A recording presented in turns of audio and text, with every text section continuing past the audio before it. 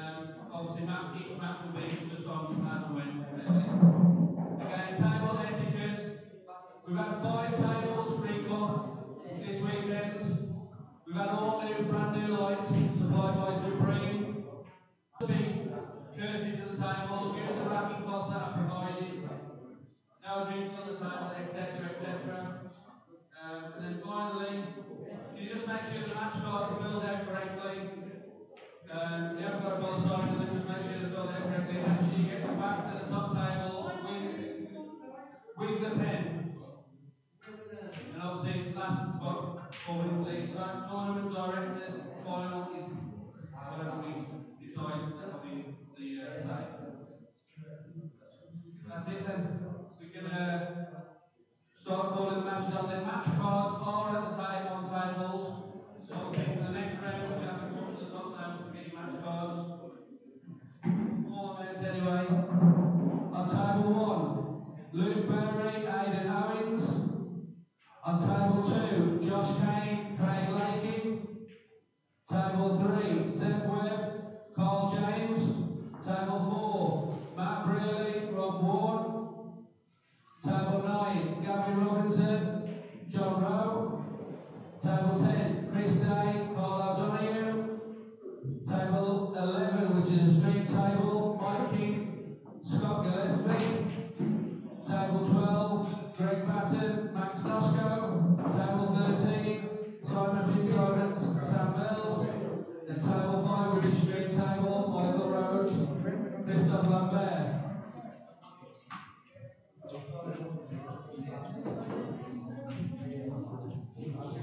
Table 8, Rob Murray, Danny Compton. There's 2 street matches, can you just not start until we're ready, please?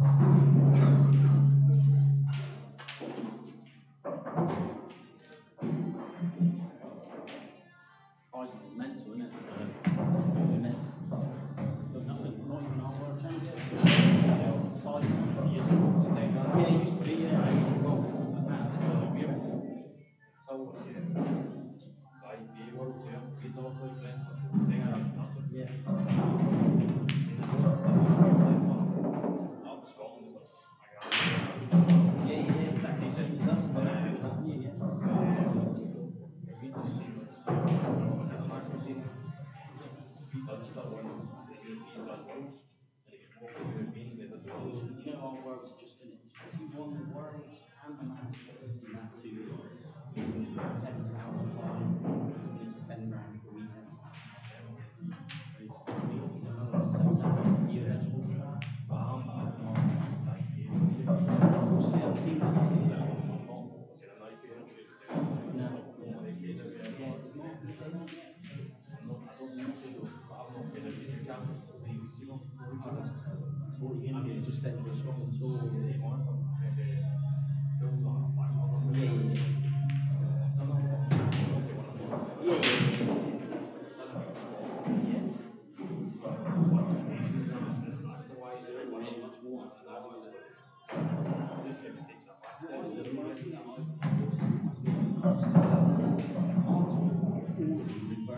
So it's sort of 2 hours for everybody.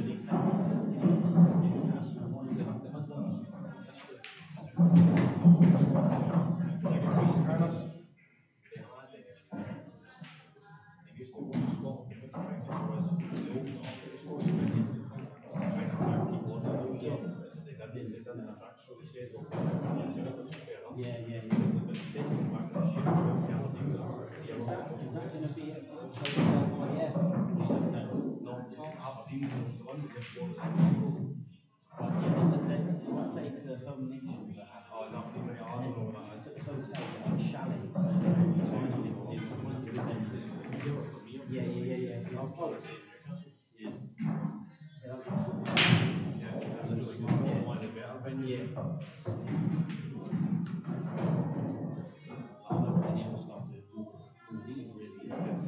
I've got them at all, just enter 16.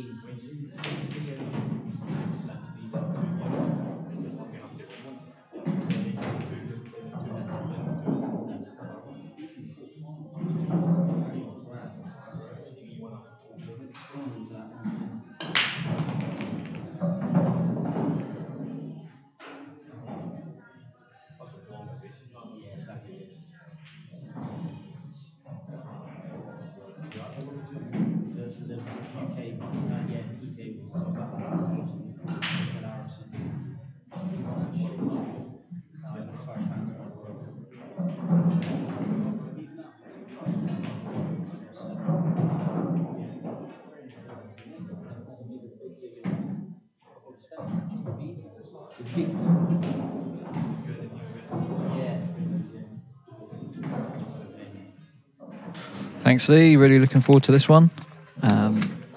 Mike King, Scott Gillespie to get us going on stream table 2. Should be quite a close game, this one, Sean. Yeah, I think so. Gillespie's won the lag. Well, it looks like he didn't hit the draw there. I say, is it the draw? Looks like I might have done. Straight as a die.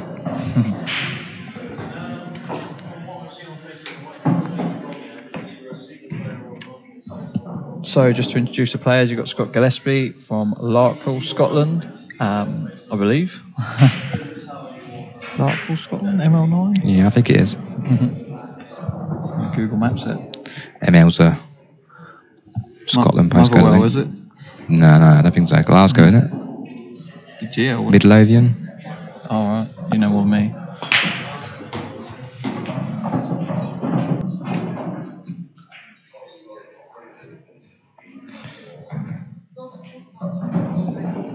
So, one of each on the break.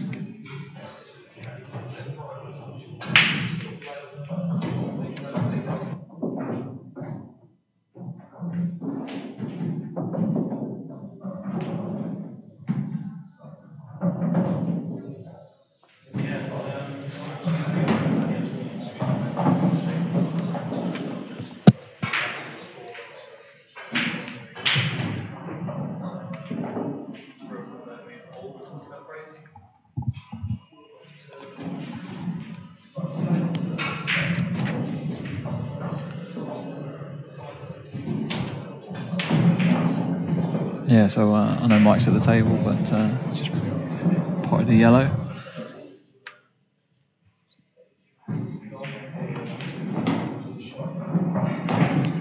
Didn't want that to go in, but he's still alright. One at the top.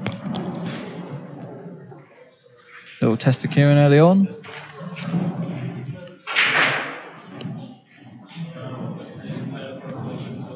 Doesn't want to leave himself too straight on this next shadow either. Oh, I think he's got to get somewhere out back by the blue spot if he can, or just past it.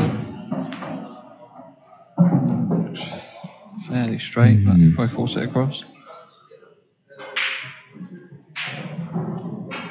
It's getting down quick, must be right.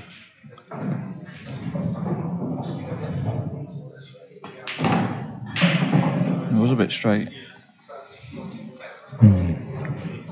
That's Cannon's black now. Don't think he can hold. The joy of black ball rules, even if he cannons the Well, black that's and the black true. goes in, he still wins the frame.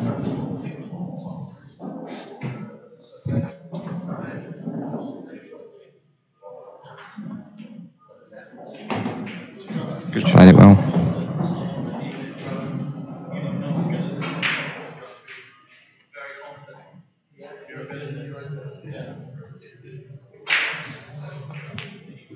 Good start for Mike King. Breaking dish to get us going.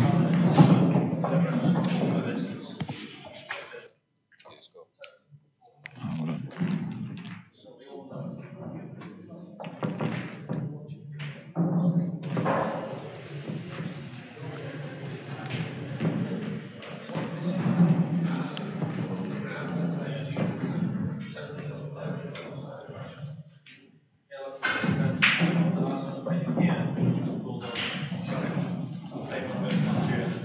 Been a lot of bets going in over from what I've seen. I've just had a look at the bookie sheet, about 5 pages worth of accumulators and a load of outright betting on his computer as well. So there's a lot of action going on for this tournament already. The odds on this one, Mike King was 11 to 10 at the start of the match. Scott Gillespie was 4 to 6, so slight favourite. We get to see him play a shot now. Tried the white ball nicely.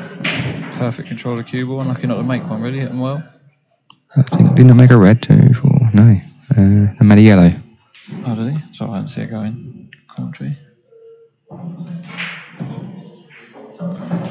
He's fancy him to clear these ones. Oh, thank you. I think he'll take a red. Definitely. The blackout.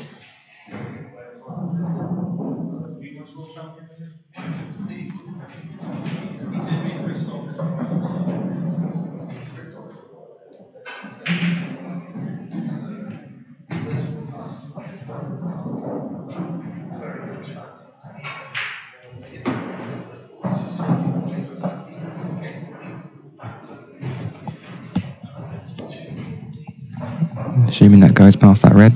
Seems to be okay. I think he wanted a bit of a fuller contact on the black there. Called it a little bit thin.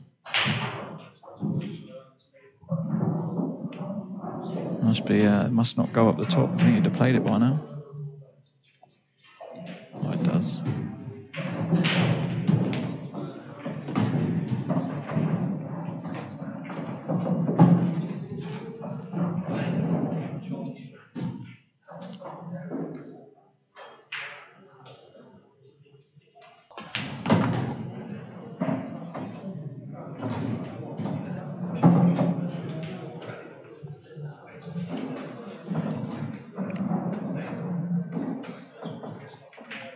We're going to see a lot of finishes this week, a lot of breaking finishes. The table's running so nicely.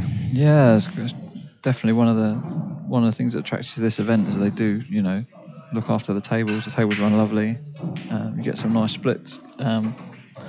Should see a lot of breaking dishes.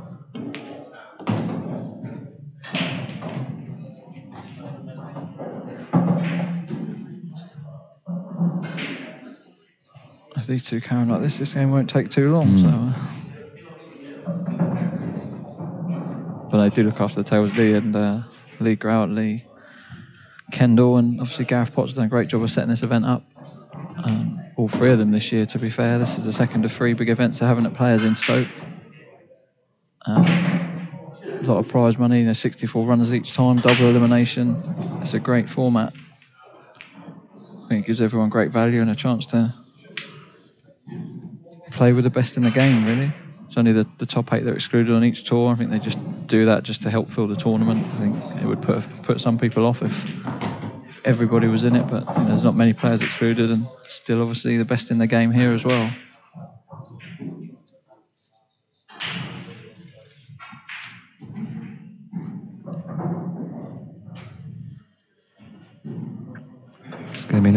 shot to cannon the black over the middle? I think, Or yeah. can he screw in past it? I think he's got to nudge the black, yeah, towards the middle. I think he's, He did could go hold it. past.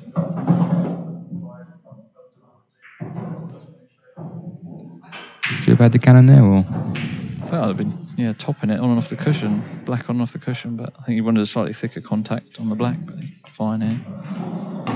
Yeah, in it goes.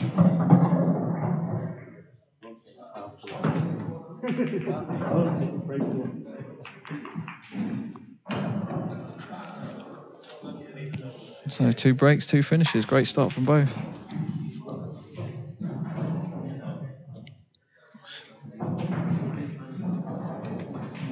Yeah, that's what we're training. So, yeah, so and Snooky.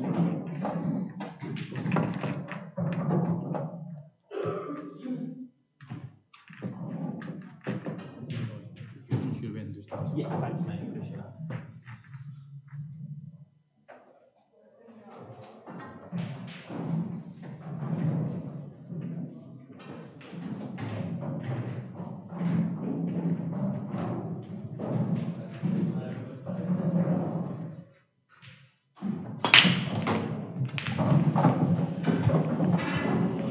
Lost the white ball this time, Sean.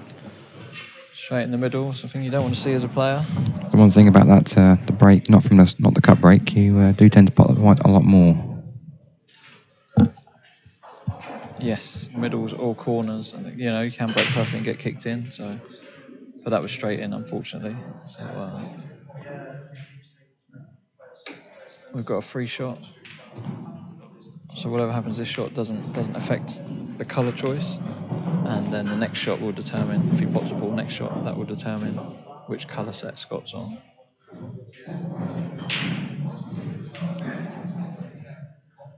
Yellow seemed to be the ball of choice here.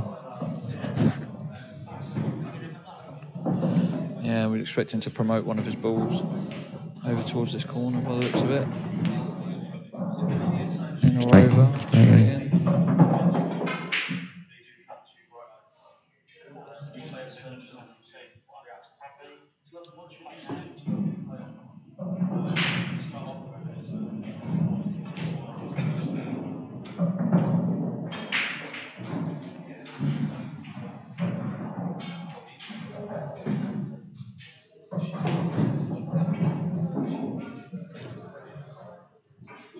It's a little bit of work to do. With He's got to mind his work, and he can get down past those 3 reds on the left-hand side.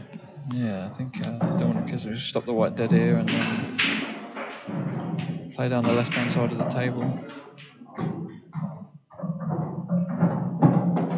It's got to be the gap, hasn't it? Not a lot of room there. Definitely wouldn't want to catch the red near the middle pocket.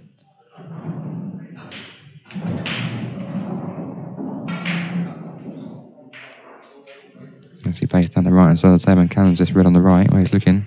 Yeah, or leaves it just, hit a lot of right-hand side, hit the cushion just above the middle knuckle, and he should be on the yellow to the right of the black, into the bottom left corner pocket as we're looking. Bit too much side, but he's got a shot on it. I wonder if the yellow next to the black goes. I don't think it does from there. It would be handy if it did, and make the clearance a lot easier. But if not, he's got a bit of action to do to get the white back out. He needs probably 2 cushions behind this yellow on the back rail. Always missed the yellow. It's a chance that Mike didn't think he was going to get. Yeah, you pretty much expect to not get another visit going off on the break.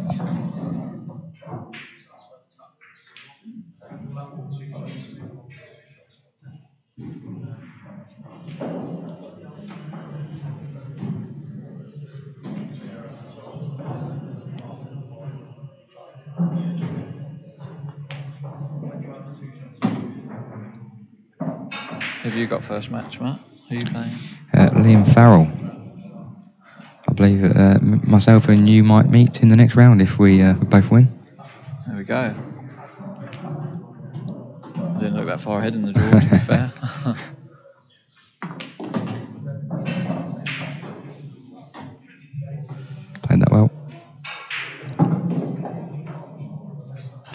ideally would have liked to avoid nudging the red, but at least he's on a ball.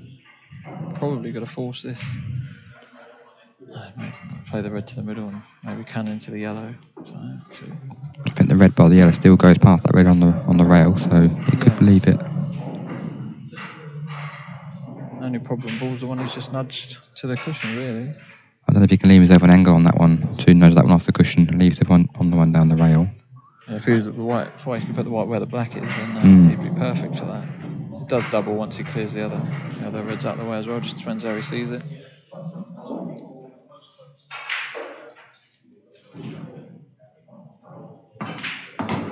Just get a bit of abusive messages from your mates here saying never been a commentator. It's left the perfect angle that you called, I think, Matt, to be fair. So they need to keep quiet, your friends.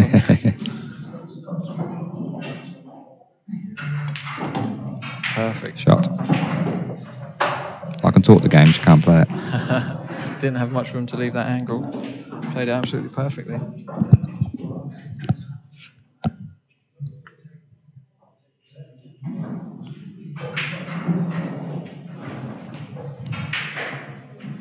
Looking where the black goes. It goes in the middle, does it? No, I think it only goes... Is he trying to move it now, perhaps? Possibly.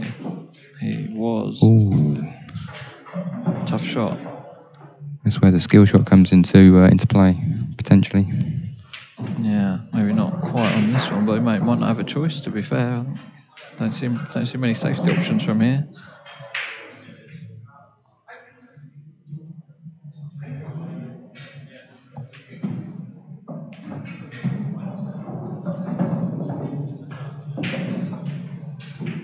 Skill shot's tough from there. He's hampered. He's got to have a go. He can't see another. It's either that or put the red over the red, but yeah, he tried it. He didn't really have anything else to play there, really. The only other shot I could have seen was really the yellow was closest to play that into the red, to put the red near the yellow on the above the middle. That was the only safety shot I saw. That wouldn't necessarily get you safe in the frame anyway. But anyway, he was in trouble. Thought he'd attack.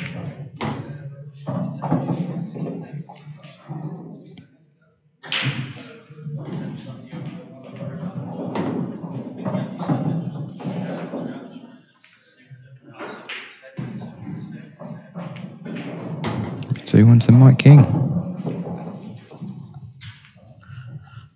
Just moving to a quick ad break.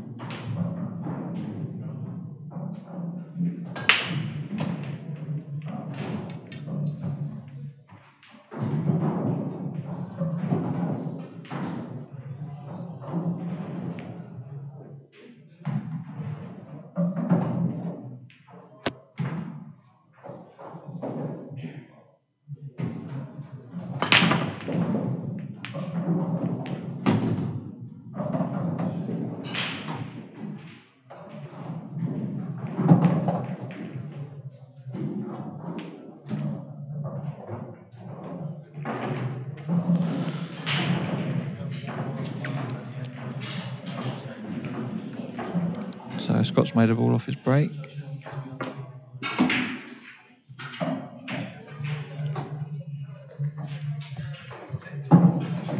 Can't see any problems on these red this time. I don't expect him to miss this chance.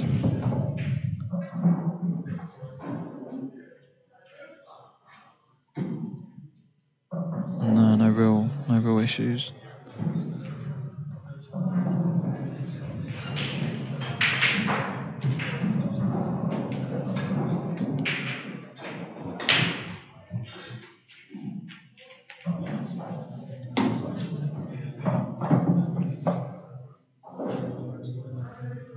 We play the red up at the top if he's straight on it. If not, I play the one closer to the right middle.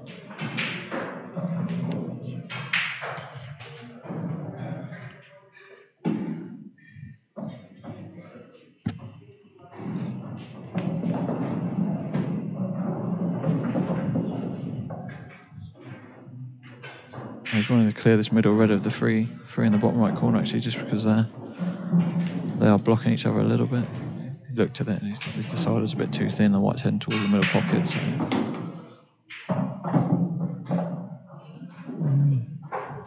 It's just about all right. Can play the one closest to the white.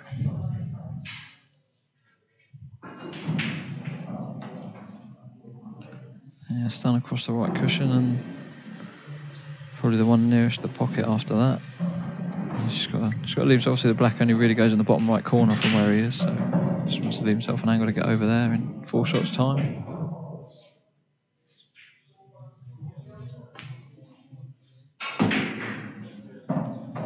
So I imagine he'll just stun this back a little bit, leave himself a choice of the 2 balls, see what angle he gets. And probably the red closest to this, red in the middle of the 3 to the bottom left next, and then try and finish straight so he can just leave the last red to the middle to push the white through.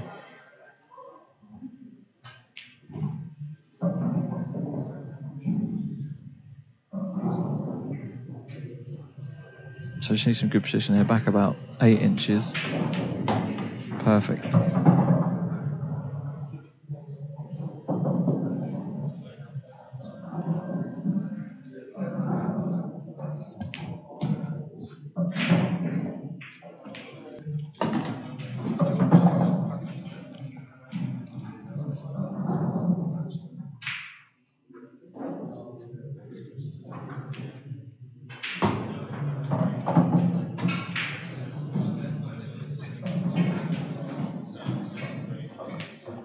Good finish. It's 2-all.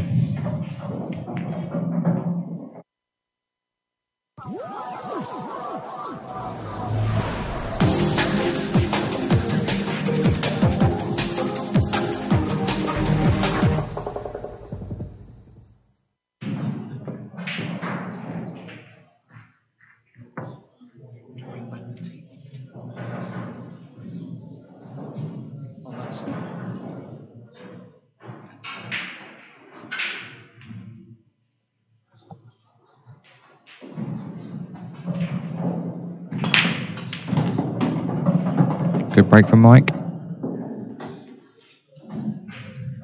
And the reds are sitting there lovely. Yeah, I think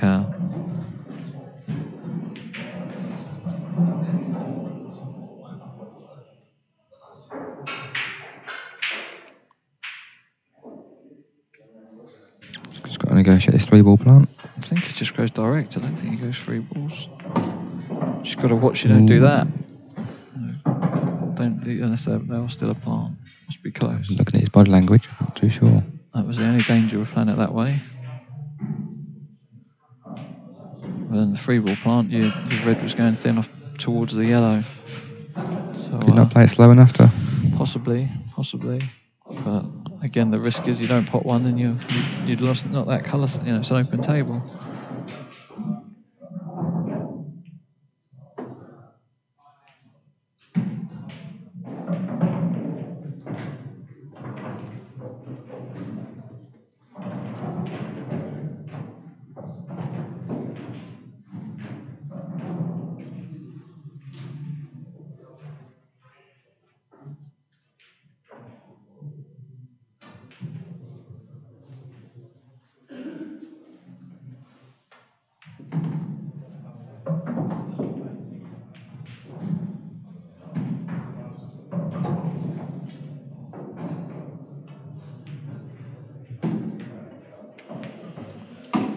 Oh, it did go in the end. Took a long, hard look at it. He did. So he's back in prime position. So he'll want to just stun back towards the left-hand side cushion, leave himself an angle to drop down to the bottom cushion for the last red, I imagine.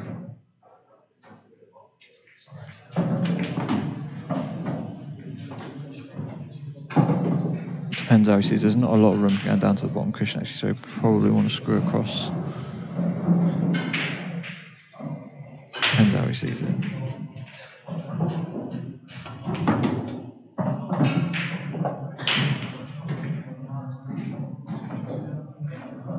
Should be able to pinch the pocket and screw straight back here. Black in the right corner. Good shot.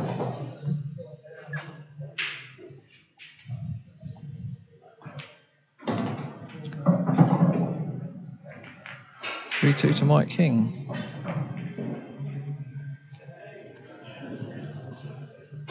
Obviously, they've changed all the lights to suit the new Supreme lights over the weekend, and apparently they dropped one of the lights on one of the tables. So Lee Post, I'm not sure which one it was, but caused a bit of damage apparently yesterday. So I imagine that was a headache he didn't need with all the other stuff going on. But obviously, title sponsor this event, and all the tables in here are Supreme pool tables as well.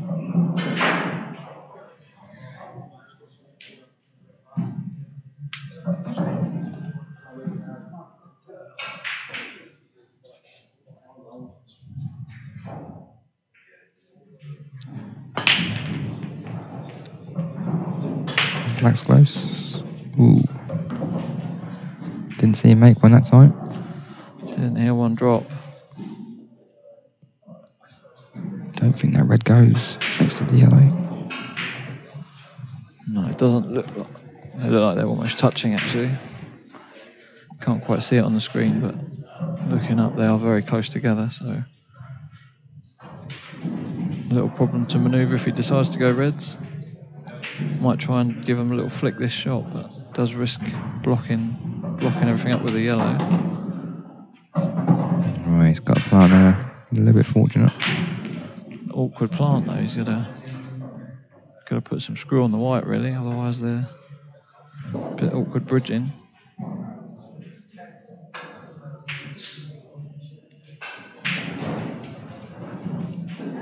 If the black wasn't there, he'd just get down and screw it in, but I think he's got to find an alternative to try and top it in. Yeah, he played that well. It's just about right.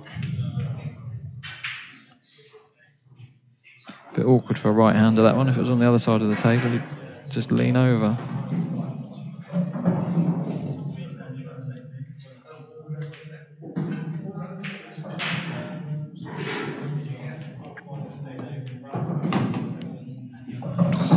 Wow, that was close.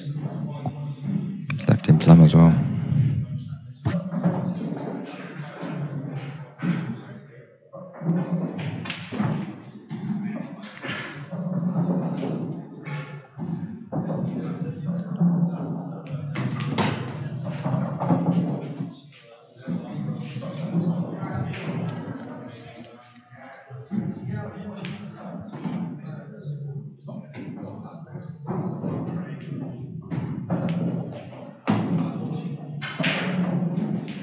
Played this too good. I think he can use the yellow on the cushion. No, he's going to stick with this thin cut. He'll need to try and hold for the red though. He's cutting. He's played the opposite corner now. He's decided to take it in the left-hand corner. Needs a good angle on the red. Next red by the middle.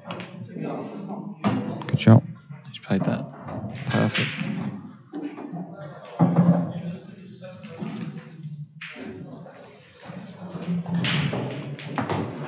Yep, no problem at all there. Opens up a 2-frame gap now. I'm a little bit surprised that Scott was favourite. I thought there was more of an even match than that. You could be proved right. I think it's just dry break and a missed chance from Scott, and he's 4-2 behind.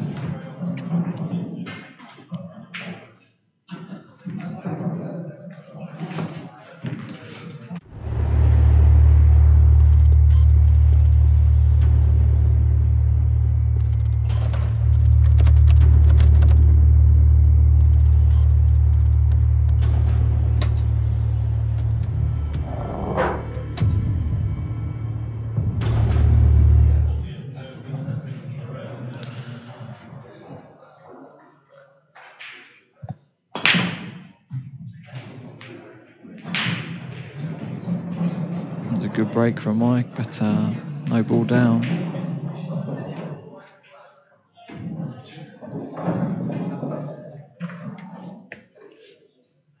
Bit of work to do on the reds, but I would favour reds here.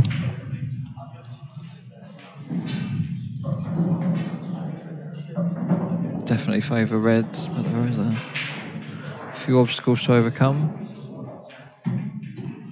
Don't know if the red closest to the left corner pocket, if he could pot that off the yellow. I think he can, and that frees the pocket up for the other red. Do you think it does? I'm not too sure. Yeah, I suppose you'd have to get right in behind it to do that. That one he can on the yellow and be on the red down the rail. Yeah, red into the opposite corner pocket.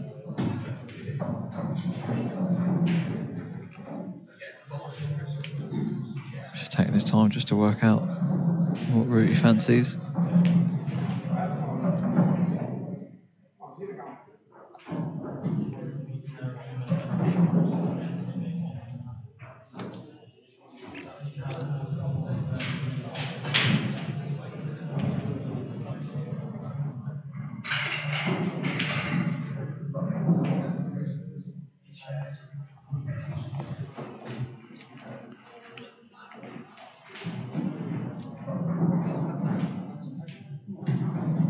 He's not sure, he's taking his time. Yeah, there are a few problems. It might be one of those rare instances where he maybe takes a red and covers a pocket. That's an option if he sort of gets towards this red in the bottom right corner. He could just roll that red over the pocket and leave the white on the yellow and take a bit of control of the frame. I don't see them playing them. They're not the kind of players to tap up though, I don't think. Don't fancy that one, Matt, no? Nah, not for me. No, it's a tough dish from here. All in. I think if he didn't have the problem on the right corner as well, then he's got to get on that red good to get it, and then it's not easy to get the cue ball back out of there. So, let's see what he's found.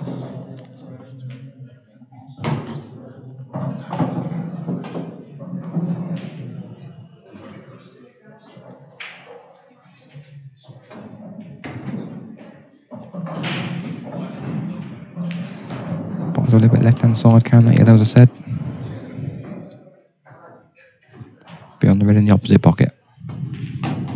No, he's hit it hard and moved it. Just try to develop it. Not sure. Bit unlucky. It was on a bit of luck though. If you play it softer, you're leaving yourself a shot on it. Yeah, I like that. I like the shot you called, Matt, to be fair.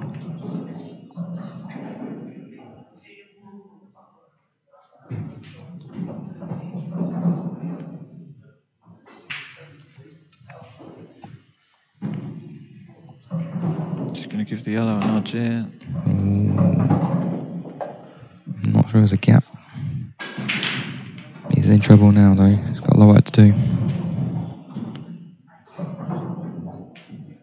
Big frame, that's 5-2 or 4-3. Yeah, you feel the match maybe beginning to lose your foothold on the mat. I don't know if you can come up. There's a small gap in there, but I think if you can cushion first and pop the red over the middle. Just not sure if you can see that one at the far, the furthest one away through the gap. Looks like he came from our camera angle. Don't think it through the potting angle though. Just to contain the safety shot, but just left Mike a long one.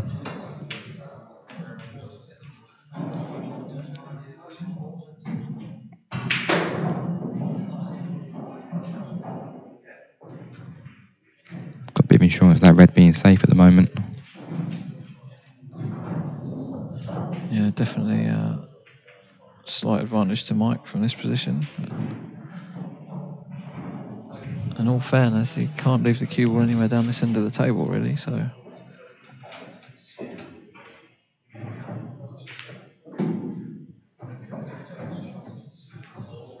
He's decided he can. Moved his most awkward yellow towards the pocket.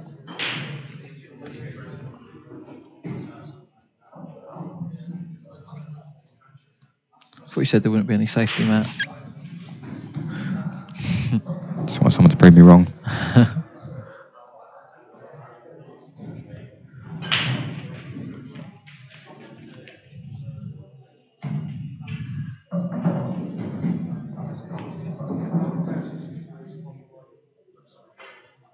Another safety there from Scott. You don't think he went no?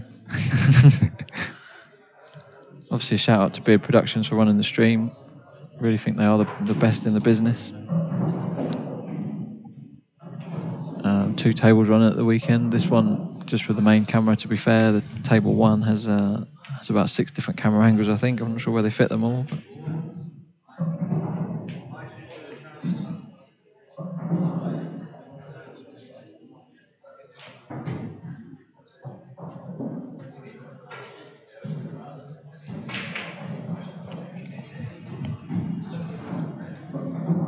I think Scott's got to try and go for something here. I can't see any safety shots.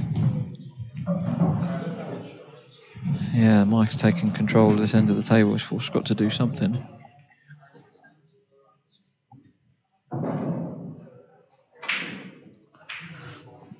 He's got to try and find a way to maybe cannon into the red. I mean, if he could first shot pot this red at the top left, leave the one down to the left of the cue ball. He's not going that way. Is he going to try and play a skill shot while there's enough room? Maybe hit the one on the cushion first, just past the red. Play it at pace and see what happens. I thought he might do it off the red in the middle of the free. To be fair, I thought he might leave that angle then. It seems to be a nice one to go into them off, but this one to the middle was a bit thin. I don't know if now he could. I think you should avoid that red in the middle of the table, as you mentioned. It's tough to get the pace on it. Tough to hit it hard and avoid it. He's played that well. Yeah, he's got a shot on the middle. And he Good should shot. be, as long as the white will be travelling towards the right middle on this shot. As long as he can avoid that, he'll have a shot on the other red to the left corner. Mike could be kicking himself if it is this frame.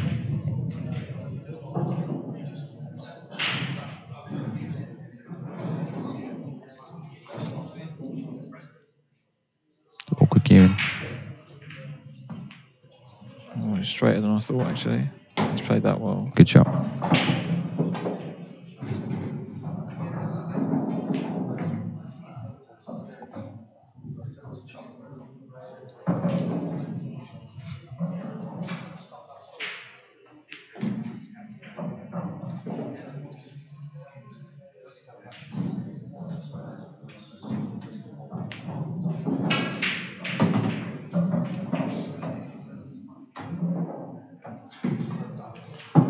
Yep, good finish. Well thought out from Scott there.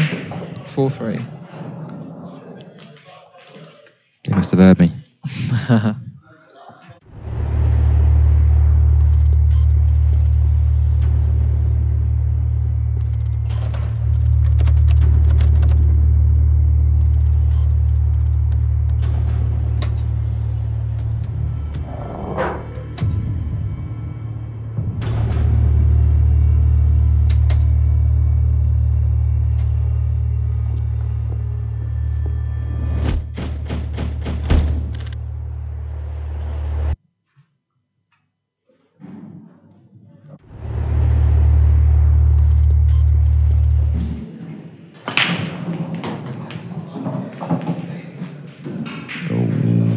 Just about all right.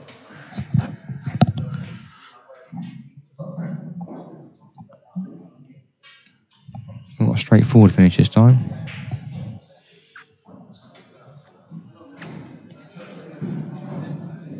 It isn't. Probably reds.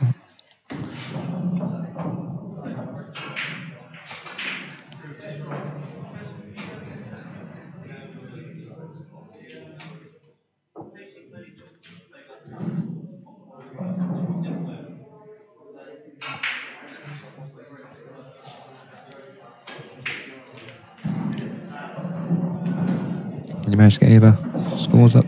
No, I'm just having a look to see. The last event they ran the scoring through Beard Productions, but they're not doing that this time.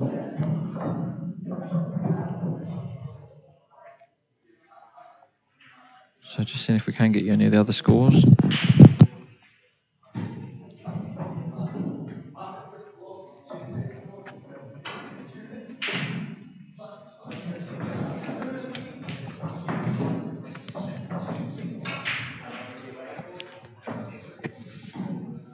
Just a little bit more about Scott while he's thinking about this. When he got halfway through his introduction earlier, but former world under-21 champion, been playing pool 15 years, been the Scottish champion twice, so quite a few achievements on his resume. Inspired to start playing by his father. He's actually said his favourite player to watch is Jordan Shepherd. Just likes his style of play. And as far as what he'd like to achieve in pool, he would like to win the World Championships one day. I'm sure that's a aspiration for many of the pool players out there, especially the ones that are here this weekend.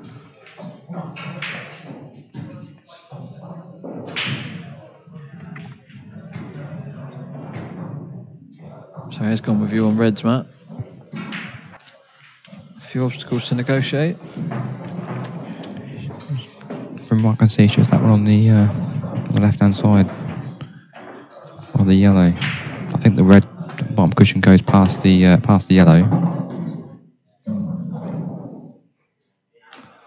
It does. Although he might play to get it into the corner now, I'm not too sure. Do you think that one up the top, on the top left, goes? You can get to that. You can get to Well, that. that's the one I'm not sure about. He'll want to leave the one over the corner so he can roll that in and leave himself on the one over the right corner. Oh, that's enough. Yes. He looks like he played that a little bit quick. Seemed to jab it a little bit. I won't be pleased with that one. So, but he did put another red around that yellow, so Mike's going to use his skill shot to get that out. Skill shot or free shot? Free shot. Still new to these rules, alright. Wasn't the what did you win? You won the 250 man. Was that not world rules? That was world rules. Oh, okay. I've been strictly told not to have a debate on rules though while we're here, so I'm trying not to mention anything too contradictory.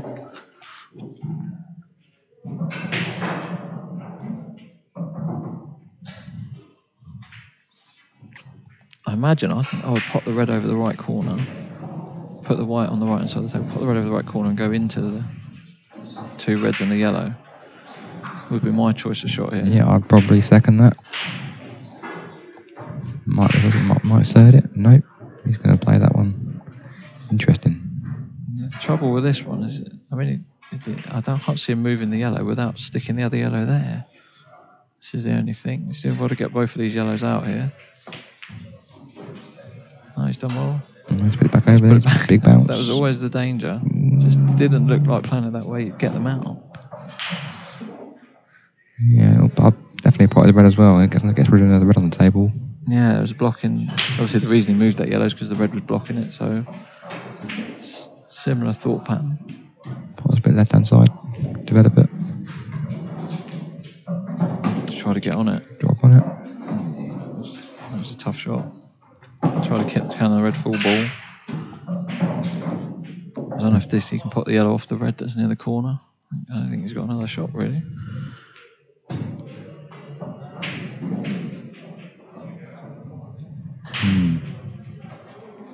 Hard to tell from our camera angle.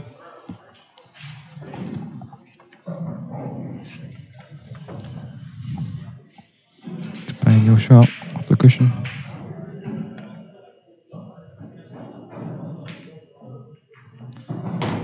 Didn't really get anywhere near it, to be fair.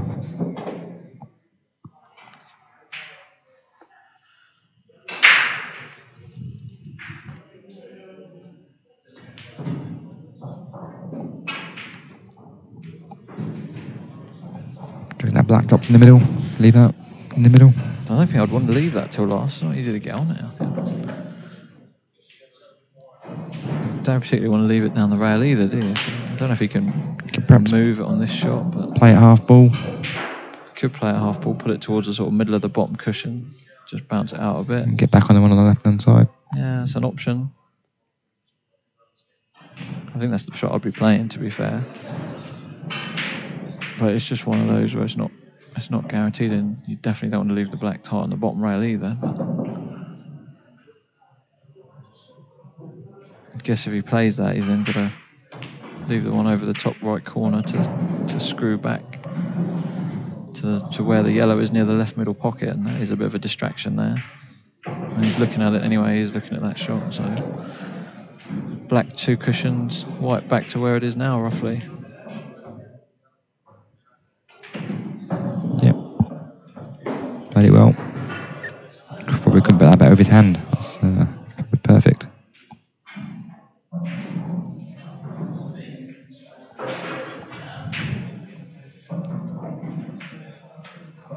From what we're looking 5-2 to Mike, here we're looking at 4-all now. That's how quick these games can turn. You're never out of it.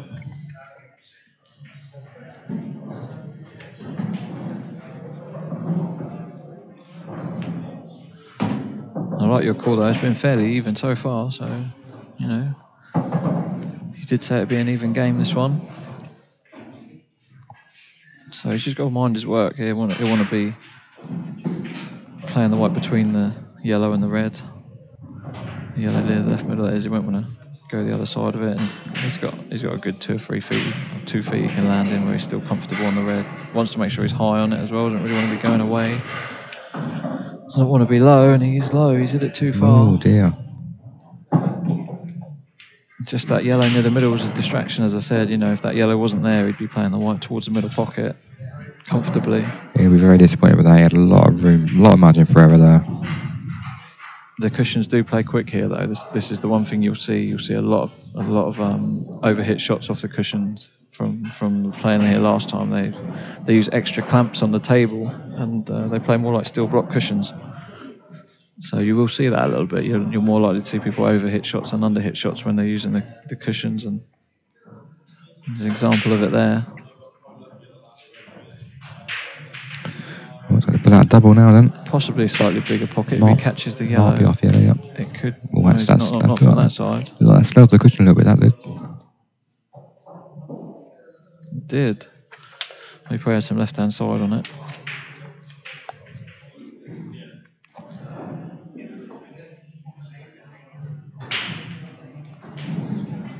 What's the chances of Kendall going bar for us? 0. Where is he? I don't know.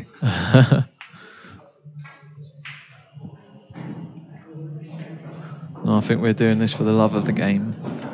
I don't think we're getting paid for it, Matt. Oh, we're not. I don't know what you got told when you signed up for it. I had a contract to sign. Oh, did you? Did better than I did. Negotiated well. Paid me entry. So a little bit about Mike. I haven't really introduced him yet. He's 32. I'll tell you where he was from, but he's put his email address as his address. Devon, I believe. He's a Devon area, Southwest area. So he has won the Southwest Masters last year, and he's also won multiple Southwest tours. And he plays for England, represented England at the World Championships. He's only played pool for 4 years. He was a snooker player before that, so fairly new to the game. But he's played some money matches and he's had a lot of success, to be fair, from what I know of him. He's got a few favourite people he likes to watch. Lee Kendall, Carl Sutton, Jack Popel, Ben Flack, Steve Mills. I imagine he put Lee Kendall on there to get him on the stream. I'm not sure. There's a bit of... I'm only joking. And again, there's another one where his dad's inspired him to start playing local league pool when he was 12. So yeah, they got him into snooker. His dad used to play league pool. Anyway, it's 5-3, and he'll be relieved to win that one. Sort of just going to go take a comfort break. Stem the flow. We'll go to an ad break.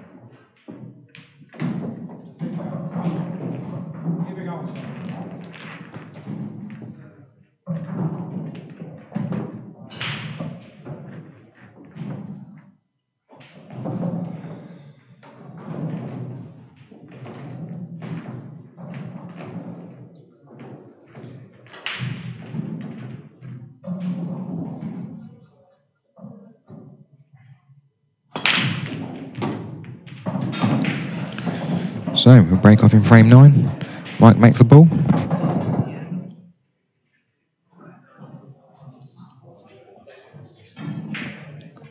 Just the one bad ball. Unless he can drop on it down the rail, maybe.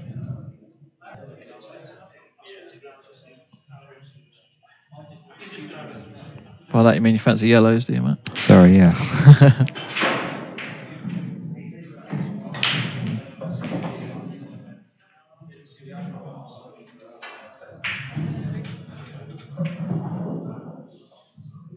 What's he going for here? Is he thinking about going red, does he? Maybe he's got the angle to just top this one through and nudges one near the rail. Seems a bit risky.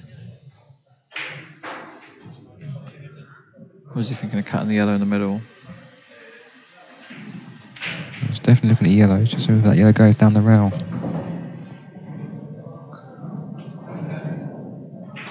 Let's take the easy one first.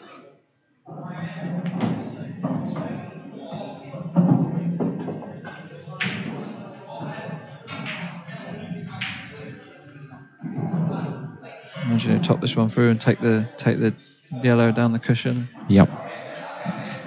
Screw back, try and leave himself straight, leave himself about where the white is there now. Screw back to that spot, yellow to the opposite middle, and leave himself on the cushion. If he's perfect on it now, would you play it now or? No, I'll take this one out of the way.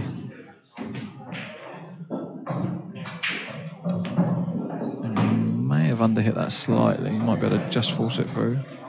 No, he's okay. He's getting down straight away. Get quite close to the yellow here. Perfect.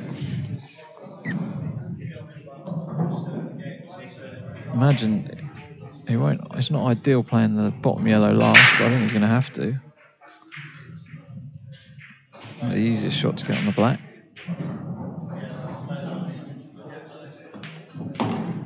He tried to force it a bit to push his way through, so he's a little bit awkward now. He is on the bottom one though. He is. Just he might have to play a light flick or play it with a lot of right hand sides. Try and put the yellow, white towards the right. Do a screw on left hand side. Screw on left. Fancy that? He's playing right, is he? Yeah, fair enough. He's played that very well. He's almost played it too well. I think he's almost a little bit too straight on. I didn't think he could hold it that well. Pocket weight, so he's going to have to Screw back 2 cushions in between the 2 reds. force this a little bit. Cool, 3 rails you're thinking of. Oh, 2 cushions, I'm with you. Is he straight enough for that? I don't know. He's topping. Okay. Topping, top left. Lovely flick. Oh, that's a very nice flick.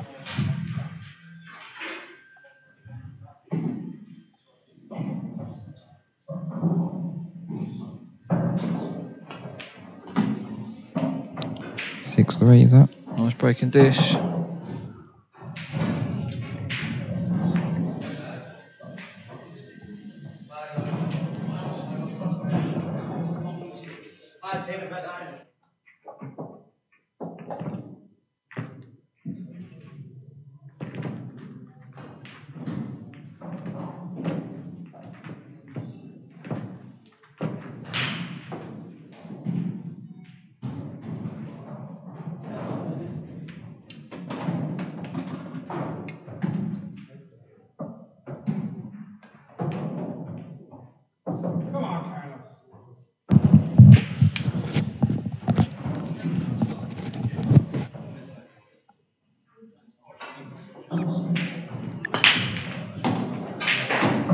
Hit those well. Very well. Going to be possibly a little bit unlucky. I think the reds. I think it's on the red. It's tight. It is very tight. He might be able to bend it a little bit. Yeah, I think he's okay if he plays a little bit of left on this. Be a bit unlucky if he was on after such a good break.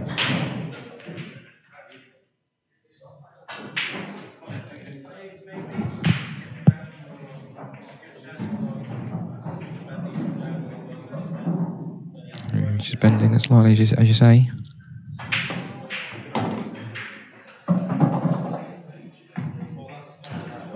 And landed ideal there. Not a very favourable kiss though. The only thing with having to swerve the first shot, he lost a little bit of control of the cue ball. You fancy the double to the corner here? If you're in an attacking mood, then yeah. This might be the time to play safe. Didn't think you did safety. What safety are you playing here then? Well, the one at the top, try and leave it in the jaws of the pocket, somewhere near there, where he's put his cue there. I'd probably be more inclined to leaving one down the rail. It's a tougher pot because you don't really snip in the middle. They're fairly nice down the rails, these tables, I think. If you're sensible with them and play them pocket weight or just over, they do.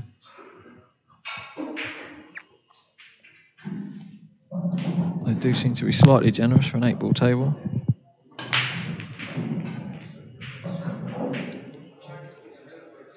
But I think that's the shot. Just bump his red on and off to just past where it is now, and he wouldn't really want to clip thin off it and put his red to the cushion. So I think the natural angle, the cue was going quite close to in off or to the jaw.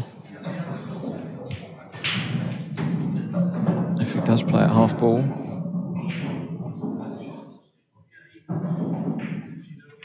It's a delicate little shot because it's got a little soft screw. I don't think he can play it plain ball, can he? Get there, you want to try and leave the white on the cushion. Yeah. Then you're going to bump the red out the way, though, aren't you? I don't think you'll cover the yellow in the middle of the table. And I don't know if that yellow closest to the cue ball now goes past the black to the bottom left corner or not. You could play it double it off the black and try and get the back at the same time. Oh, double the one at the top. You're talking about. All right, I'm with you. You think he's playing that one? Yeah, which one? Would you looking at the other one? I was looking at the one closest to the. Ah, right, okay. That's why. I'm on the wrong planet. Shouldn't be commentating. Let's play it slow. Yeah, so that was not too sure I like that shot. I think I'd rather this one down the rail. Danger was stunning. He didn't want, there's been a couple of in-offs the last couple of frames, so he just didn't want to screw in off into the corner, so he sort of just didn't commit on the shot. So it's a bit of a pressure shot on Mike, but you take a chance, really. It's a natural angle to be on the one in the middle if it goes, I think.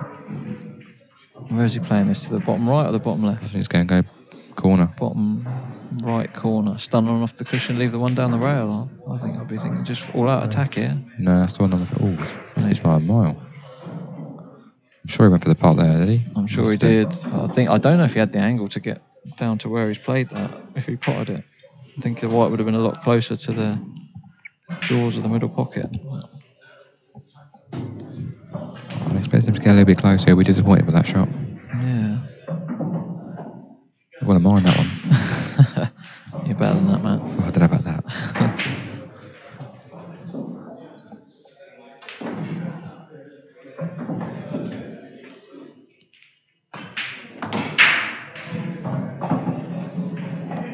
Example, putting your opponent's ball safe there, or trying to. Purposely screwed the yellow into the cushion just to give him some insurance.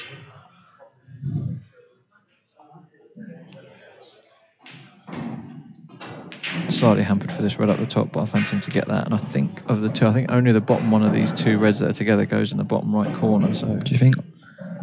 Yeah, I don't think the top one goes. I think they both go, to be honest. It's difficult to see, but he's taking this one first just to avoid the hampered side of things. That's not what he wanted. Did he try and move that red? Or? No, I don't think so. I think he's just played to go around them and leave that till last. But yeah, he didn't want to catch the yellow. Might be forced to take the double this time. No, I think he can still cut that. I'll be favouring the cut. Twice across. I'd say with these cushions, you've just got to watch it. They just bounce a little bit more than you expect. But I suppose as long as it puts a little bit of right hand side on, that should kill the white a little bit and just head towards the middle pocket, the opposite middle. As long as you keep the line sort of two cushions back towards that yellow in the middle of the table, you'll be okay. But they do bounce these cushions, so we'll see if he does take that one on.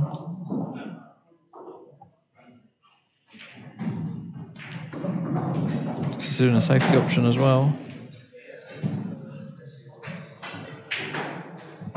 I think he's going to attack this time.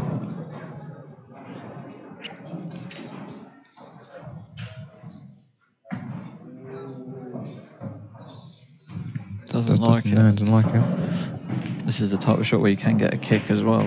So, especially paying at pocket weight. Would you try and hold it then? Would you play a bit firmer and I'd go twice across? Knowing these tables, I would probably play this firmer. And yeah, twice across. Just knowing them, but obviously people haven't played up here before may not be aware of how bouncy the cushions are until they play a few shots and overhit a few and then realise.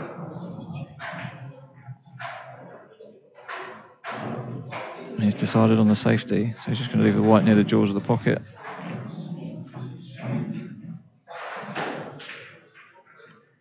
I don't know if Mike can take this, the left-hand side of the two yellows that are close together as a shot to nothing. Just top the white through to the rail, and as long as he gets close to the pot. I don't know if you can see the potting angle, Sean. Tight. But if he could play a little flick off it and try and cannon his yellow on the cushion, yeah, that looks pretty safe there. Looks like a pretty good call. Maybe even tie the black up if he did that. So he's trying to see if he can see the potting angle. He's maybe looking at just leaving the white somewhere where the yellows are and seeing what that would leave. If you could leave it hampered, perhaps. These two reds obviously aren't a plant to the left corner.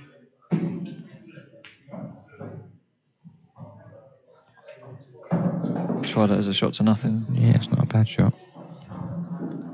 So he has, the reds only go to the middle now. Possibly both go to the left middle. So he could play left down corner, check it with right hand side too, play for the red in the middle, or does he try and leave himself a skill shot? No, it's a good shot there for Mike. He's put Scott in all sorts of trouble here, I think. There's no natural path to get to that right hand cushion where the red needs to be to pot the red, so he's got no safety either, really, with the yellow over the pocket now. So that was well thought out from Mike. Scott's going to need to come out with a shot here. Oh, he's played this well. He's played this very well. Great shot. Got down into it very quickly again. He sort of played for a while and then played it very quick. Shot of the match so far for me, that one. Definitely. That was a bit special.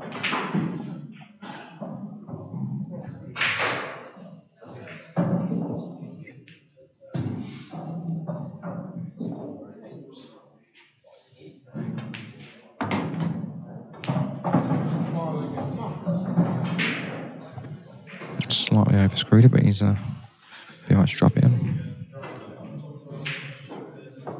Those cushions you mentioned there again just pinged off that cushion, didn't it? Yeah, that's where it catches you. It probably helped him on the last shot though. So yeah. I wouldn't complain. I mean, I think most tables you would struggle to get there with that shot. I mean, you just had to sort of stun screw it with lots of right hand side to fizz the white around the table, and just a lovely shot to watch that was. He's decided to use the cushions again. A little bit lucky not to go in off there, but he's okay.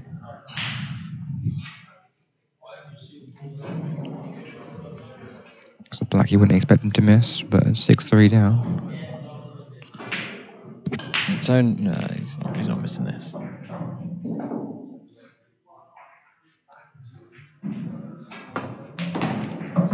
In it goes.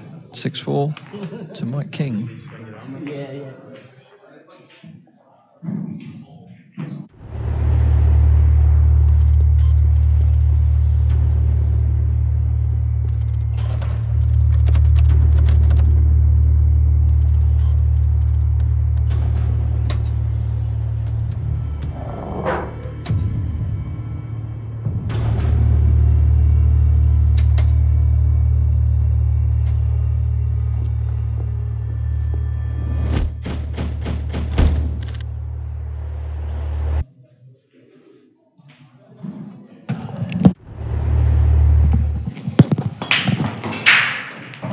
Mike is hitting that break good. They both are, to be fair. Looks like yellow's here. Everything goes. Everything goes, yep. Don't think the two go to the middle, so you've got to play the yellow to the corner first. Top left corner. Maybe just a little bit tricky because these two closest to the white are blocking each other. Just plot this one in the corner, on and off the cushion, yellow in the middle.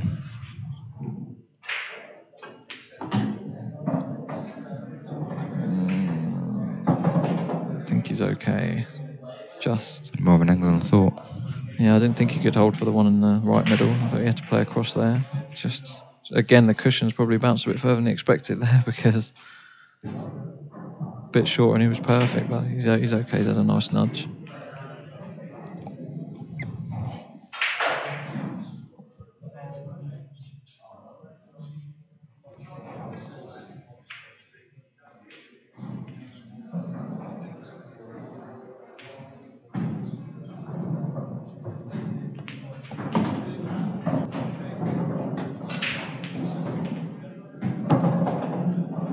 Just screw across to the left-hand side, somewhere near the cushion. Just a little soft screw.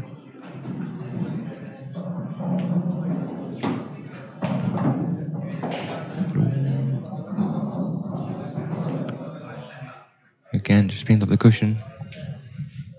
Just a little bit of extra bounce. I think he can should screw be right, straight down the yeah, rail he into should. the red. That's what I was thinking there. So slightly awkward bridging, but it's a fairly straightforward shot here. Just watch the jaws of the middle.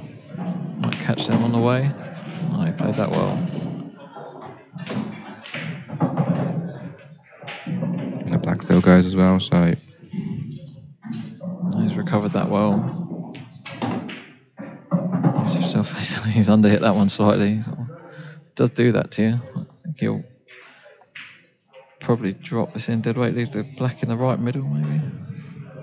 If he can hold for that. yeah.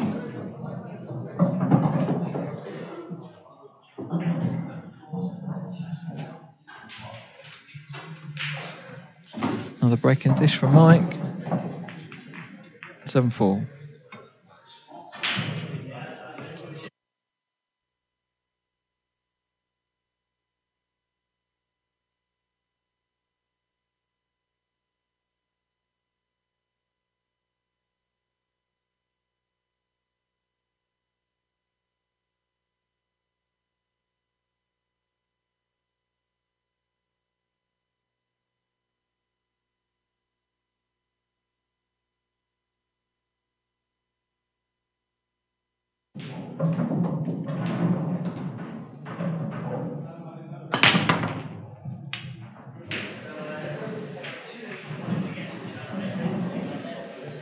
Dry break from Scott. It's been a bit unfortunate on the break this match so far. Yeah, he's hit them well again as well. You know, middled them. So It's just such an important shot.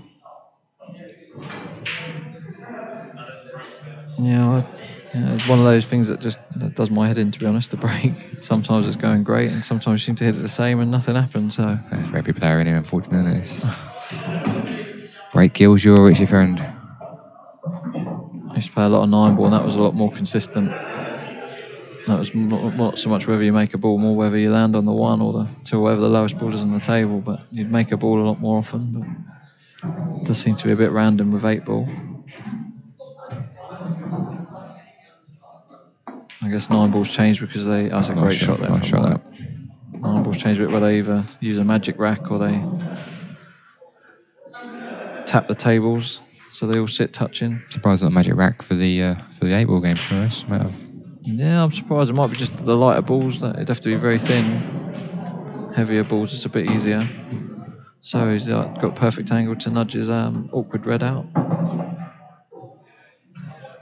Just wants to catch it, sort of rail and red at the same time. Half ball, that'll get the red and the white back out. Should leave him on the 1 to the bottom left corner. Just like that. It's a little bit unlucky. It don't go. Or does it go? It doesn't go. So he's got one to the left, the red to the right middle, but I don't think that gives a left middle. Sorry, that doesn't give him position. So might be forced to play a plant here. He does think he can get on. Doesn't. I think he's very close to cannon the yellow if he plays this. He's looking at the plant. Again, that's going to put the first ready hits towards the black. doesn't necessarily give him great position anyway. I don't know if he's really got an alternative. Just didn't want the right to stay near the cushion. That's just limited his options. So it is the plant.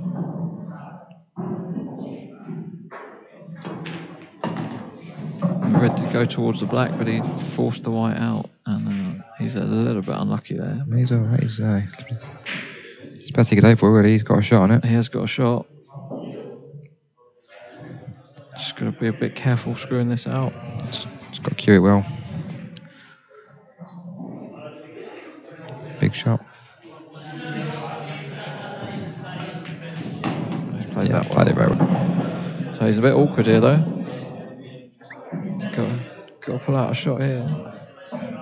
He's hampered and just off straight the wrong way, so that was always the danger. That's why I said he'd been a bit unlucky. It was just tough to get on the red nicely as well. If he can just screw it on off the cushion, just miss the yellow.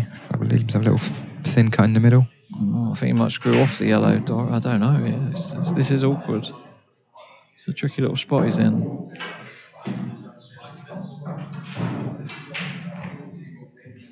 Unless he wants to leave the black to the top right corner, just screw across somewhere near the... Unless he screws it with the opposite side and goes round 3. He might have to play that. Might have to play this. He's playing it with left.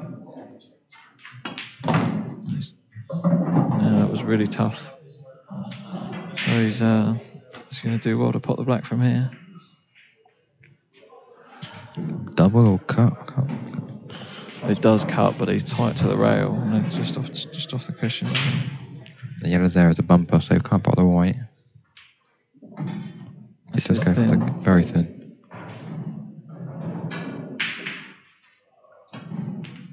Oof, just got it too thick. Oh, I said you couldn't pot the white, but... Worst result.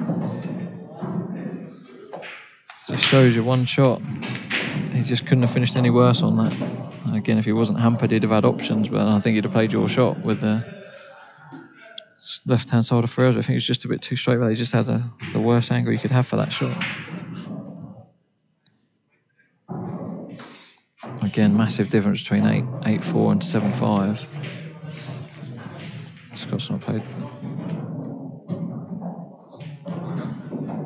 He's got a big pocket in the bottom right, so he might choose to play this.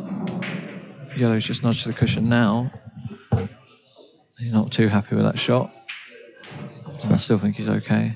Just score update from one of the other tables. It's Craig Lake in 6, Josh Kane 5. That was even money match, I think, that one.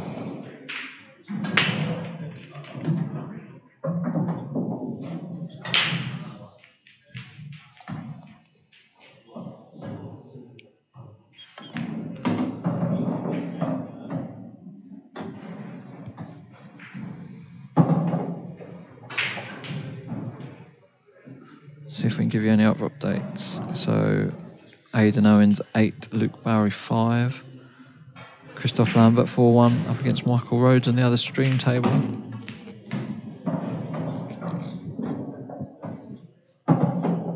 Craig Lakin 6-5, as you said.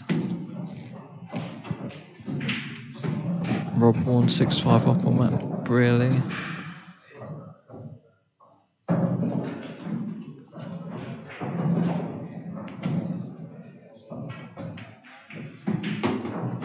So he's using the big pocket here.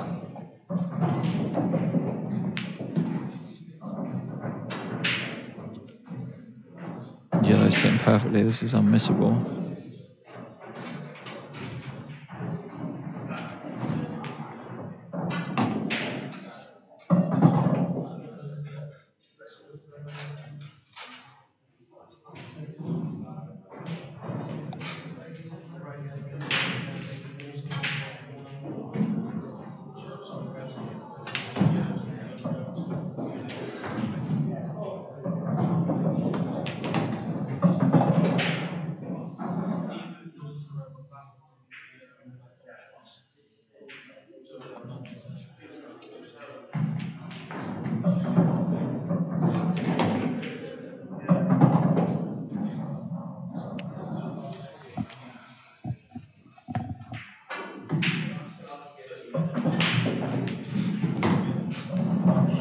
bonus this back then for 7-5. Get into the Big frame, that one. nitty gritty part of the match now. Mike King smiling away as always. Always seems very happy around the table. Great attitude to have.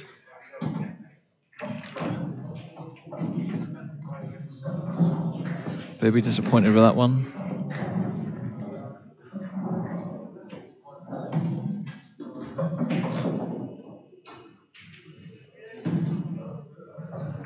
Looks like Carl O'Donoghue's just beat Chris Day. Not sure on the score, but it's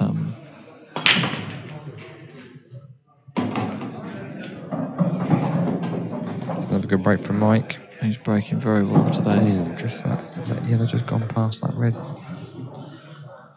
It's going to be reds anyway. I don't know if he'll play the plant here to split the yellow and the red up. I think that's probably the shot of day. And everything goes. Not ideal, that one going in, but No, he's got another plant here. Yep.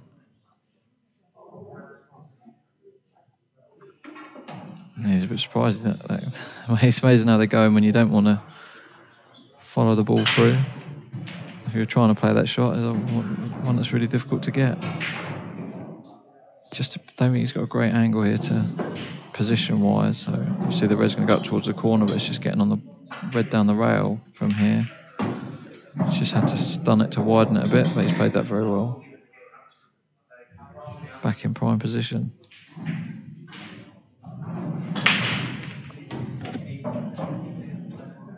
Bonus is when it goes in the middle. Lifts himself a little bit straight here. Yeah, I stunned that rather than screwed it. Yeah, I'm surprised at that, but I think he's okay. So force it across. He's topping it for half. Yeah, he's screwing back. He's got hold of that. Played that well.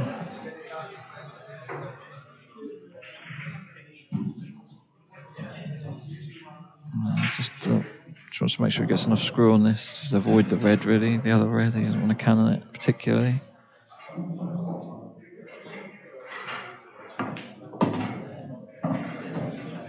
Played that nicely. Almost hampered by the yellow, but just run on. Yeah, that's where he wanted to be, I imagine. He couldn't quite get straight on it, so if he screws towards the left middle here, if he plays it on and off the left cushion for the black in the left corner. On and off for me. He's a little bit in... No, he's okay, he's okay. He's left it in the middle. He's played for the corner, but he'll take that.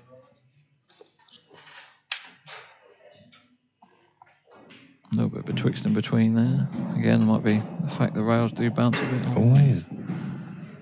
Might be lucky here. Always not.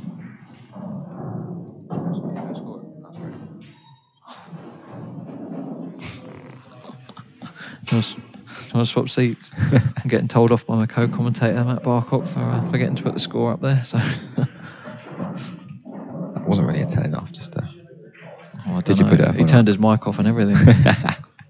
Now I know what Taylor goes through with Virgo.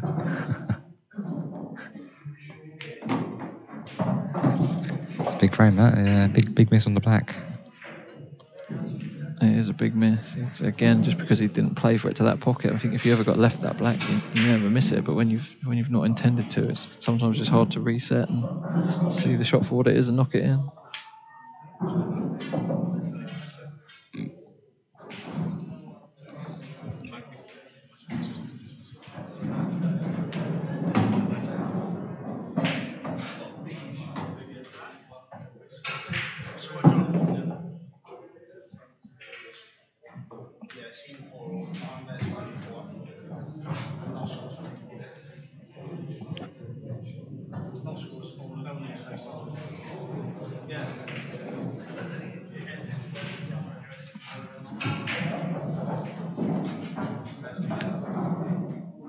I might just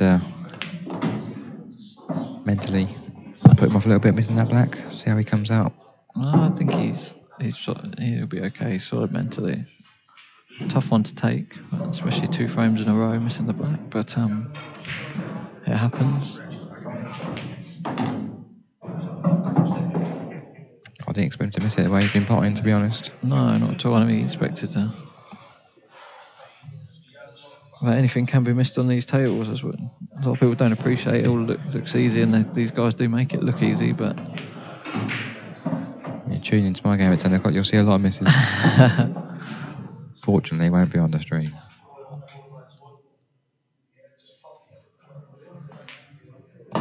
So 7-6. If you want to put the score in, Sean. Cheers. We are going to swap seats so he can do the scores. No, definitely not. He's a bit more alert than I am. You're doing a great job, mate. Great job. I got up too early this morning. Starting to get tired. Need to prep for my match at 10. So Carl Donahue did finish 11-4 against Chris Day. I think Chris was 3-1 up in that match as well, so he'll probably be a little bit disappointed, but I feel like Carl's playing well. And it can go that way. So John Rowe score. John Rowe on here showing 4-all.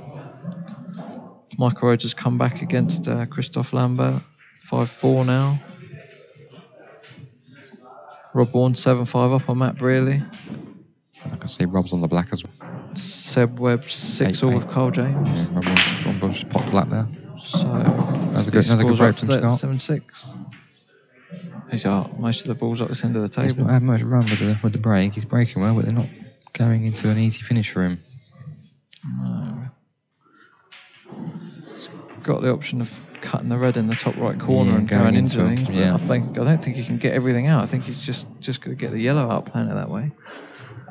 And it's a thin one, and I think that opens up all the yellows. So Here's the cushion first. That's the yellow, and the white might, but then cannon the red.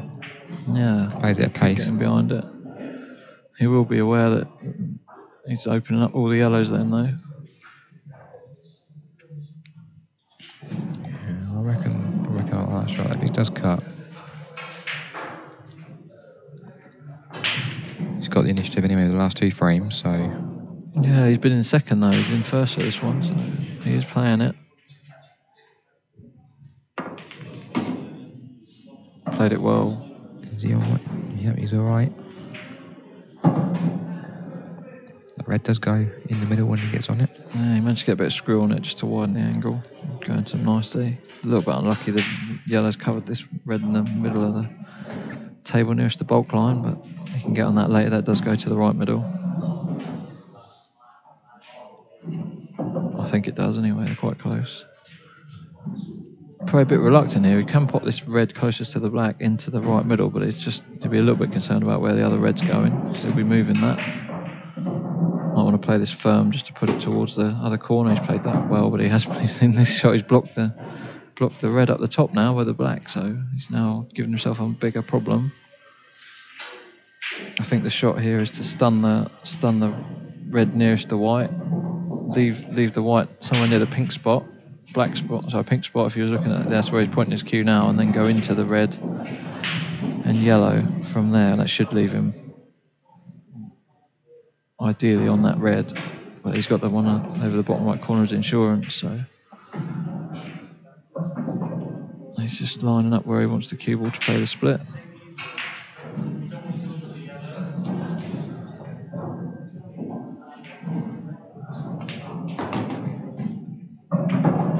He's got the perfect angle, so it's all about how this cannon works out.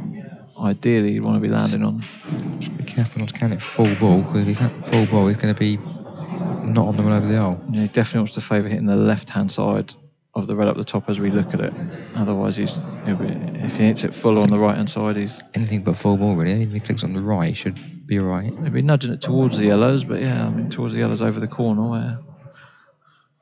I'll definitely be consciously trying to hit the left-hand side of this anyway, like he has. Not the ideal result, but he's got a shot. He's got a deep screw here. Tough shot, eh, so. Oh, he's not sure if it goes either. He's having a good look. Just got to cue this very well. I think the red goes to the right middle now. And it is tight.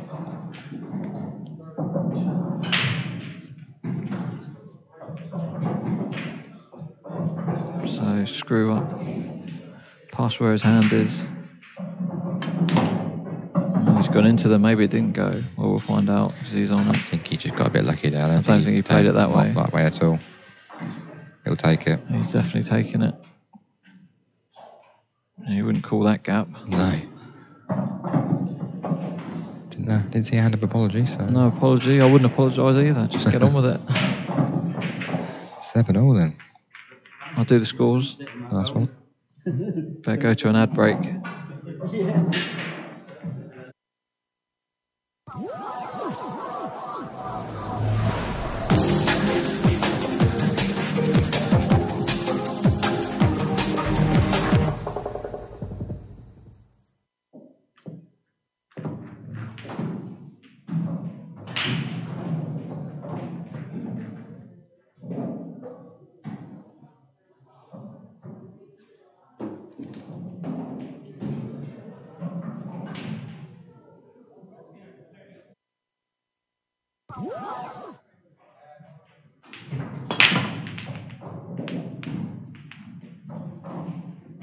Well, that's the first dry break from Mike. He's hitting well again. Say timing's not great. It's very well all match so far. That's unfortunate. Hitting well. And the yellows are on. Definitely yellows. First shot might decide to nudge this one on the right cushion off with the yellow to the middle. Doesn't have to. It's a shot I'd play. A little bit tricky. I don't know if the red closest to the yellow closest to the bolt line goes to the top right corner or not. Obviously, it goes to the right middle once he moves. The yellow nearest the red on the left side doesn't go to the left middle, so there's a little bit of work to do. He's playing this one first.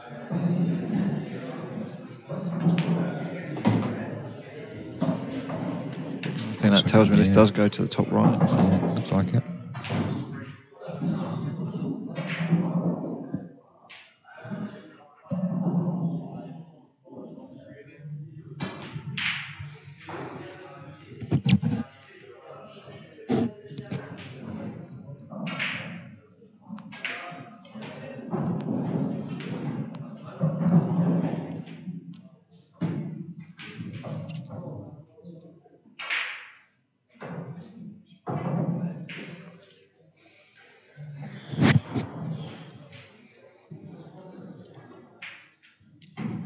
$236 watching table 2. We've got more viewers than table 1.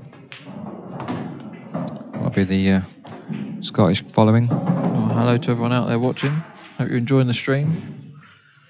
Hope you're enjoying the event so far.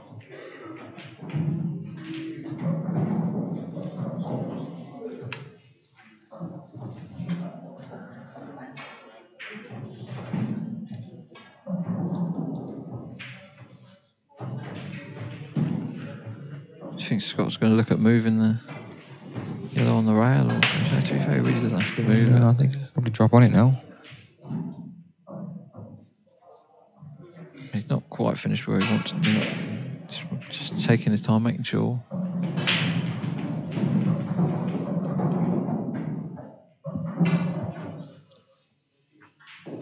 I think he's going to graze it on the way through, and he just doesn't want to put it safe with the other yellow, so he just wants to lightly graze past it here to leave the yellow to the bottom left corner next.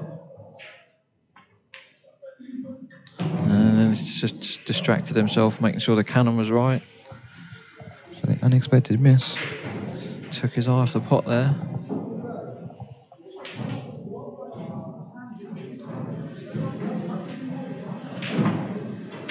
So Mike's playing safe. Well, it looks easy. Trying to cut this in. He's tried to cut it in. Well, that was thin.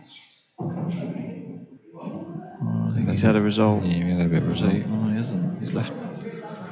He can get to this, cut it in down the rail. So if this goes in. It's a naturally quick player though, Mike, so. It did look thin to me. I thought if he was going to play one, he'd have played the one next to the yellow to the top right corner there with a bit of an element of safety. White would have been going towards the right corner as well then. I think the shot he took on was mighty thin, and obviously too thin you're going off, so you'd always err on the side of catching it slightly thick. Does it go, or is he screwing beyond the red? Oh, I think he's going for this. Oh, he had the point angle. Oh, he's Missed it though. still, he's played it as a shot to nothing. He's played a clever shot there, leaving himself options. So Mike's got to play safe here. Gonna Then have to get the white in the top right corner somehow. Two cushions in between the gap. Yeah, I'll be playing the red to nudge the yellow that's out in the open near the yellow over the pocket. I'll try and put that yellow safe, nudge that towards the red on the cushion, and leave the white in the top right corner. There's a gap though. Get between those two reds near the jaws of the pocket. Good chance of snooker from there. Yeah. I'll still be putting all my eggs in putting the yellow safe rather than the cue ball. So I think he's going to do well to hide everything. I fancy him getting the snooker for here. I've got a feeling. Fair play. He's not tried to put the yellow safe. And he has got the snooker. I'm just going to stop commentating. Matt, you're my hero. That's good. That's a good shot. No, he's played that very well.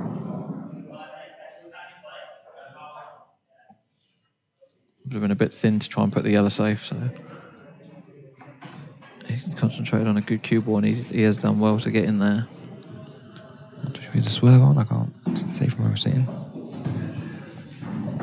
Definitely needs to hit a yellow here. If he does, the reds are still not ideally placed, but if he leaves Mike a skill shot, a free shot, I mean, it's yeah, he's going to swerve it. Just played it quick. Oh. That was tough. Still not a formality clearance. Just clearing up in the rules with picking the white. I don't think you can move it with your Q-tip like you can in other disciplines. I think you have to move it with your hand in, as you saw there. Black ball rules. Let's not get into a rule debate, shall we? No, we're not. I'm just saying.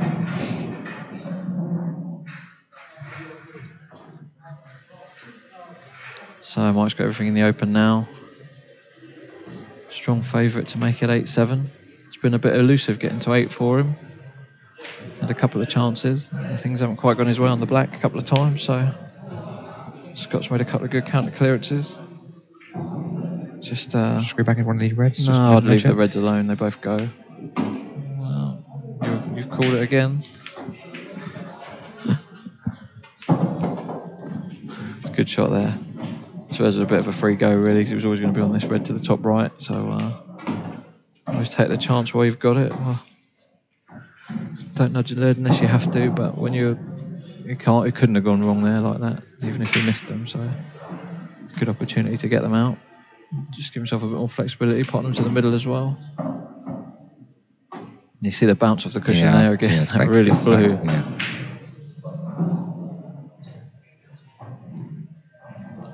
I'm giving you tips if we do meet each other. You'll be watching out for it. So just want to finish straight or... No problems here really. Straight on the red over the pocket, screw straight back or off the cushion. Black goes from anywhere near the left-hand cushion or in the middle of the table on this bottom end.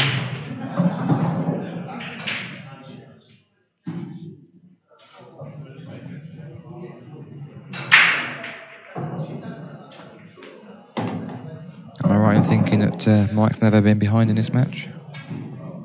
Yeah, he started with a breaking dish, and then Scott broke a dish, 1-all, 2-all. He's never. Scott can't go get his nose in front. But he'll be pleased, to be fair, with 8-7, I think, because Mike has had a slightly more chances than Scott has in this match so far. He's been breaking better, so Scott will be hoping for a good break here and keep things level.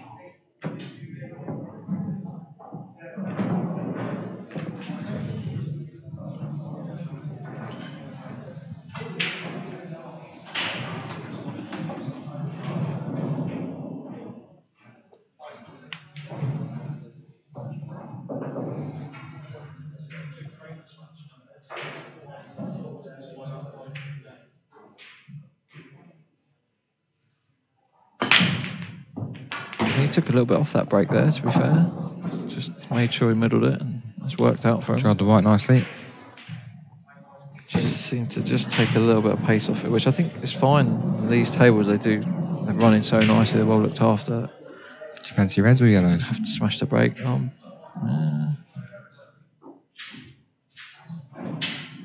thinking reds.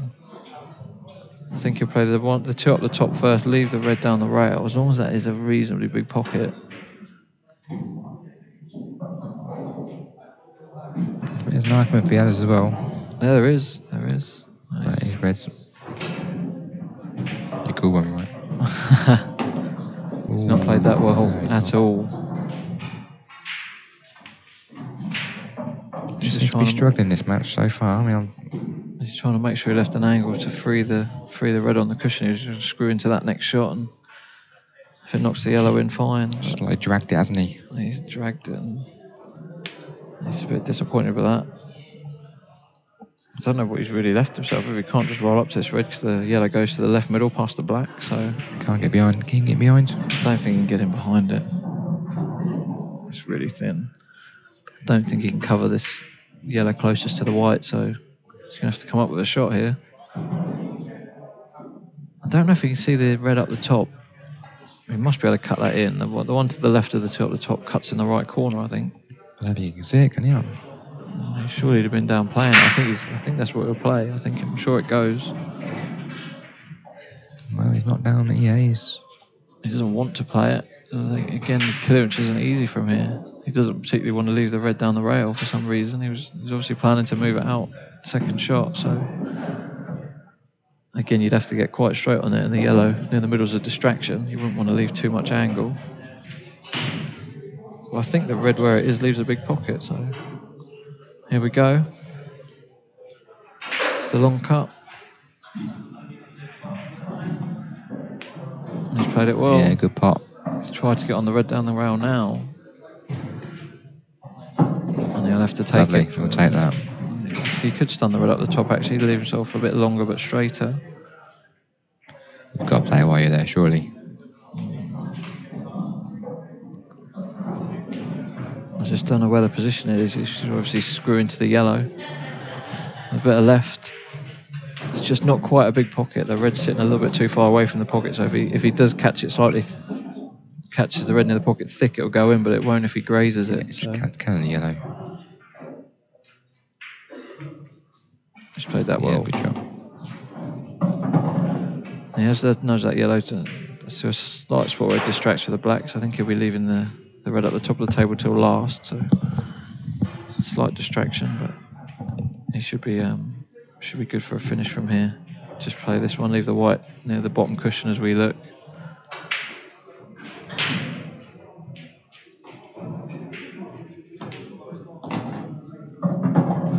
Got into that a bit too much then. Yeah, really got into that. He's quite straight now, but he's still fine.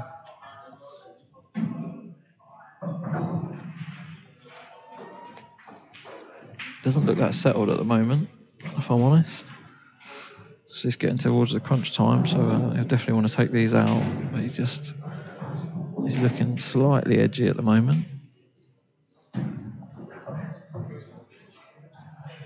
They're clearing these up will give him a little confidence boost, and I think we'll see a really good finish to this match. It's going to be very close.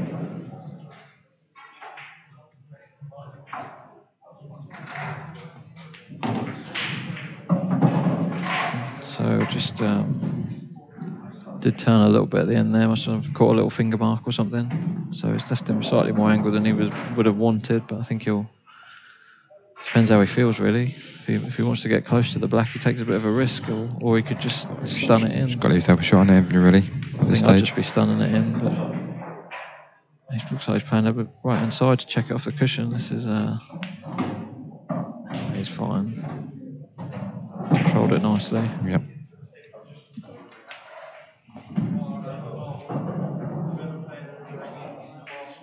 Just his battling for 8 all.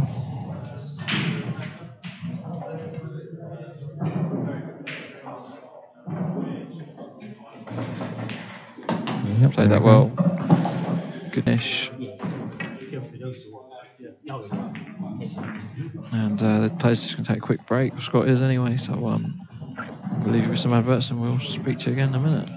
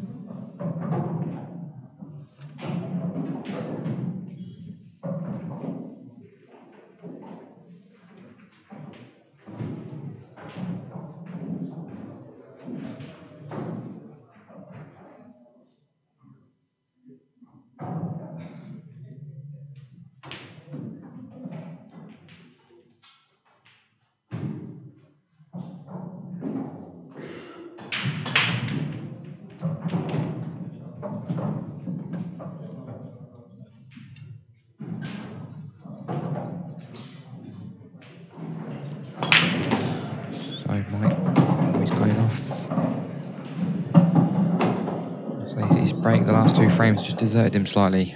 Dry last time, and now he's going off.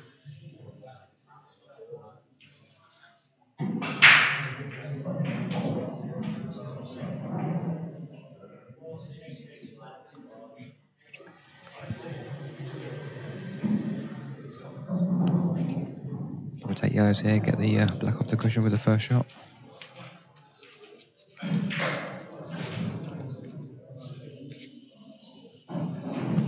Yeah, Mike's spotted the white on the break. Oh, it's not ideal. Oh, Neither's that. no, he's not going to be happy with that. He'd be disappointed with that one. He just didn't quite catch the red full enough. He might take reds now. Does the black go? Black doesn't go. What do you think? There's deep screw on the yellow in the top corner. First shot, split them up. Long straight deep screw. If he's going to take yellows, then yep. He's looking at that one in the middle. He's looking at leaving the angle on the middle.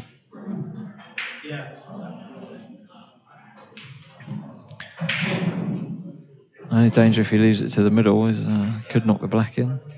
He doesn't quite catch it right. They should be fine. I don't think they split that well from there. I think I'd definitely be either screwing into them, or I'd be rolling this one over the hole, leaving the white near the cushion and playing into them from the yellow next to the red up nearest the top cushion there. One of these two. Got to get into them early, really, where they are. And I'd like to leave the one over the middle as a bit of insurance that you might land on that.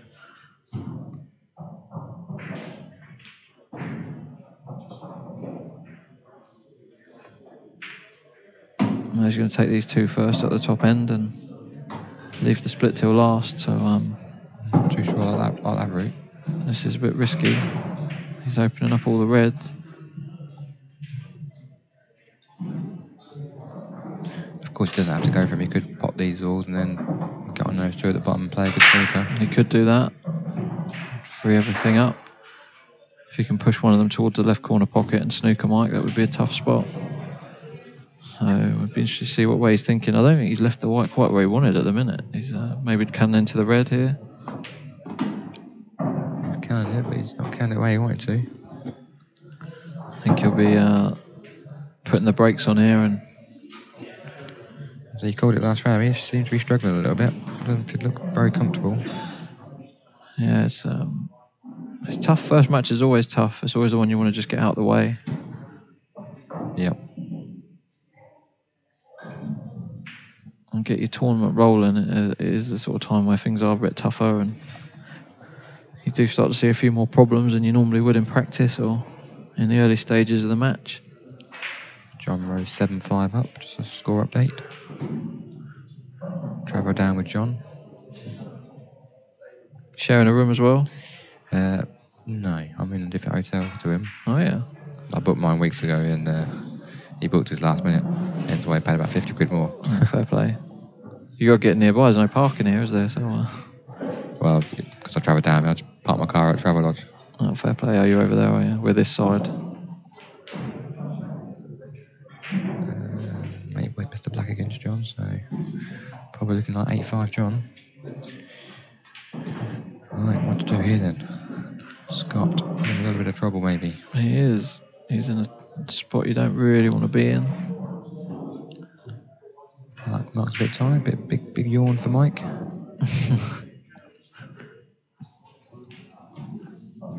I don't know what to do here, to be honest. I'll be trying to get a yellow towards the bottom left corner somehow.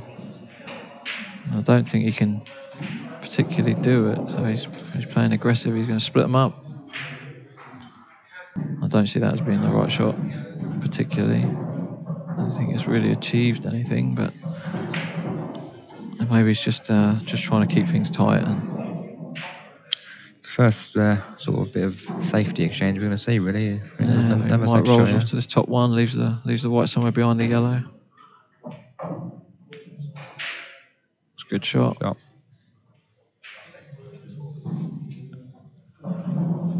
Scott would definitely be trying at some point to get a yellow in between the red and the black in the bottom left corner. It would be his goal if the opportunity comes up, but Mike's possibly got that chance now to get a red down there if he wants to take that risk. Would you play the plant? Try and do that? Possibly just graze off. That red's doing something where it is making the yellow a bit more tricky. The red does go in the middle. I didn't think it really went in the middle. Yeah, he might leave that where it is a bit of a distraction. Because if he moves that, then he opens up the yellow as an angle to split these two up. So I think I'd be playing just a lot of left hand side, pushing this red towards the corner pocket, white back to the bulk cushion. That's what my shot would be. He's committed more to. I'd have played it a bit harder myself. I could try to get it right in there, but he's trying to leave the white touch in the yellow as his priority, and I don't think he's quite achieved it. I think Scott can see this yellow near the middle, but he can't do a lot with it.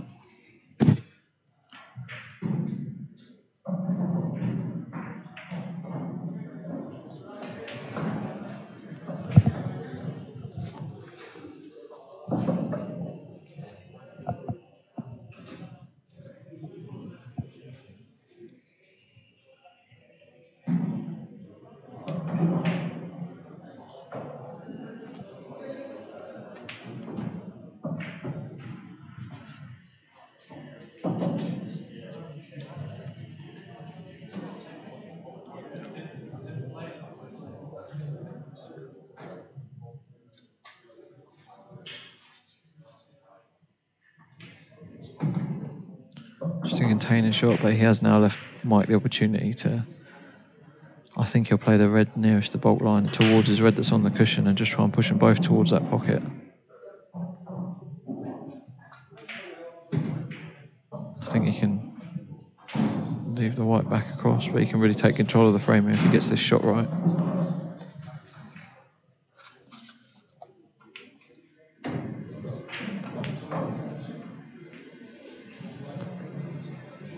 Not quite as he would have liked, but it's not bad.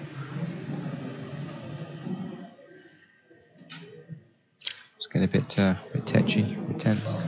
Yeah, both players know it's a big frame, this one.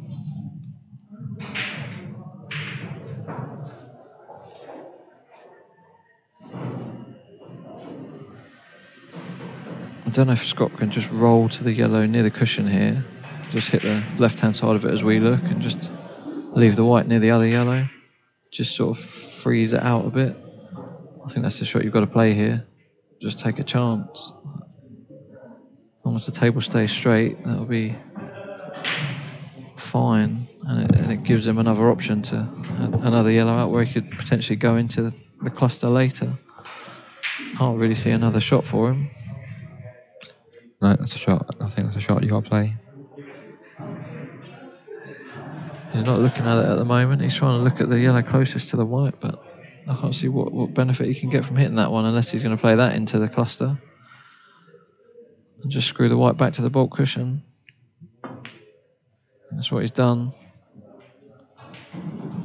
It's not worked out great. He tried to play the shot, but like you said, but more off the other yellow.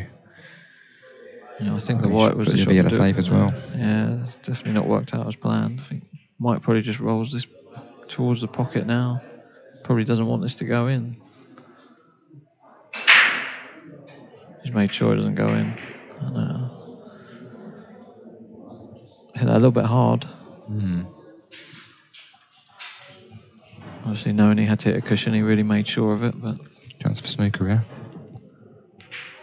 Yes, you've called it. It's not quite got the legs. Nice, yep.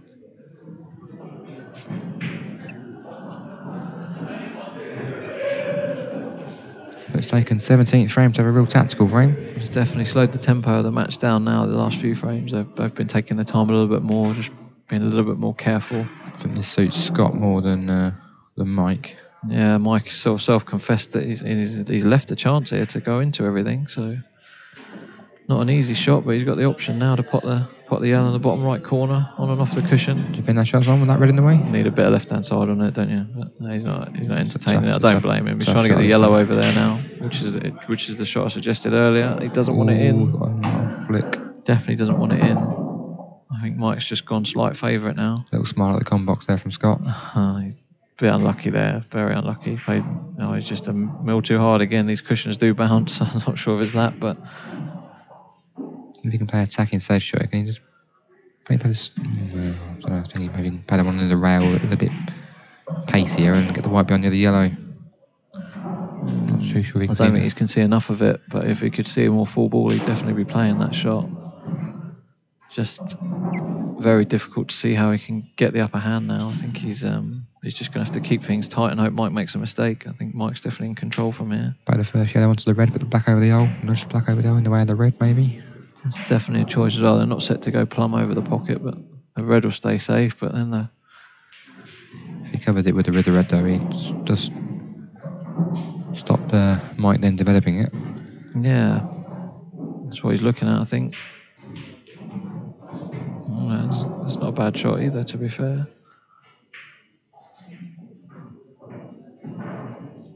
He's found a decent shot there. He might play the red into the black and leave the black on the rail on the left hand side. I think he'll be getting out of there. Yeah. Maybe do a red win then, but okay. I think they've had the red to the black, but the black on the side rail, left the white touching the yellow, and all the balls go. But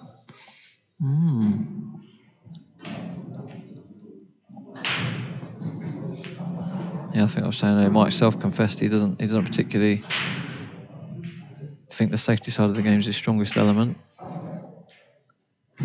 Scott's put another little smile up there, I don't know what he... The yellow was dropped in, I think that's what he was laughing at.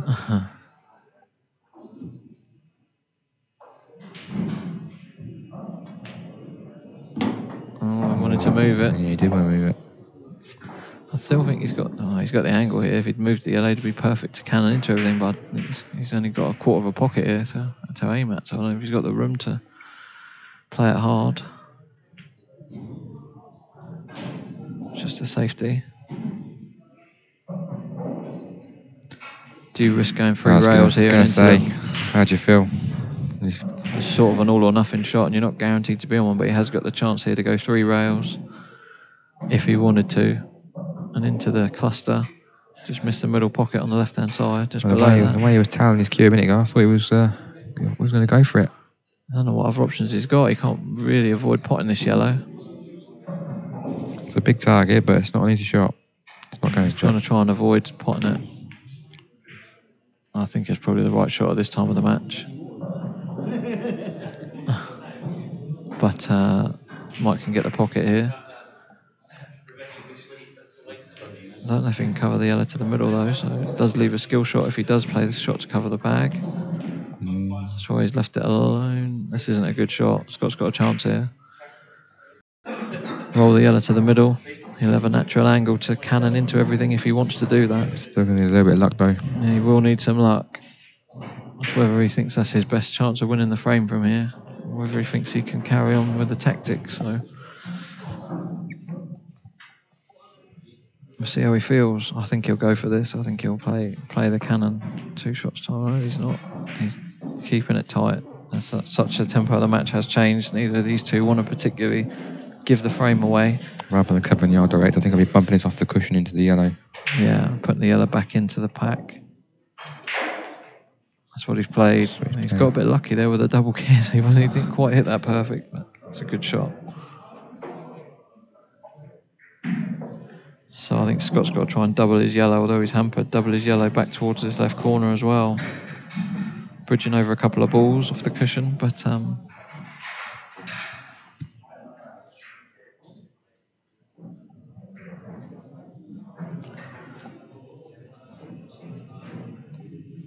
it's just gone a little bit cagey. Both really know this is turning into a very big frame. Oh, just called 2 shots on himself. It's just called a foul. I'm just going to say whoever wins this frame, in my opinion, goes favourite for the match. Well, it's a free shot now, and it still needs a bit of luck. They still aren't guaranteed to come out. That yellow's likely to end up near the left-hand cushion. Do you reckon the yellow goes in? I don't think the yellow goes in. No, I don't. I think I'd be... Yeah. It could go super safe here and block the yellow. He's going to hit this hard. He's had a swipe there, and I think it's perfect. Wow.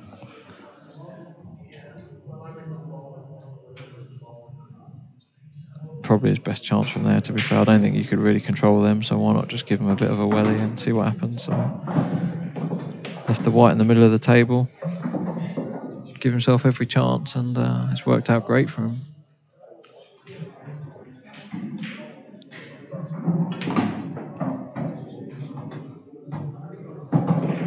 Oh, again, the bounce off the cushion has almost gone in off there.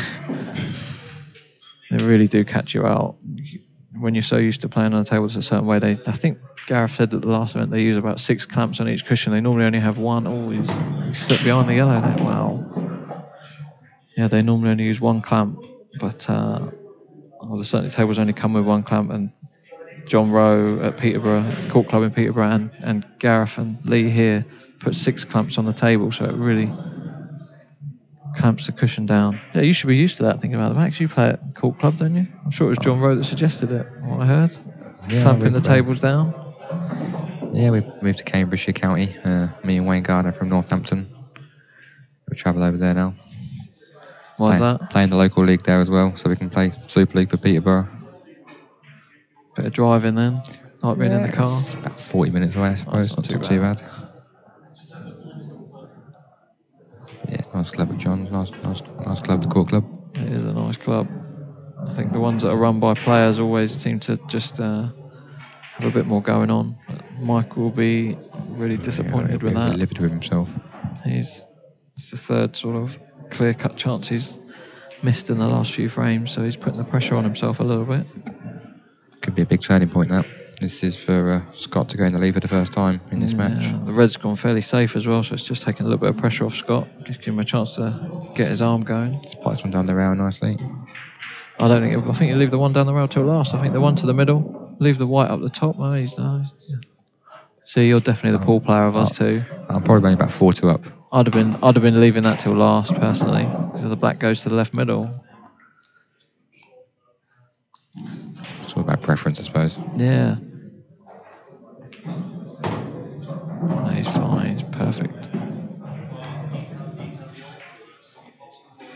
As you say, the red's insurance if he misses the black. I don't see him missing the black though. No, he's perfect. You just top it through a few inches. Black to the bottom left corner. He's fine. And I think this puts him slight favourite for the match from here. Yeah, especially the way things have gone. Amazing how it sorts itself out, isn't it? You know, he's called a foul on himself. Could have been finished by now, Mike, if he took his chances. Missed 2 blacks. So it's the first time Scott's been in front in the match, as you pointed out a few frames ago. This is the first time he's been ahead. So he's got dignity now, though, Mike. He's capable, very capable. I don't think he'll be too worried. I think he'll forget about it. He seems to be very good at just forgetting about it and getting on with it. So I've got a feeling that Scott's going to break very well here. That's the pool gods for you. When you should have won a frame, and then the person does a monster break and leaves him over the hole. Took a bit off the last one. I'll be interested to see if he does the same again here. He just concentrates on screwing the white on and off the top cushion, like he did last time.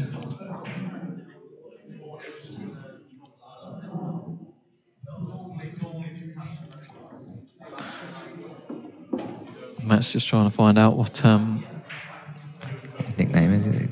Goobsy. Something to do with Gillespie, I don't know. Goobsy.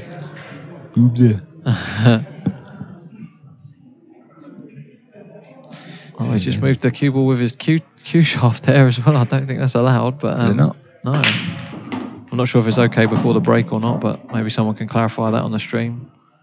You've called it anyway. He's made balls, but got a few clusters.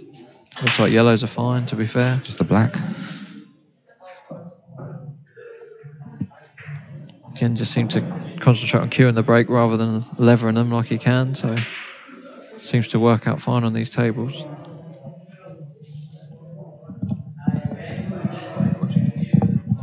I think he can just take the one over the pocket, bounce the white off the cushion towards the yellow by the pink spot, and if he goes somewhere near there, leave the angle to play the yellow to the right of the pink spot in the corner and nudge the black out, leave himself a few options from there. That's what I'd be thinking. Oh, he's gone straight for the black. There's a risk of an in-off. Oh. Get a bit excited there, Sean. A little bit. Where's the cue ball going? Where's the cue ball going? He's played that very well.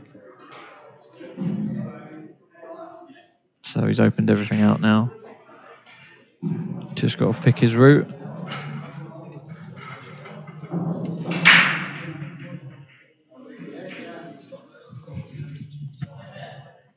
You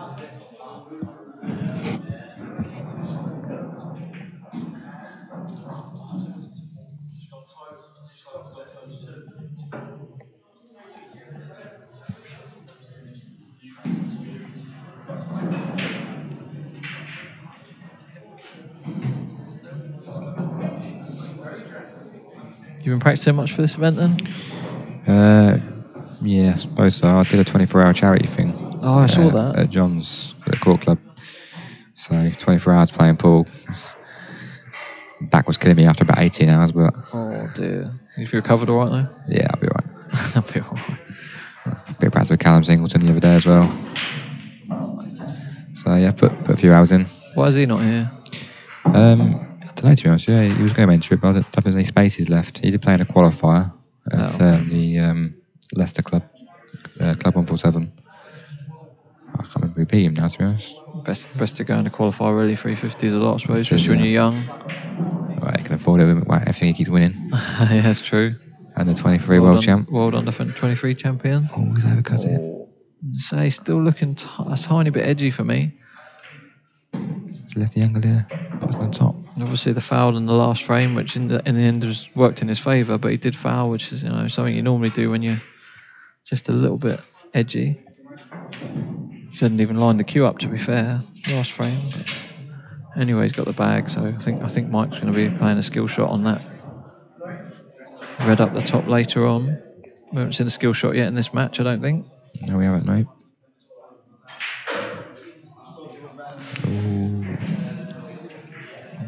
Be disappointed with that again.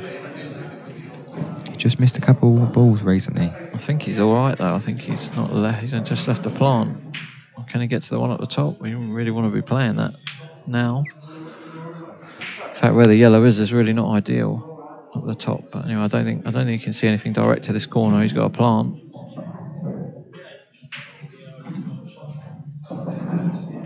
There's a lot of distance between the balls.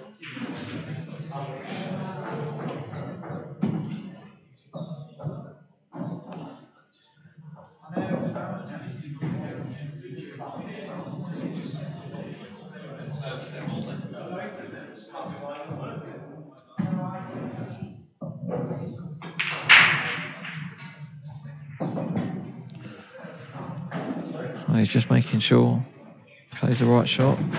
Big frame, this one. Bigger for Mike than it is for Scott. I feel like I've said that every frame. It's definitely towards the latter stages, and they are playing them like they do mean a lot. So he's playing the plant. Oh, it's so close. Couldn't get any closer. So I might. Pretty unlucky that. Thought I was going to drop in. He played it hard as well because he knew the yellow was going to be going towards the cushion, so he just tried to play it a bit firmer to get the yellow on and off. So that's why he's missed it thin as well, I think, subconsciously. No black over the back. I think he tried to push the black over the towards the reds then, but might be wrong. Can he play a skill shot now? I don't know if he can get good on it from here, but he might just graze the black on the way through, will he? He just missed that. Oh, you're right. Oh, that's unlucky. Wow. That's very unlucky. Jordan Church been sick next to me. Oh. I don't know if I'd have been playing it there. I think I might have tried to just get straight on the red. There wasn't a lot of distance between the red and yellow. It wasn't one where you maybe had to push for the skill shot there. But I mean, he's still very unlucky. He's got two reds over the left corner. You can't legislate for that, can you? That's just very unlucky. No. It's not the time to match to have a bit bad luck at all. It really isn't. He's If he hits the red here, he's probably going to lose the frame. Yeah, he needs to pot one. He's going 2 cushions to pot one, is he? Oh, good effort.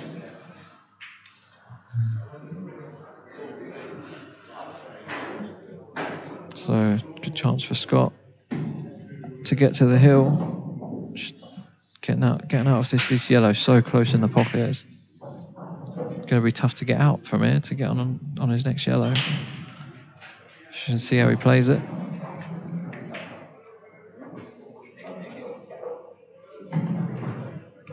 I think it's too far in the jaws to come twice across.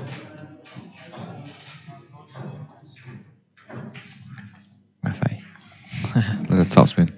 Definitely. Love to see the Massey now. Bundles are top on it. No, he couldn't play that shot. Again, you can see how much the cushions bounce. Is he on the plant? That was a tough spot there. I think the Massey might well have been the shot to play there. The shot he played, he just couldn't get out. Too much of the jaw. He was always going to catch the jaw too full. This match keeps turning itself on its head, doesn't it? One frame, one player gets head in the frame, and then they make a mistake, and the other player comes back, and then it's been a bit like that. I think he'll just play safer. I think he'll push his yellow closest to the white, towards the middle, and roll up to his other yellow in the same time.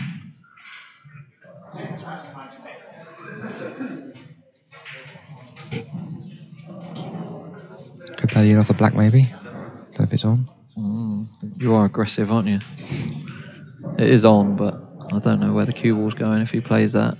And I think the black comes back down towards these reds, and Pacey'd have to hit it.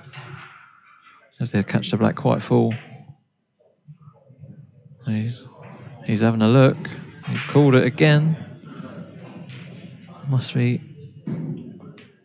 It goes direct. Wow. Oh, wow. Shocked us all. Yeah, no problem then. all that drama, maybe he played that.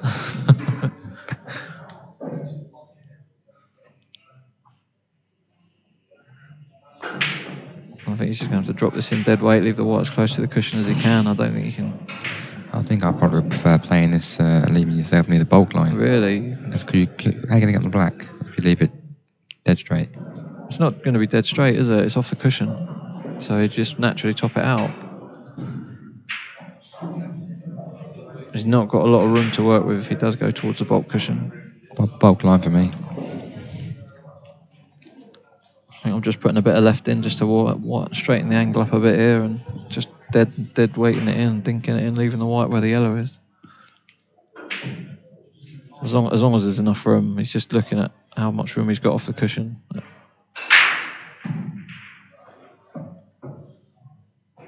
Screwing up the table. I think if the black wasn't where it is, he'd sort of just punch it on and off quite wide and leave the white towards the left middle. But you could play it extra hard though and screw it off two off the top cushion, the bottom cushion, whichever you look at it.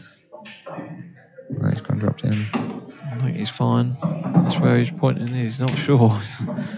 Bit of a neutral expression.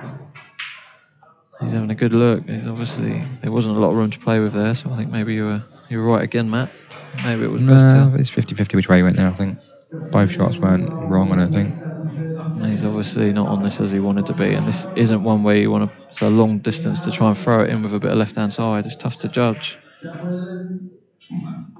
play it aside. He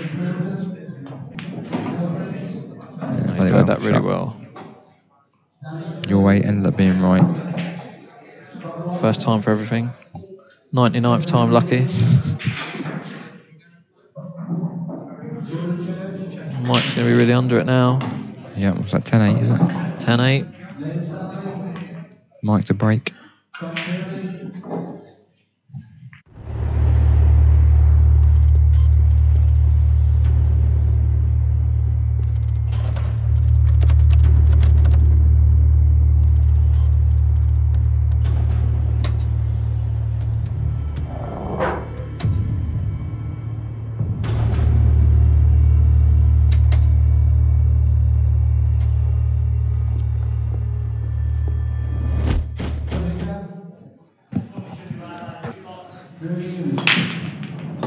Good break from Mike. Yeah, definitely needs a breaking dish here, really.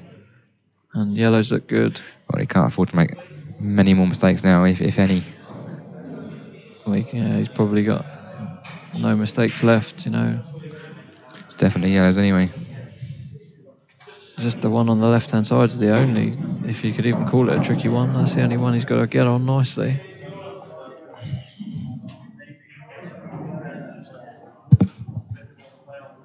He'll probably play for it after this one. So he's just left the perfect angle here on off the cushion towards white cue ball towards the left middle. If he gets nicely on this yellow, he should clear up.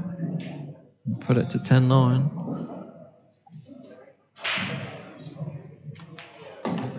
Oh, he's a little bit wide. He's leaving it till later now, I think. Unless he's leaving it for the middle. Or That's a bit thin to the don't middle. know why I would.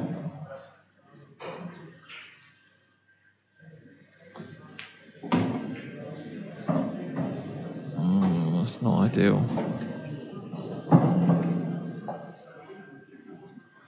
No, he's leaving it to the middle. Yeah. You said, but I'd want to leave it till last. If I was leaving it to the middle, I wouldn't be punching it across. Yeah, it's a strange way to go. To the other yellow from there. I mean, it's not a nice shot at the pace he'll have to play it at. It might look easier from where he is than our camera angle, to be fair, but normally it looks easier on the camera. He's got to land with a perfect angle, and he's still going to have to fizz it in a bit. He changed his mind, I think. He's screwing out.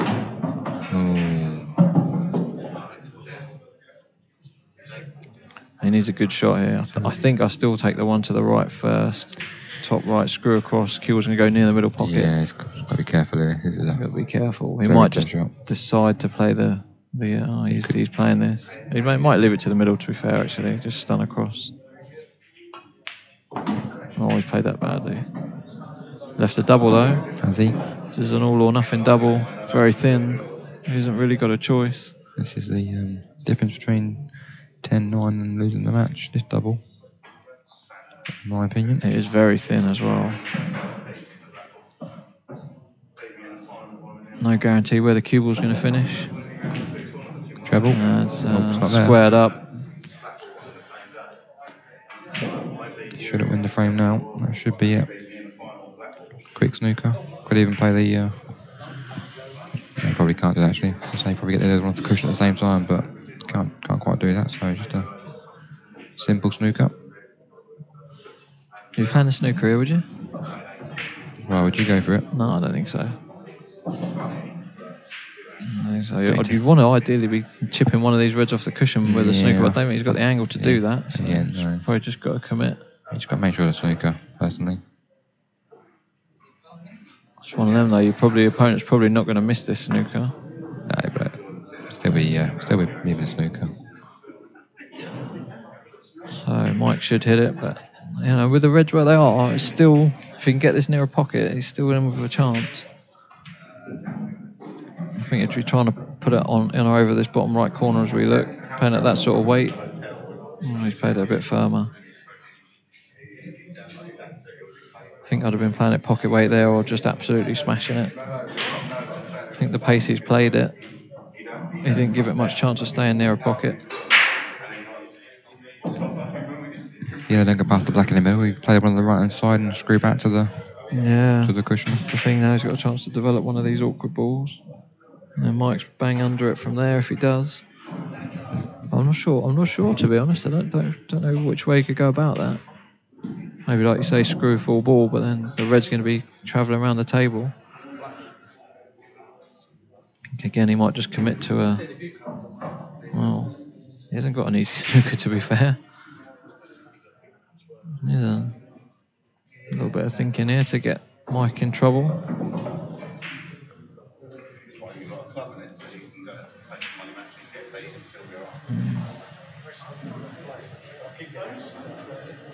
I think you're right. I think I'd be chipping the red near the black. I think we'd be playing that thin, lot of left-hand side, 2 rails with the white, and that behind the red.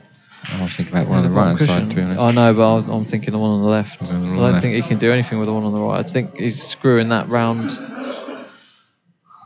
It's going to be careering around the table. The only danger if he plays the red on the left cushion is the in-off. Or flicking the black if he did catch it too thick. But this shot doesn't really give him much. He can't get the snooker off this red he's closest to. Unless he hit it absolutely dead weight. He's reluctant to leave Mike sight of the yellow. Even though it doesn't pop. You might be able to find a shot from there.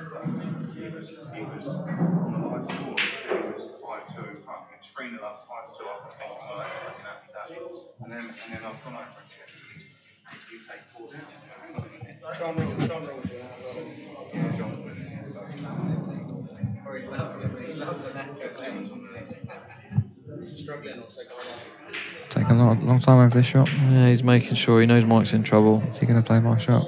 I don't. No, he is. Yes, yeah. That's a shot I'd have played, personally.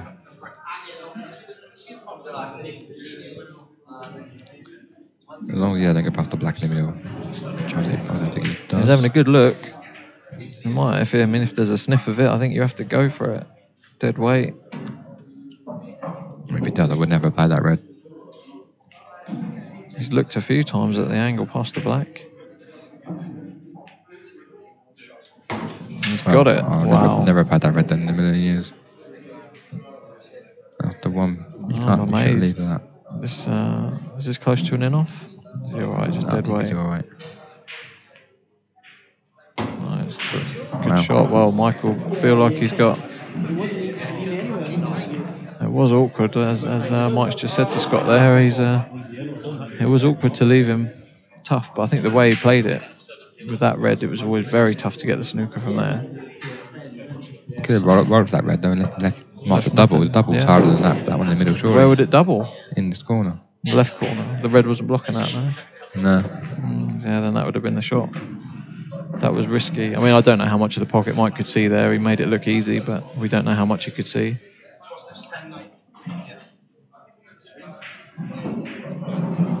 It's been a really good game, this one, and obviously a little bit cagey now towards the latter stages, as you'd expect. There's a big difference between going through to the winner's side and, first round on the loser's side. Massive. It's a long road from there. Mike had to do it last time, to be fair, and I think he got through.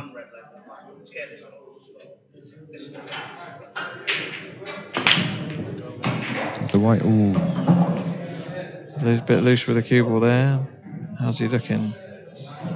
He's got problems anyway. Yeah. Imagine reds are probably favourite. But he's got the one next to the black to get out. I don't know, would you take yellow and that yellow off the red? Open the pocket? How much room is there? Yeah, there was a big pocket there for the yellow down the rail. That's what Matt's suggesting. He seems to have called a lot of shots this match. It's worrying me. Nothing to worry about. You trim me up 6-5 every week. That's not really a trimming, is it? I don't think either of us were our best in that match. I played awesome. I only missed one ball. He's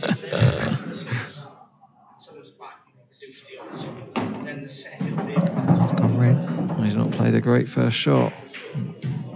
He's trying to come past that, to be honest. Yeah, I'm not too sure what he played for. The red next to the black does double to the right middle, so everything has got a pocket. But he's not on a ball at the minute. He's got the one at the top right. Yeah, one at the top. But he wanted to use that to get on the slightly awkward red up there. You can't do that from here. I don't know if he just takes this red closest to the white to the left middle. 2 cushions out for either the double or the red to the right middle. Not sure how he's feeling. No, he's going up. Go past the yellow, does it? Wow. He's tried to free everything up in one shot. I think he's tried to nudge the red and black as well there, intentionally, or at least leave himself an angle to nudge him out. Maybe he's come across a bit too far again, could be. Can he get through the gap? Way one of the top right corner. I think he can. But he's still not happy with this red near the black. That's what he's thinking about. I don't think he's got any danger putting this to the top right. Well, he leaves himself an angle on the one near the black spot. Yeah, he's playing safe. He's definitely keeping the pressure on. Latter stages, he's not giving Mike anything easy. There's very good safety there. Mike's in quite a bit of trouble there. Oh, can he get through that gap? No gap. This is a lot of trouble, this snooker. Don't know if you play the jaws here. Is it too late in the match for jaws? No, he's not playing jaws. He's playing the yellow near the blue spot. Chance to get 2 of them though. Missed the first one. He's played that well. Oh, that's unlucky. I thought he did that. Well, chance for Scott to take the match. Yeah, you can't see Scott missing these. Oh, I don't know.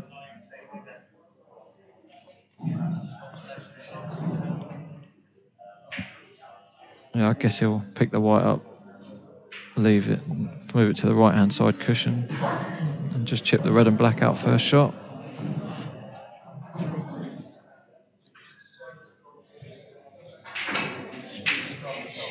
Maybe he just leaves the black where it is and just nudges the red out and push the red over the hole. I'd probably leave it straight and play it full ball into it. That's what I was thinking. I was thinking move the white over towards the cushion. Yeah. But if he can just roll the red towards the pocket, leave the black where it is, the black's fine. It's a bit less risky. Again, it's all about preferences again. He's thinking about it. It's just whatever he decides to do, he just needs to make sure he's committed on the shot, and he should be fine from there. Just when you hit these a bit half-heartedly or in two minds, something crazy happens and you leave the red stuck somewhere. Or push the black towards the yellow or something. No, he's just check the red out. So it's these two down here, and then the red to the right, top right corner, closest to the right cushion, and it's just all about getting good on that ball. Yeah, definitely get rid of these two first, definitely.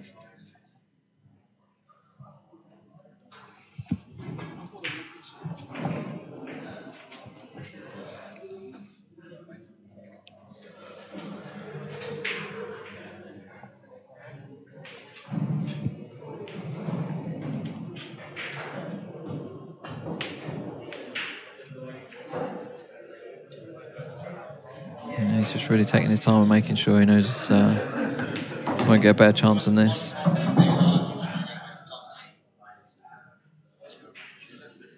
And he's got a nice angle just to play to a top and left on and off the cushion. Just head towards the red. Anything near straight is fine. Needs to get as straight as possible, really. Any angle, and he'll have a bit of work to do with the white. So.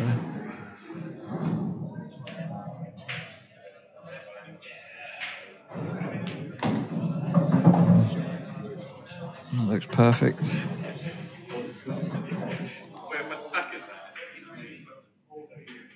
Bit of a smile. He's slightly off angle, is he? But he's fine. He just rolls this through. He just wants to be a bit closer to it. Long to leave himself low.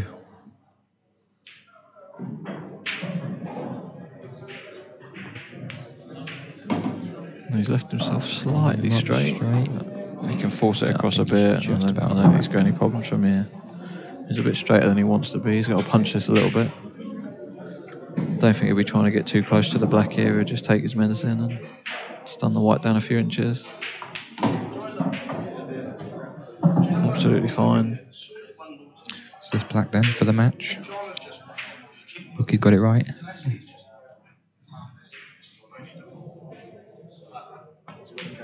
Well played, Scott Gillespie. So he goes through to the winners round one, and Mike will go through to losers round one, which is where he was at the Bulldog Security Challenge as well. But he managed to come through from the loser side last time, so I'm sure he'll be fancying his chances this time. But, great game from both players. Mike will be a bit disappointed he missed a few chances in the middle of the match there. Yeah, I think Mike should have won the match, in my opinion. I think Mike had more chances, but I don't know how much black ball Mike plays. Well, hope you enjoyed the match. Thanks for listening. Yeah, thanks very much. Hope you enjoyed the game. Yeah, it was. Yeah, there was a lot of because you're bringing my break was massive, one very big. The problem is that you And I've a couple of times when I didn't use my two shots. no. I just played some flush shots. The thing is, I still don't know what to do with it. Yeah.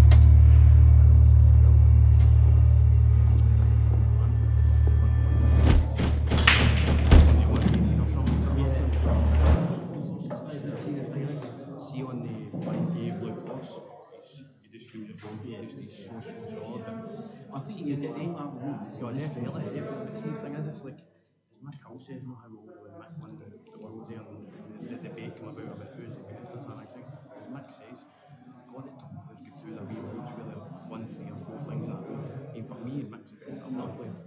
But see, the end of the day, you never get top players talking about who's the best. It's always the like something. Yeah, of course it is. Because see, the end of the day, That's always see if Mike's going I fancy beating Mick.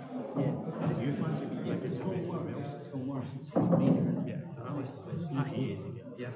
And there was none of that. You all had respect for each other. I used to when it goes on to see like a Blackpool. Like always it takes for a World Rose guy or vice versa to come on and it starts a World Rose Blackpool debate. I'm saying this World Championship. I was on the street. Now, obviously, you've seen me play more. I don't know how to play safe. They're criticising the rules. You know, they actually watch the game. They realise I don't know what I'm doing. Because I go through.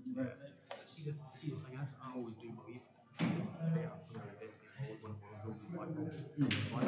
It's easier for you to adapt to this, but vice versa.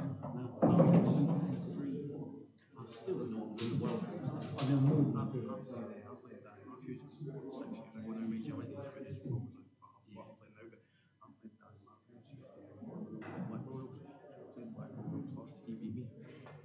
So World Rose to I mean, mental, crazy. Yeah. I think there's a lot more skill to the turning around the frame for World Rules. Exactly, but you need to know it. The downside is you can miss a sitter at World Rules and you don't get punished because if you've got the ball and you know what you're doing. She's long as you hang that ball, you're still in the field. Because see the thing the only thing I don't think it was one time me and Mark Boyle went down and Mark was actually playing Michael Ward. It was years ago in the IP, it was World Rules. I come over and Mark Boyle actually he couldn't actually win the frame. Like there's always a chance of Blackpool he win the frame regardless. Yeah, of course there is. I'm like, how's that fair? How can you not possibly win the frame? Obviously like smart as well. One frame last year in the World Team Final, just gone. Shane Thompson, that frame, it was 55 minutes where all the balls got up and you don't See, that's where it kills everyone. You have to then start getting the black over your ball. It's mental, isn't it? Yeah. Like instead of this, it's one snooker. Yeah, exactly. Well, see, the thing is, you get out and have a couple of good snookers today. Yeah. And see, also, if you lose one, then I'll bring that. When I snook myself at the end, I'm not trying to get out of that, I'm just feathering it and then. I know, that's the difference. Cheers, mate, as well.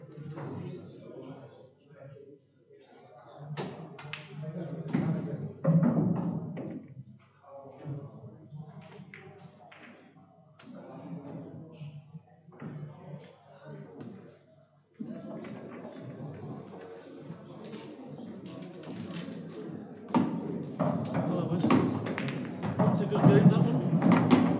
It's a good game. Yeah, he's a good player.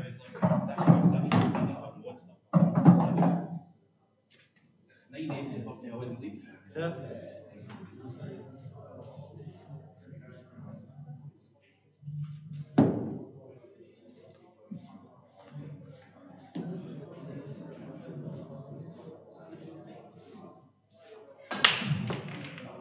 Well done in the team event. Cheers. I mean, I'm going to say it was automatic, but you didn't want it the year before, didn't you? Not? Yeah, we lost to threw it away against Mr. Fucking Double Header for us. Even amongst the commentators, they were saying that Stewie had a really good year last year, like they won a lot. Well, they had their best team over. Oh, was they it? were their best players Right. in Australia that came over. Can they not make it every year? They bullied us and not bothered. Oh, is that So they just won it, wanted to that's win it and that was it for them.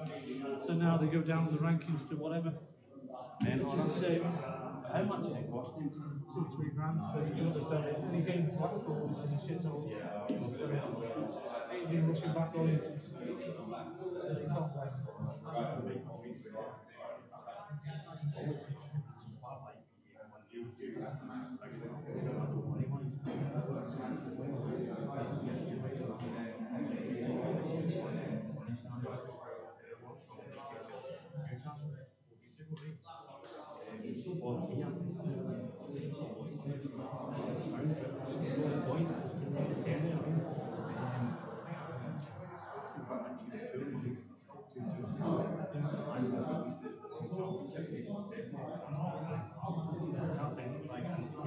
Yeah, Robin Christie, basically, like,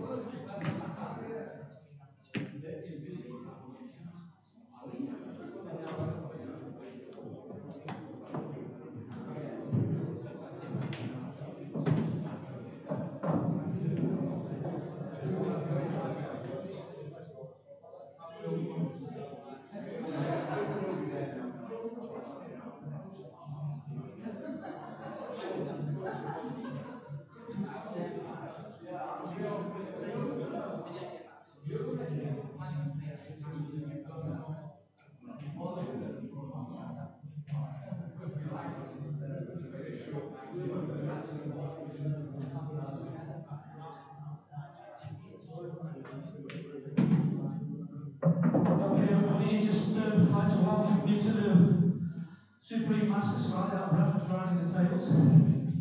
He's the only one who's got that job. Thanks for entry. It's a lot of money to come and pay, but I'm sure the rewards are certainly worth the expenditure coming down. Hopefully one of you will definitely one of you be walking away with £10,000 and a good weekend. A few thank yous. I want to thank everybody from the sponsorship side, Supreme, Bulldog for the previous events, Holcross,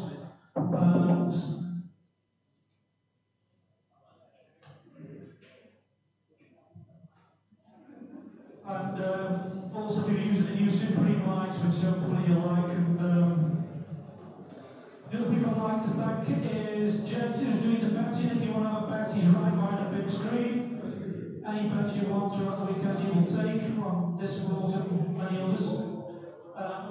Thank you also to Bean for coming down and doing a professional job, as you can see from the stream and the commentary that we have in the ball. Okay, I'll hand you over to Lee. We'll just give you a few little rules of the event. Enjoy your tournament, and thanks very much. Okay, everyone. There's a lot of in here already that already know the rules or read them on Facebook, but I'll just quickly run through them. Can you please make sure you arrive 30 minutes before your allocated time slot, as you might be asked to start your match early. It's obviously for tomorrow. The rules for the event are blackball, as everybody knows. Winners section is best of 21, losers section is best of 15. Dress code compliance, as we all know. Sponsorships are allowed, but no IPA or EPA badges. The event will be played down to the last four from the winners section and the last four from the losers section. This will become the event quarterfinals, and that will be straight knockouts after that. There will be a live draw, obviously when we get down to that stage on the live stream. Times per match for the winners section is 2 hours 30 minutes. For the losers section, 1 hour and 45. Matches do go over, and the tournament directors, Lee and I, will look at the score and decide the frames, whether they need to be reduced or official timekeeper needs to be added. Next one is table etiquette. We have had 5 tables reclothed for this weekend. Can you just make sure you give them the utmost respect? Make sure you use the backing cloths they are provided at the end of the table. They're not there just to wipe the balls or wipe your brow or something like that. They are there to be used with the backing cloth. If you make sure you fill out the match cards correctly, you don't really need to sign them. Just make sure they're filled out correctly and then bring them back with the pen. If you've got any questions, rule decisions, come to the top table, we'll sort that out for you. And obviously, tournament directors have the final decision on all matters arising. Okay, everyone, so I'll just wait to get the matches on there. The score sheets are at the top table. Can you come and get your match cards? On table 1, Brian Alcrow in Alley. Table 3, Jack Whelan, Rich Wharton. Table 4, Joe Prince, Danny and Lees. Table 10, Scott, Stefan Rizzini. Table 2, Jordan Churd, Liam Stanley. Table 8, Tom Cooney, Jess Graham. Table 12, Nick Bell, Ben Davis. Table 13, Corey Rees, Mark White.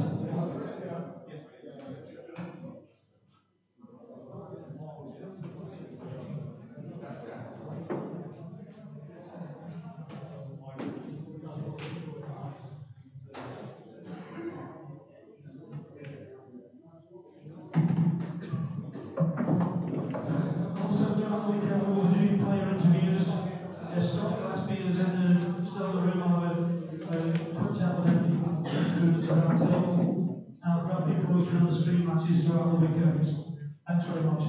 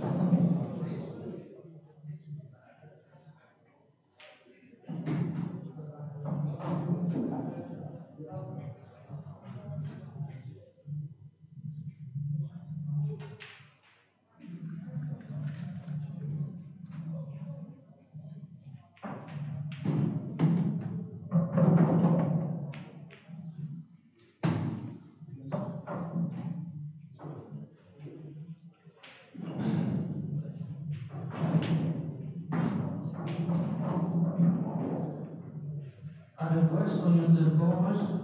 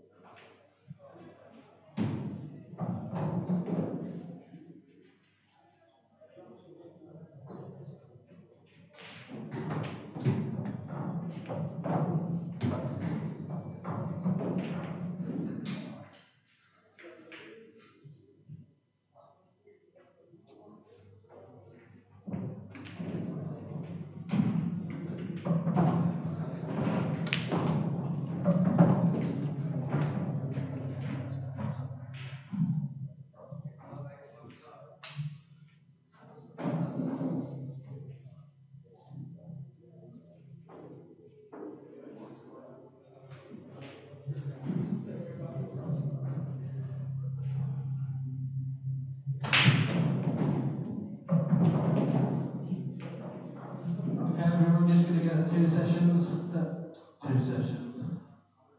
Two street matches on table 5. Jimmy Croxton, Carl Sutton. Table 11, Darren Vicker, Drew Hughes. Score sheets are at the top table.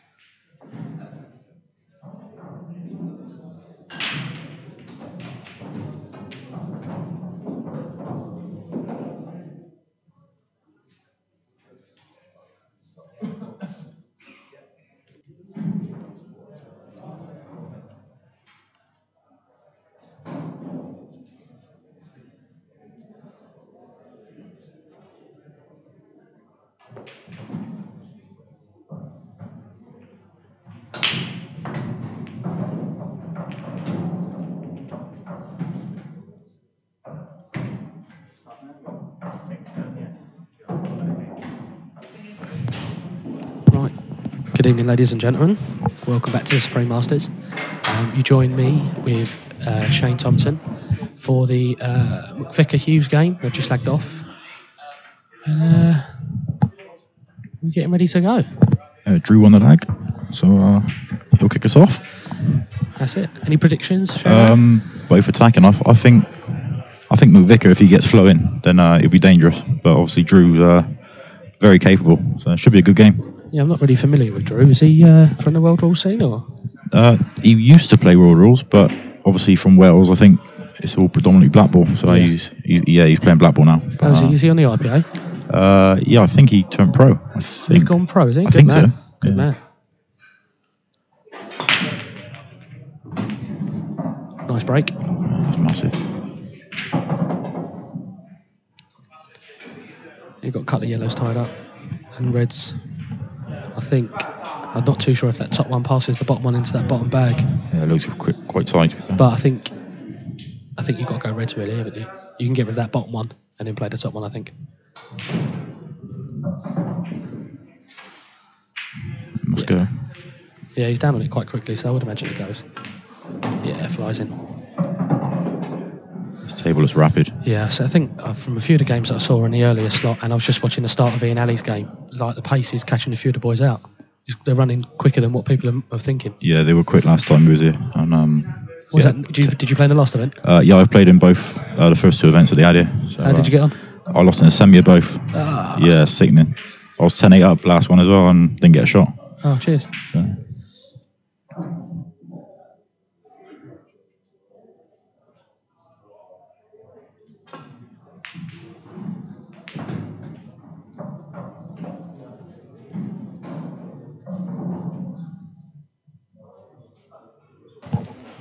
Sorry about that, ladies and gents. Just having a quick chat with the main man, Mr. Kendall, coming over for a quick chat. He's your boss, isn't he? He is, yeah. Yeah, he is. The main man.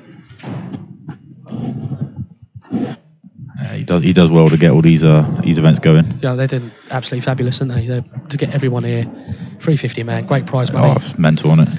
I mean, when you think about it, I mean, I think they're paying more money across the payouts. I mean, I know the IPA winner gets 10 grand, Yeah. but I think with the second place semis and quarters, It works out a lot more, doesn't works it? out a lot Yeah. more. Yeah, the prize pot is actually a lot bigger, which is great for Paul, you know. Yeah, you never get one of these events anywhere else, to be fair. No.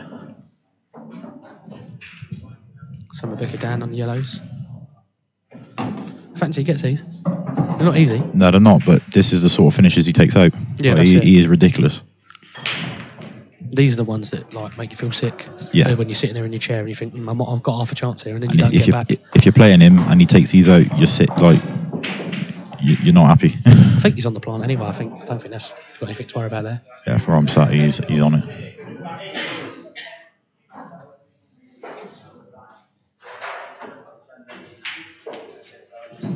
You have a good journey up, mate? Yeah, it wasn't too bad, to be fair. About 2.5 hours. Yeah, same for me, mate. Not too bad at all. Not too far. better than travelling up country, Newcastle. Oh mate, yeah, some of the IPA Blackpool, events are miles away, miles and miles away. But there's Aberdeen next year as well. Oh Christ. Yeah. Yeah, we went to Aberdeen last year. We had to fly. I wouldn't know where we're driving there. No, I think it's a more sensible thing. I think it probably works out cheaper and quicker. Yeah, definitely. Yeah, So- I think you get flights for like 50 odd quid. Yeah, as long as you book them early enough, I think you're laughing. Not too sure if he's come far enough through for this. I don't think he's on it. I think if he was, he'd be down on it.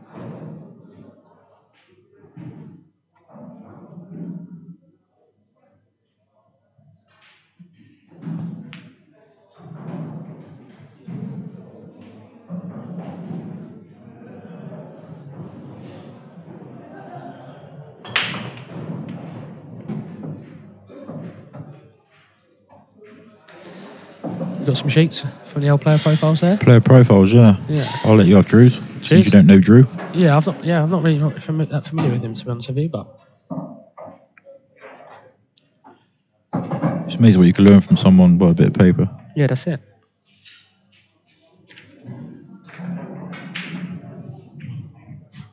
I think everyone's put like to be world singles champion. I think. Yeah, I think that's- I think everyone who hasn't done it is their aspiration. I don't think there's no world champions here, is there? Um, Not playing in the comp.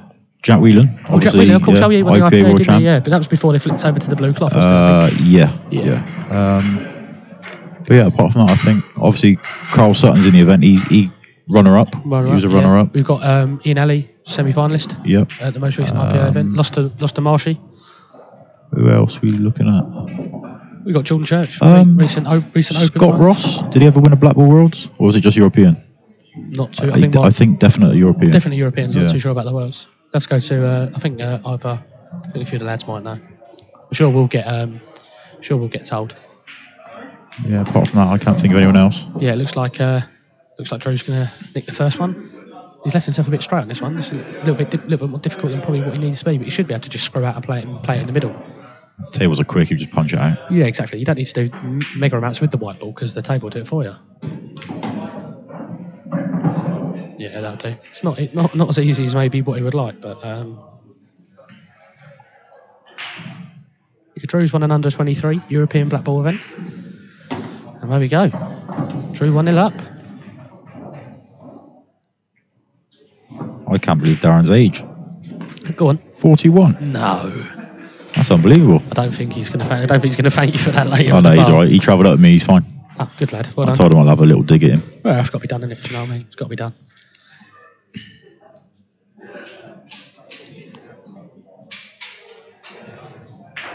So in the same week that he won the under-23 European men's black ball event, he also won the World Team Championships of Wales A as well.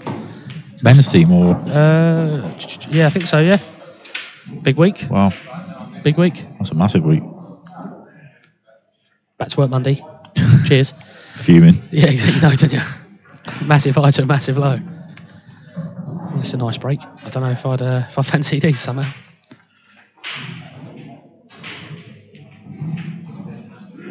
A couple of decent shots, but the thing is they're so tied up, and it's got to be a monster clearance if you get.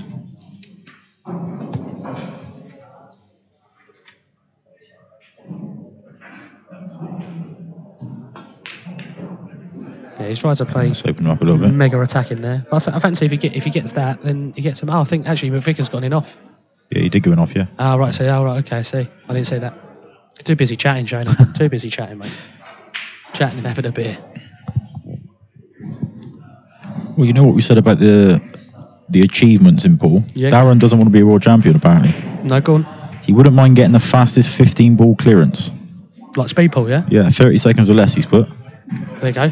So- There's a little. Some people want to be a world champion, and Darren just wants to get the fastest ever clearance. The thing is, in 9 ball, there's that little competition they have, don't they? to clear the balls as quickly, the 9 balls as quickly as you I can. did see that, yeah. On And the there's a lot of GB9. penalties if you miss. Yeah. I mean, Darren, I think, yeah, he definitely got the fastest 147. I don't know if you've seen that.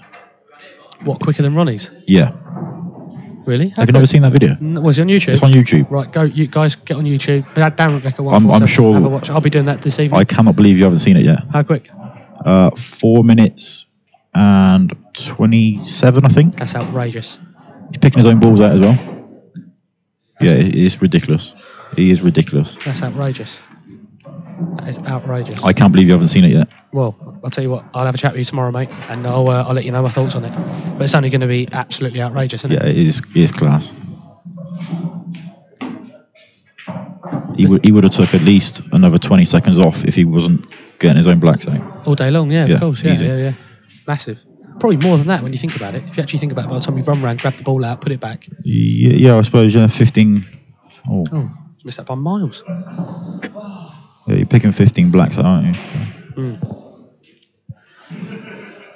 He's only got one bad yellow now. That's just above that red. But I think he's on it. I think I don't think he is, because I think if he was on it, I think he'd play it, because it's a natural, isn't it, to get on the other yellow. Yeah, it looks like he's on it from there. I think he needs to come more left side of the table, to be on it. I think that red's a bit closer than what you would think.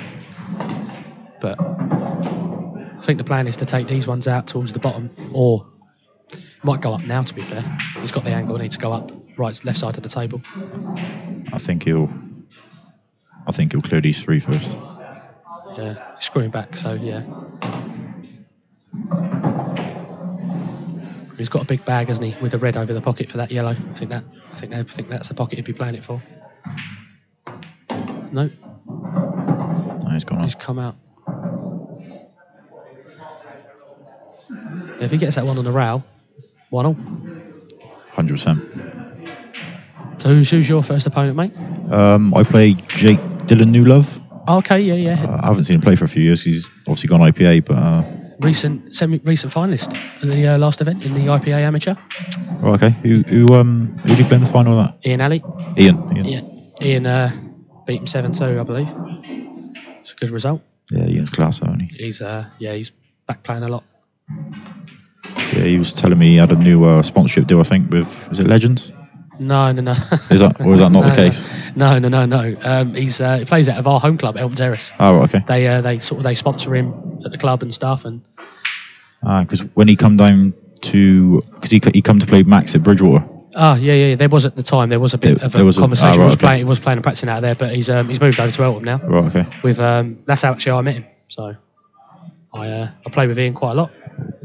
Unlucky, just short pace. The Reds aren't great. Fancy if he gets. I don't know if he gets the first ball. Yeah. If he gets his first one, I think they're all there then. Yeah. And the black flies in as well, so plenty of room. So you were talking earlier on, and you said that this is the third of 4 events, is it, or the third? 4, yeah. Well, Four. there's one back end of the year. Players amateur. Is that going to be? Is that open to everybody, or is that just? I think it's the same as before. No. Top 8s. Yeah, no top 8s. Or anyone obviously classed as obviously discretion of the organizer. Right, I see. Okay. But yeah, it was a great event. First event last year. Well, would you know what rules they're playing? Are they playing Worlds, or is it going to be Black Ball? Black Ball. It was last year, yes. I'm pretty sure it will stay Black Ball. And is that going to be sort of 250, 350 a man? 250 a man. 250 a man, yeah. 250. So what's the winner taking home? 7.5? 5. 5. Yeah. And then they're playing back down to the quarters again, yeah. Yeah, everything's quarters onwards. Yeah, 1,000 for the quarters. That's good. It's really good. 2 semis, runner up 3, and then obviously the winner gets 5. Nice. Not bad for weekends work, mate. Yeah, it's class. Happy days. It's a long weekend, but it's worth it. Yeah, and it's good fun as well. It is great fun. Yeah, everyone gets together. Obviously, 2 codes come together, sort of thing. So it is good. It's good to see everyone again. Yeah, you've got a few of the boys that playing the world rules, but the rules are the balls. Yeah, When you start getting to this level, the rules kind of become irrelevant. That's himself tough here. Yeah, the way I look at it is pause, pull. Yeah, exactly. Pop balls, and that's it. Yeah, exactly. If they're there, they're there. More so in these rules. The standard of pool nowadays, the rules don't really come into it much. Oh, that was tough. That was harder than it looked, to be fair. He's all right though. I think. I don't think he. I think he can see this. Oh, I don't think he can. Yeah. No, he'd be down on it if he was playing it, but no, he can't. Drew's laughing his head off. Sick. He's just called total, so he can't see it. But it's a kind of a free shot at it, really, because where the red is on the rail. he's going to dolly up in behind it and go for the 2 shots, I think. Oh, he's missed it. He's missed it. Wow. You just got to dolly it over the pocket now, haven't you? Yeah, he's perfect. Dolly it over the pocket. Black in the opposite, the side middle. She is.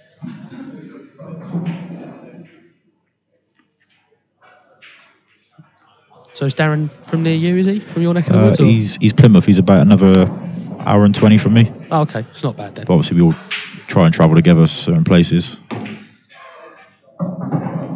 It keeps the cost down. So. Yeah, that's it. I mean, it's quite central. Like it's in the location of the event. Do you know what I mean? So it's not mega difficult. It's not like one end of the country to the other. So yeah, anything Midlands area, you're pretty much laughing. Yeah, that's it.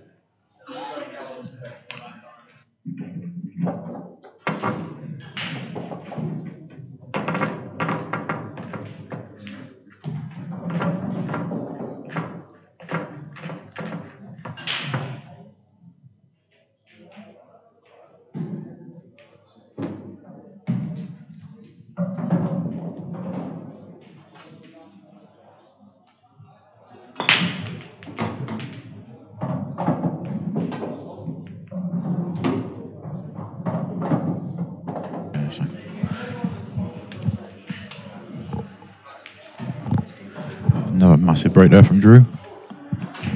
He'll be taking these yellows out. Not really much work to do. Looking very confident.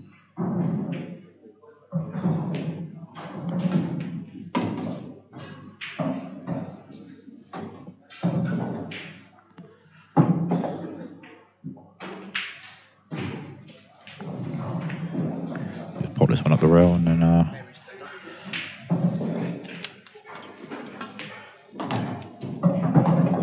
well, I think we might be looking at 3-0 here. yeah, She's just gone to the toilet. Obviously missed a massive break. Yeah, it was and massive. My good friend Mary's turned up. Oh, Dolly Parton. Yeah, exactly, mate. Mary Poppins. Cheers. Yeah, so the lighting looks fantastic in here. The Supreme boys have done a great job, haven't they? First thing I noticed when I come in, obviously every table's got the new Supreme lighting. Yeah, we got here. Me and Ian got here about 2 o'clock. We had a knock, and it's really nice actually. It looks good as well. Do you know what I mean? As well as obviously performing exactly how it needs to be. You know.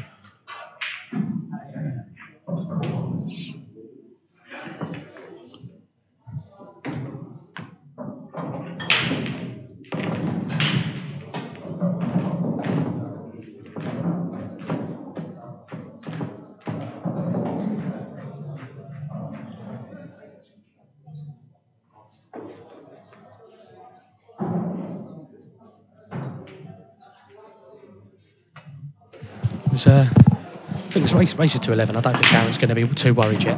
Oh, You might be after this one. oh, definitely, yeah. Jesus, they've come out nice as well, reds. And look at yellows. You don't even really need to do anything with the yellows either, do you? You've only got one. Well, you haven't got a bad red, really. No, Apart from that one on that rail. Yeah, there, just flick this one off the rail and then. Set it up for the middle pocket. Yeah.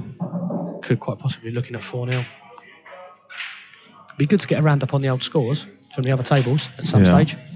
Wonder if we can get them up on the phone. I don't know how quickly they're updating them on Q score, to be fair.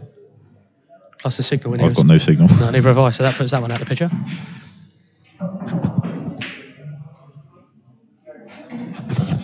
He's got his bad red out now, so it looks pretty ominous for Darren for 4-0.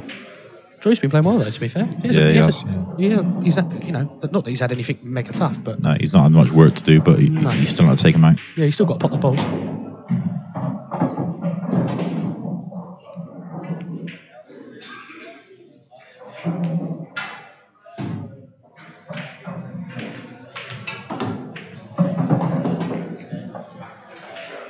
Not sure about that one. No, I'm not too sure what he's played for there. I think if he could have cleared those 3 round the bottom and then worked his way back up the table. Yeah. I think you've got to take one at the top. And I think even though he wanted to leave that one till last, if the one near the black till last, I think he's got to play those 2 his next balls. Yeah, it's a nice shot. He's cued that nicely. Oh, come too Yeah, far. he's come too far. I don't know if I'd have played it that hard. He wanted to leave it thin to come back down. Yeah, what we got to do is just pop the ball. Yeah, that's it. And then once he gets one over the bottom, as long as he leaves himself decent position, yeah, he's plumb. I think he can literally just roll this in dead weight, and he's going to hold, and he's going to be on them fine, isn't he? Yeah, that looks perfect for me.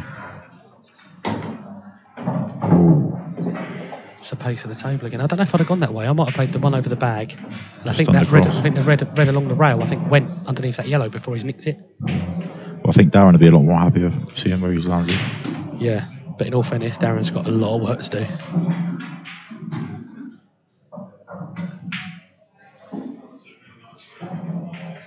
Yeah, he's covered the one near the bottom left pocket with a jaw. I'm not too sure he has. It's tight. I don't think it gets to the potting angle from where the red is. I've just had a sneaky peek, Yeah. and I don't think he can get it.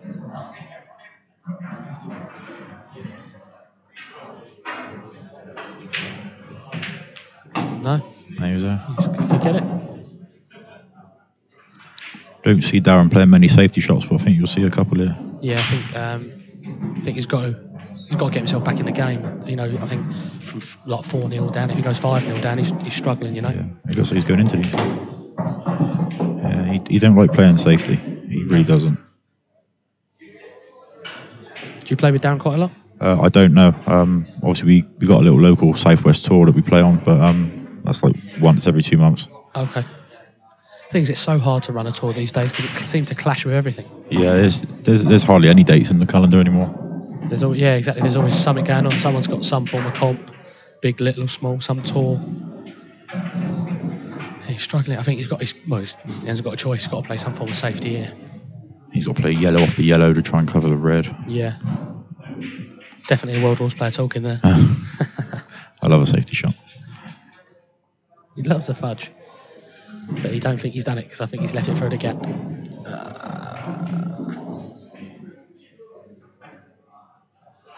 Maybe not.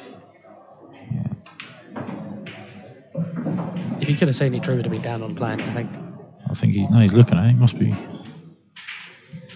He's looking at the gap for the other red.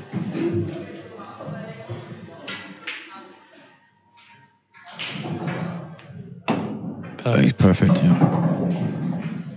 I think as well, Naturally, he's coming through the gap. He's going to come through the gap, yeah. As long as he gets up past them yellows. There we go, perfect. Potted it a bit thick, I think that's why he's cannoned into the... He's still alright there. Yeah. That's 4-0.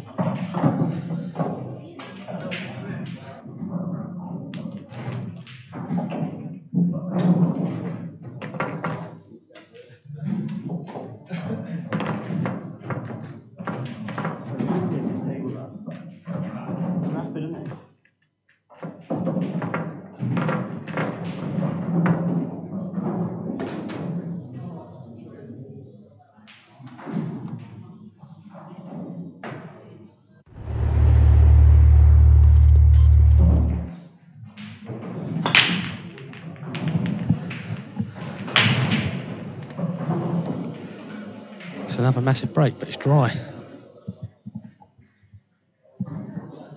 think Darren's got red into the middle. yeah. I think Drew's definitely having a little bit more of a run at the moment.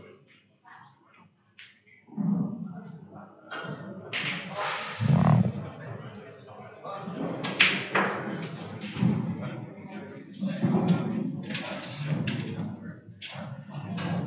I think Drew will play off the yellow to pop the red over the bag, Yeah. open the red up, and then Yeah.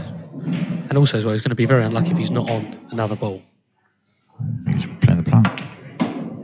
Yeah, either way. Yeah. Has he got it? Yeah, that's fine. Ooh. Absolutely fine. Yeah, he's right.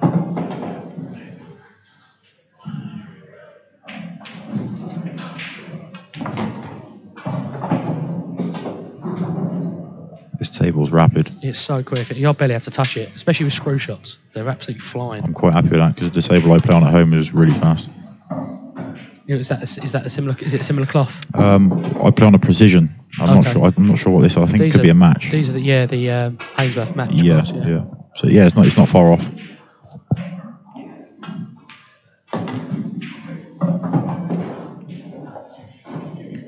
think just screw across for the one on the rail. And what? Yeah, screw across the one on the rail. Perfect. Just run that off the cushion. He's going to be plumb on that red. He's looking solid, Drew. Yeah, he's looking good. I think we've seen him miss one ball in 5 frames. I think. Yeah. It's not a bad pull, is it? You take that.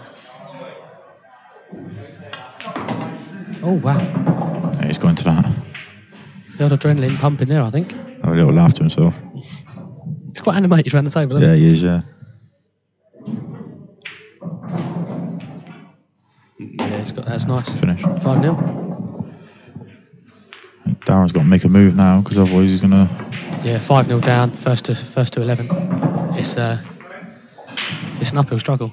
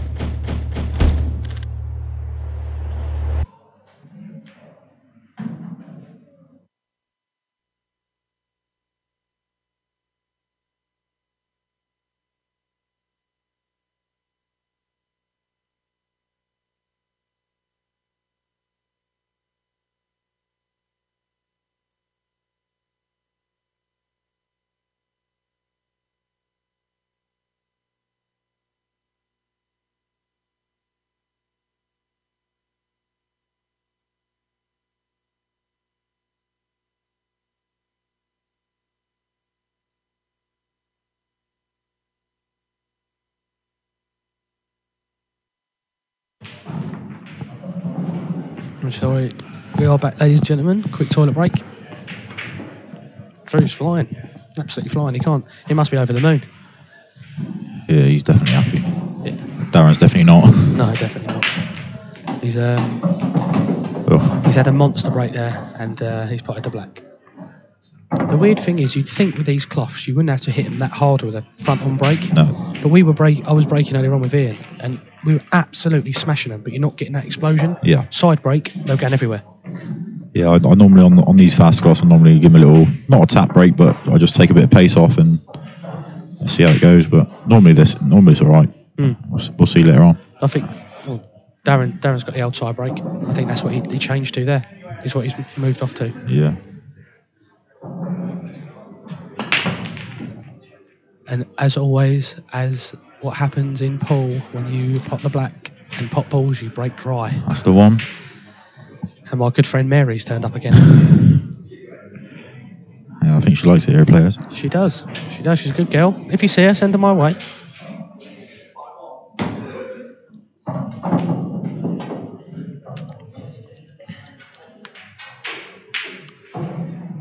Just see Jez Graham playing one of the under 23 England lads over there, I think. Is that Alex O'Donoghue? Is that Donoghue? No, that he's playing Dom Cooney. Dom Cooney, that's it. He's at England under 23. Under 23, yeah. Good player, Dom. Yeah, very good player. Plays with one of my mates, Adam Basu. Yeah. From down my way in Kent. That's the one. He picked up the Plate Masters. He did, yeah. He played really well. I watched the final. He's a good player. Yeah, Very he good did player. play really well. Very, very good player.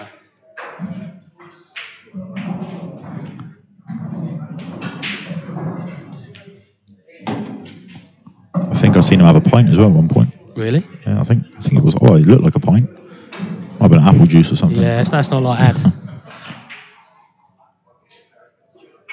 He's come a little bit far, isn't he? That's no good. No, he's struggling from here. He's got to play an absolute worldie to get on that yellow on the rail.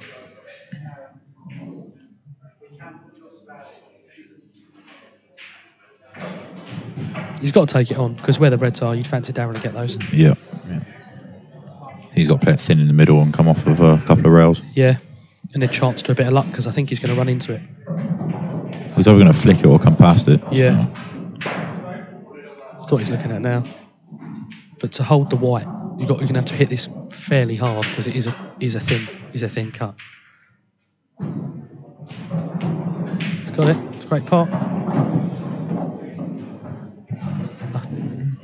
Not too sure if the double goes. I think the table's quick enough. You can just chop it in.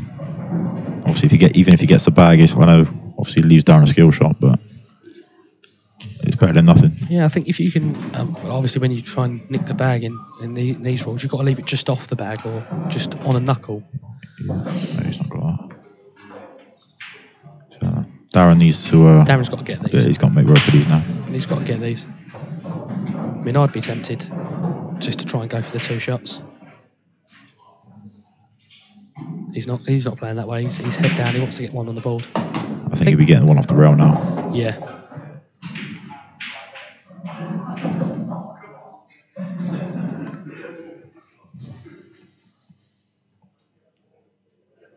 So have you had a bet on an outright winner? No, I've had 25 quid on myself. But, obviously. What odds were you at? 25s, I think. Yeah, 25s. That'll do. Bit of value there for you. Just a little bonus. Yeah. On top of the 10 grand, that'll do, wouldn't it? I think obviously a lot of people have lumped on Jack for him to go from, I think it was 12s to 6s or something stupid like that. Yeah, I mean 12 is great value. I mean, it's massive, yeah. I mean, you look at a few of the players, like you've got Jordan Church at 33 to 1. Like, if he starts buzzing and playing, he got to the final of the Opens for the IPA. That was what I said to Mike King on the way up. Like Jordan is. And these are the same cloths Jordan's got in his club. Yeah. As well, exactly the same. Yeah. Yeah, if Jordan flows, he's dangerous. It's the same with any of those lads. I think Ian's dangerous if Ian starts potting him in from anywhere. I think Ian's dangerous. This looks good. Yeah, it's a great shot. Great shot. Good white as well. Call that the shark shot. Great white.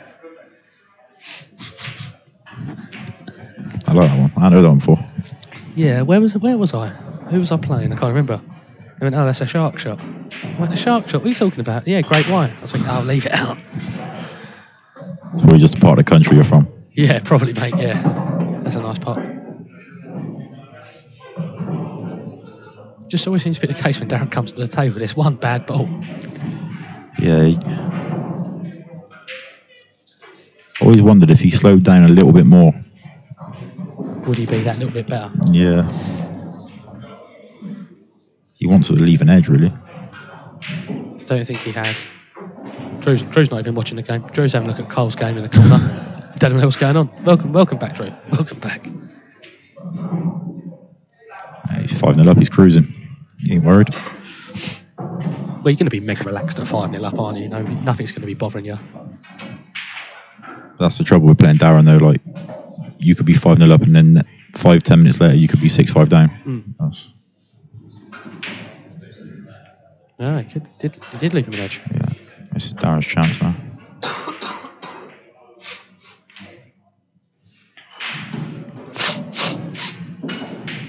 Yeah, now the balls are all out.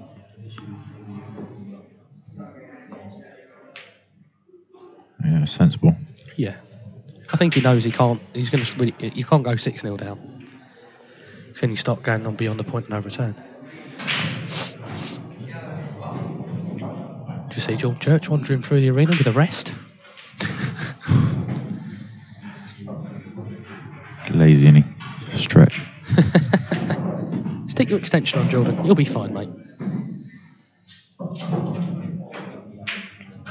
Planets for loads of gear. He's missed it. He's always struggling there. It's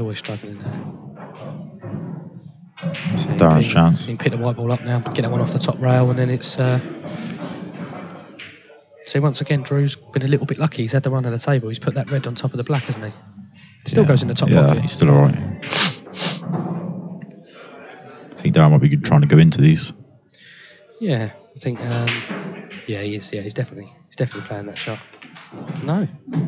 I'm just getting on it. Yeah, sensible. Yeah, he's alright.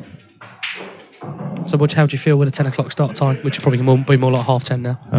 Well, Paul's a pub game. Everyone's in the pub late, so I don't really see the problem. What time you start, really? No.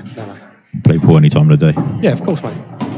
Like me in Legends or Eltham till 3s, 4s in the morning. Oh, yeah, it's ridiculous, isn't it? Like some clubs nowadays, 24 hour. Yeah, well, Legends is going 24 hours. So, which is great. And he's also doing like free table time for like see that. county players, Yeah. and that's on free pool time for county players anytime, but just for members, he's doing table time, Wednesdays and Sundays all day. Yeah, that's mad. It's great for the game. He's really trying to grow it, and they've got all the old when they sell the tables off the tour. Yeah. He buys them, so they're great tables, great cloths, and they're all the Simeonis. Simonese is Simonis, yeah. Yeah, Simonis 861. Yeah. Great cloth. I love playing on them. I absolutely love playing on them. I'm not 100% sure I like them. It's like it just react a bit different for me. Yeah, you can really sort of drag your things and skid things, and it's definitely a cloth that you would need to play on a lot just to get used to it. you couldn't just turn up and play on it. No, they play totally different to a green cloth. See, once again, Drew's broke, massive. Yeah, his break's huge. It's huge. Well, it has been tonight, anyway. Yeah. You wouldn't to look at him. You look at someone, you think, geez, I bet they've got a big break. Yeah. Well, yeah. I mean, Christoph, he's one of the smallest guys you probably see here. Yeah, absolutely massive break. Yeah, huge. I was watching him earlier on practicing. Oh my God, I feel like under fire. Yeah. Playing on the table behind him. I thought, Jesus Christ.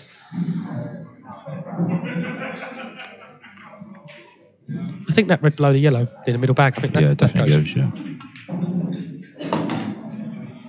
He's going to play that now, I think.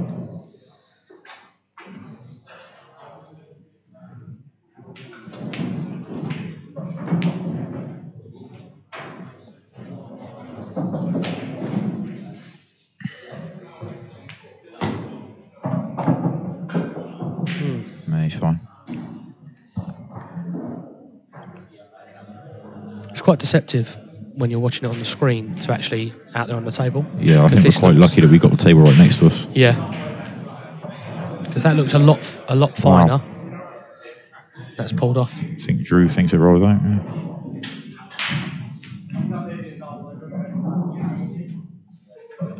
That had 6-0 written all over it. That did. Sorry, 6-1.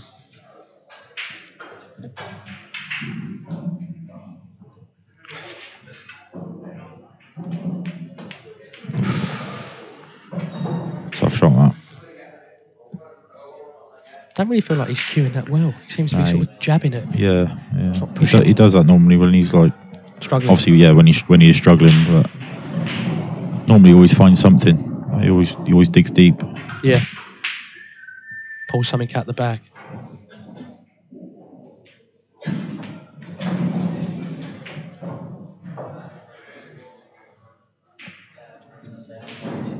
So, apart from yourself, who do you fancy then?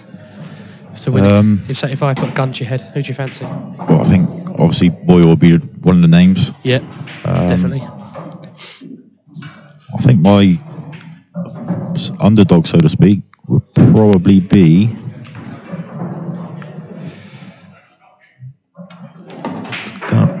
Church, maybe like big price winner. Yeah, 33s. Yeah, it's massive, isn't it? Yeah, it's huge. Crazy. Huge for Church. I mean, I think if you look at the. Oh wow. Yeah, I missed that. He's like screwed up, but didn't come out. Right, He's just gone straight up. Oh, that's massive for Darren. But when the odds come out, and Ian texts me, he was like 25 to 1. I was like, shut up. Yeah, it's crazy. Yeah. There's a lot of players that are 12 to 1 that Ian hasn't lost to. Yeah. I think obviously with Jed, he doesn't really know a lot of players, so I think he just goes off of what's happened here before. Yeah. So you can't really blame him, but obviously, yeah, you got to be lucky if you're getting your man at a massive price. And well, I've had a fiver on Ian, I've had a fiver on Jordan, and I've had a cheeky little accumulator on this session. I've had Jordan, Ali, Davies, and Whelan. Yeah, good bet. Only works out to just over evens though, but yeah, well, you're not a lot of value there. No, but it's still worth. It's worth 25 quid of anyone's money. That's right, yeah. Well, they're the ones that are going to hurt, because you would have said for all the money in the world, the way Drew's been playing, he would have got them. Yeah, well, I'm happy that I've seen that, because obviously Darren is in my bet. So 5-2.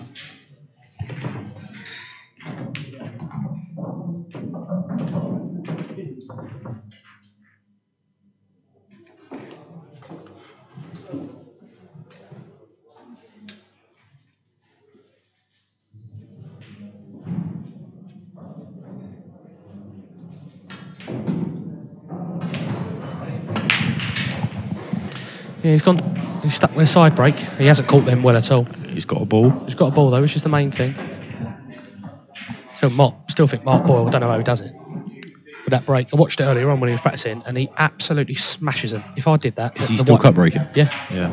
If I did that, that white ball would be going everywhere, all over the club. Yeah. I did wonder whether he would still cut break on the green cloth, because obviously I know he's really good at it on the blue. Well, he did that against Clint, didn't he? When he played for money. Him and Clint played, and Yeah. he broke like an absolute monster on the green cloth with a side break. Yeah. So I think he's sticking with it, and he's looking good. Yeah. He's on at 10, isn't he? Yes. Yeah, he's quite close to me in the draw as well, which I wasn't happy about. It's Paul's Paul. Paul, yeah, play the. I always say you play the balls, not the player. Of course. Obviously, it does make a difference who you play, but you're still playing the balls. I mean, I kind of look at it. If you get them more times than you don't, you're going to win anyway. That's right. Yeah. So, just make sure you get them. Yeah. If you break well, that's certainly your own fault. That's it. Yeah. If you break well and you don't get them, then That's right. Yeah, Darren looks like he's queuing a little bit better. He looks like he's back in the groove now. Yeah. Starting to speed up a little bit. But also as well, it's nice. He's having a little walk around the table as well. He's taking his time to a certain extent and having a little look. Yeah, he's not totally crazy. He's left himself perfect. Just come back towards the middle pocket. That's a lovely shot. It's queued up really nice. Yeah, he's. Confidence is good now, 5-2. Not sure how new these cloths are. I know they're only a couple. Newish. Yeah. A couple of weeks old. I think a couple of days old. Couple of days old. Yeah. Wow. So I think anywhere near this bag and it's gonna slide in. Suck it in. There we go. Oh no, sick. Oh my word. Oh my good God. Played a great shot there as well.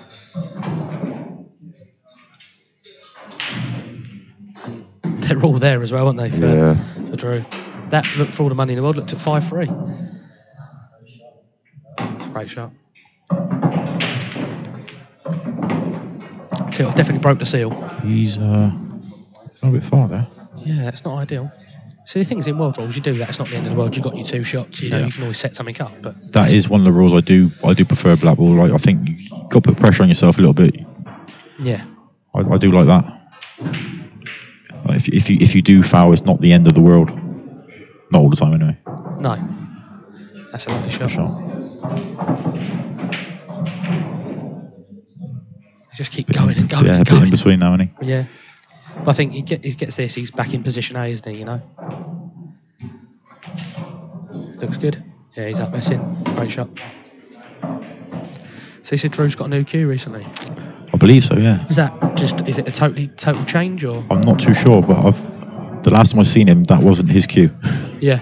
Looks nice, though. It does look nice, yeah.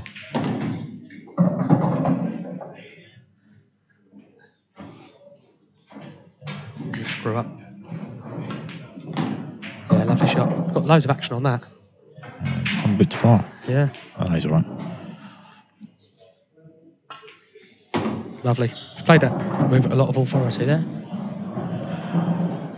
6-2.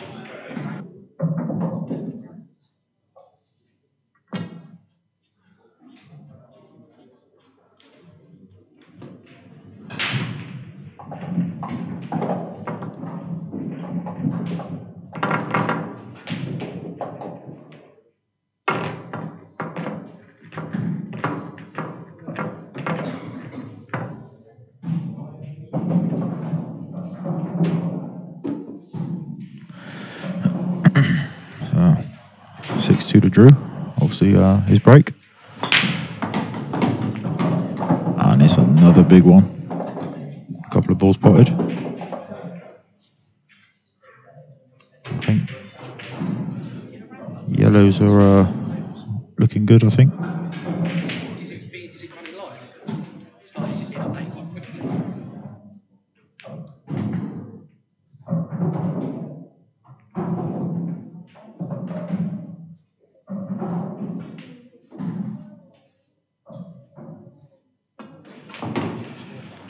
So yeah, he's took yellows.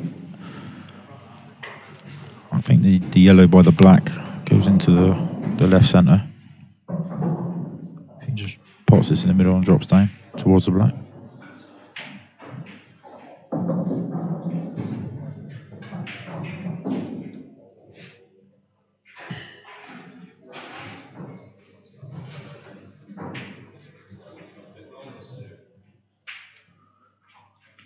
He's seen something else.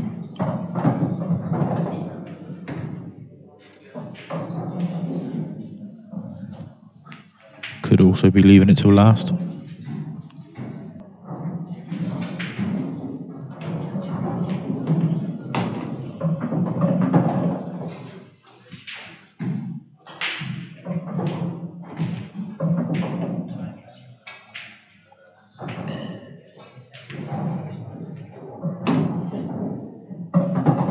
Yeah, she's left it last, and it must go. Not a good look. It must go. He wouldn't have left himself there if he didn't go.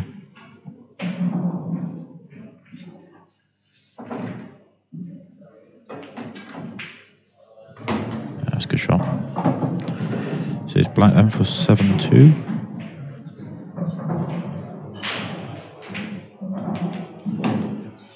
And there it is.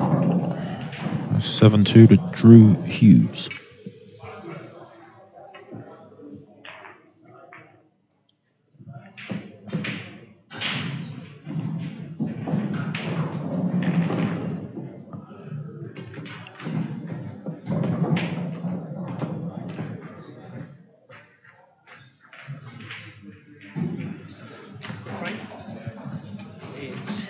Ian's frame up, Jack's a frame up, Jordan's a frame up. I don't know how everyone else is getting on. There's a few tables.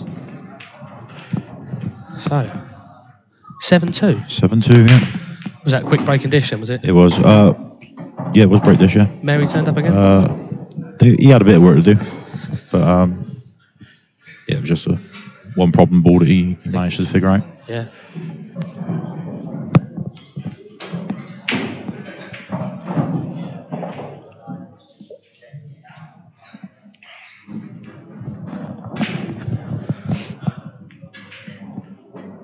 Few tight games out there. What did you say the score was with? You had Ali and Halcrow. Ian's 4-3 up. I think Jordan Church 7-5 up. Jack Whelan, I think 7-5 up now as well. Some good games out there tonight. Yeah, I think Cole's 3-0 up. I think Jimmy just won a frame. Oh, so Cole's 3-0 down then, or 3-1 down. 3-1. Yeah, right. Okay.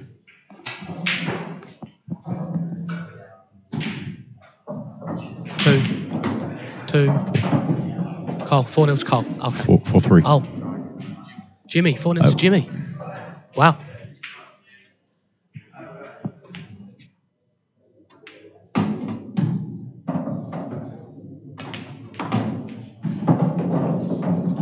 Wow, so I was right then. Yeah. Cole's 4-0 down, I thought so. When I walked past the screen, I was pretty sure that was the case. Yeah. Well, Darren's got those in double quick time. Blinking, you're missing. Yeah. That's the sort of thing Darren can do. Right. That's what I'm saying. Can't take your eyes off this game. No, you could be a few frames up on him, and within seconds you're fighting to get back into it. He had a massive opportunity to go 5-3, and obviously then you got Drew's nicked the next few. Breaking massive as well. Yeah. He's just potted 2 yellows, and he's left. Then there's not a lot of work to do there again, is there? You could take either really here, couldn't you? But you've got to go yellows all day. You'd be going yellows. Yeah, of course. That's the thing. When you break like a monster, this game, you know, can be very simple. It looks easy, doesn't it? Yeah, it does. I think that's the most important shot in pool. Oh, by far. Yeah, by far. Especially at this sort of level. Yeah. There's some big money games coming up as well. Yeah, I see Tom Cousins and Boyle. Yeah, in December. That's going to be huge. I think that pot could go. He's gone reds. I can't believe that. I can't believe he's gone reds. He's obviously took that knowing that obviously the big bag's there, but he's still not part of it. I mean, I know he's got that that yellow. I think now you have to go reds. Yeah,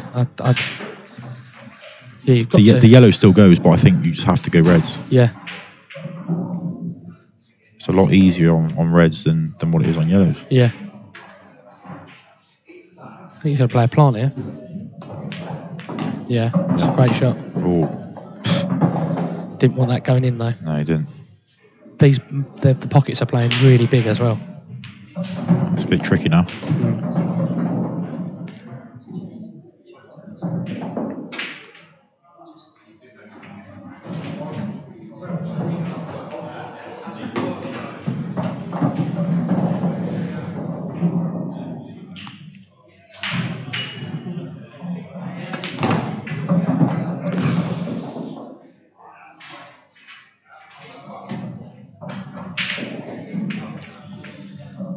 Do you think you can screw across here off this red over the I back? think so.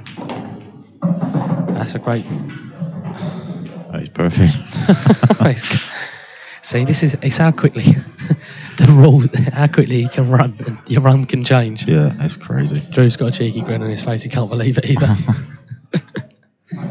I'm still in shock. I can't believe he hasn't gone yellows. Well, Drew. Yeah. Yeah, At the start of the yeah. frame, I can't believe it. He's broke massive, potted 2 of them, and he's got 4 out of 5 left over bags. Oh, he's not gone far enough. Back double. Yeah, back double. Swing it around for the black. That looks wide. No, perfect. nailed it. Great shot. Great shot. Just the way sometimes it comes off the cushion. They seem to slide a bit. Yeah, don't they? yeah. You've got to play them in such a way now. Obviously with the new cloth, new cushions. Things are going to get played on a lot over the next, obviously, so we sort of cut the day, so they're probably going to play a little bit different come Sunday. You'll probably see them playing a little bit quicker. Obviously they're brushing on every game. So. Yeah. So tomorrow morning they'll probably be absolutely rapid. Well, yeah, obviously they'll have 3 matches on them tonight. They'll be brushed to 9. By tomorrow night, these cloths will be. Drew's just swung his head round and said that he got a little bit of luck, a bit sick, but he's taking it. They're taking it well, in good spirits. 7-4, massive break here, could be 7-5, and you've got to put Darren's right back in it then. Yeah. He's not catching that. He's not catching that cut break No, very he well, hasn't. is he? He's like, he doesn't seem to be catching the front one. He's catching like the 3rd ball. Yeah. Like he's not getting the explosion. What do you fancy, Reds? Yeah, I think so.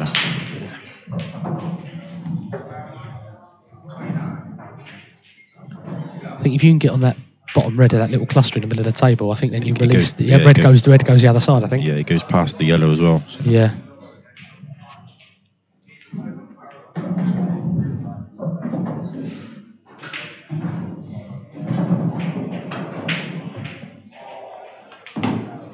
Has he been practicing black ball? Yeah, I practiced more this week than I have in the last like 4 or 5 months. Really? So, Been hitting the bays hard, yeah? I got a bit lazy to be fair. I wasn't really practicing because I wasn't much on. But obviously with the Worlds and everything just gone. Yeah. Obviously this biggest event of the year. So if you ain't putting hours in for this. Yeah, exactly. If you can't motivate yourself with it, that's flown. He's got lucky. Yeah, if you can't make yourself for the biggest event of the year, there's no point in playing the game. No, exactly. So, yeah, I have put quite a bit in this week. Do you play many money games? Many money matches? I have, yeah. I've had about 5 in the last 6 months. How you doing?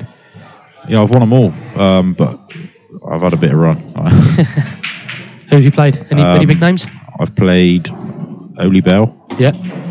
I played Lakin. Yeah. Score? 25-24. Oh, is this the game where he thought he'd won? Yeah. And then Obviously, fell apart? Yeah. Sorry, Craig. If you're watching, sorry, buddy. Nice performance earlier on against Josh. Yeah, someone said he played really well. Yeah, he did, mate. He looked good. Yeah. Then after that, I played Neil Britton. And then after that, I played Ben Davies. But Ben gave me a 5-star. Ambitious. Which he wasn't happy about it at the start. Well, I think his backer was the one that arranged it. But Ben wasn't happy about giving me the start. That's massive. Yeah, that's why I took the game. All day long, yeah, of course. You're not going to get that again, are you? No. Never. 5-star. Like, to be fair, I know Ben hasn't played. Well, at the time he hadn't played for a few years. Well, he's playing full time now, isn't he? Yeah. He's playing But that full was the time. thing. Like, if I got offered the game off levels, I probably still would have took it because it wasn't a big pot. It was only I think it was about $8,000. Yeah. But I thought he hasn't been playing much, and I needed a bit of a test. Yeah. So what better? But obviously, if recent someone's going IPA Pro event winner. So obviously, if you're getting a 5-star or something, you're going to snap their hand off. Drew's gone 8-4 up here, and this has been a very nice clearance. He's taken these really well. Taking them really, really, really well. And he just said sorry again for obviously. Yeah, he's had a bit of run, but it's, do you know he's broke really well. Yeah. The ball's been there for him, but tomorrow he could break horrendously. Get You make your own run in this game, don't you? Yeah, of course.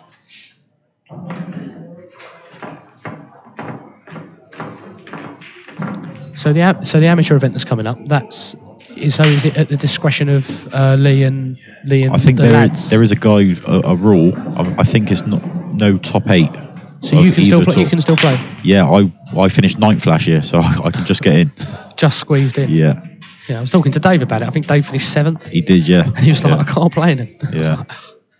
But I think when you were talking about £350 a man, I mean, would that put you off if those top 8 boys were allowed to play in it?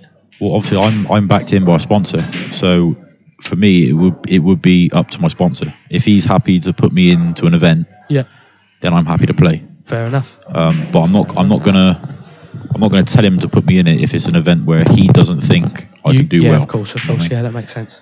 I don't want to risk someone else's money for just me going out and playing pool. No, of course, yeah, of course. Like me and obviously, he's only been backing me for these big events, obviously since the first one, and obviously I've done really well for him. So I don't really want to ruin that by entering an event where he don't think I could do well. Yeah. So that's the dream, innit? Get a sponsor for pool. You can get someone to back you. Yeah, I mean it is hard to get one though, obviously because there's not a lot of money in the game. Obviously, these events are making pool come alive again. Really, I mean, there's always a buzz around the place, and it's all everyone talks about.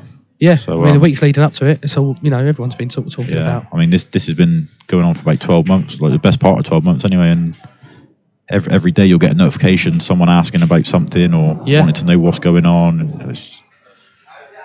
And the thing is as well, it's all been laid out very well, explained very well, everyone knows where they stand. There's no ambiguity, is there? Big word. You know what you're paying in for, you know what you're getting. Yeah, exactly.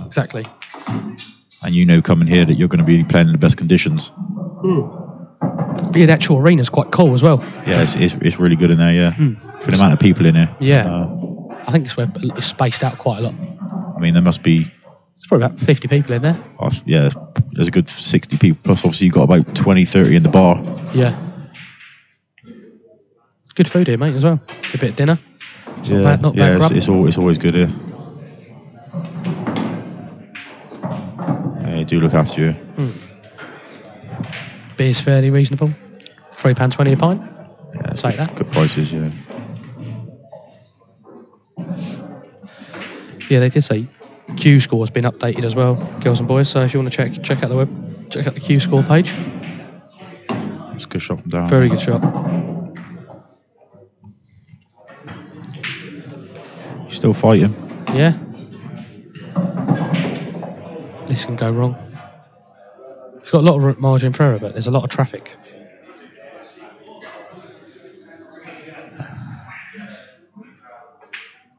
He's played that with a lot of side as well. Yeah. Just try and screw down. That's a great shot. Oh, yeah, that's perfect. Fine. Great shot. Absolutely fine. Looking at 8-5, I think. He's not going to miss this, is he? So 8-5. That's a good finish.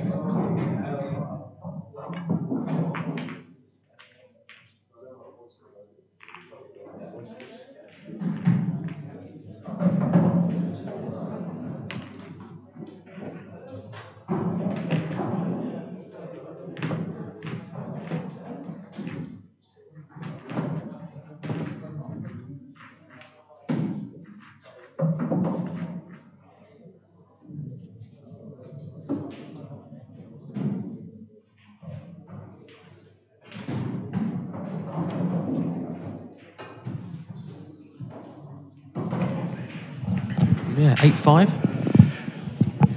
Darren right back in it with a break here.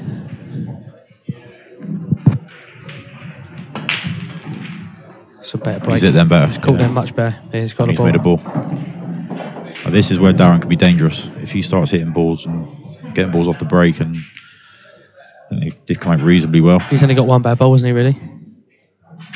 Yeah. But he's got 2 balls there that he can definitely work at getting that bad yellow out.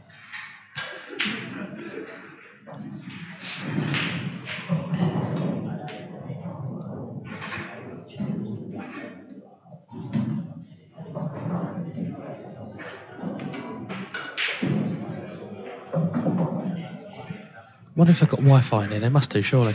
I think they have, but obviously with the streaming and stuff, I think they Is don't. that eating it up? I think so, yeah. I'm not sure whether they'll give you the password. Obviously, you don't want anything cutting out around here. No, definitely not. Definitely not. Trying to give you girls and boys an update on the scores around the venue.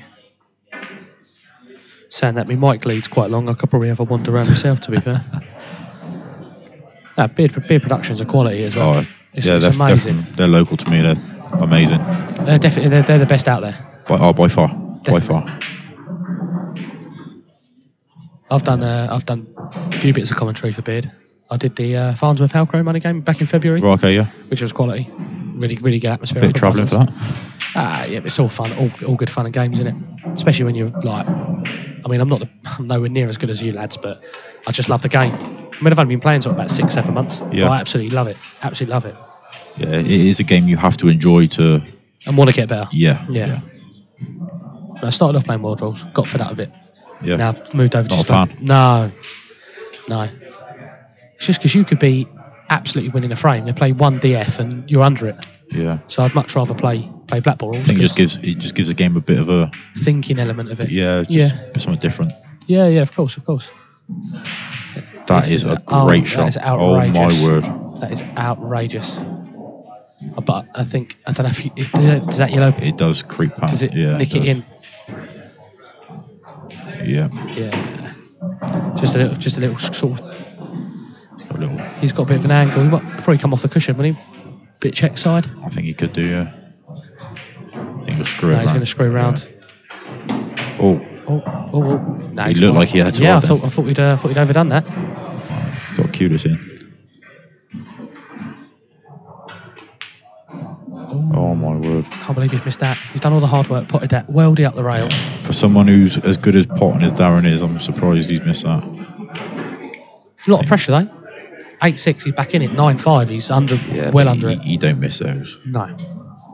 I think you put commentator's curse on him. He had to cue it in. Well, yeah. Well, he had to. That's a great shot. Give Drew a great chance here. Yeah, I don't know if he's not come high enough for that one. He's on it, but I think he's losing the white. So. Yeah. I think he wants to get released to at the bottom first, anyway. Yeah.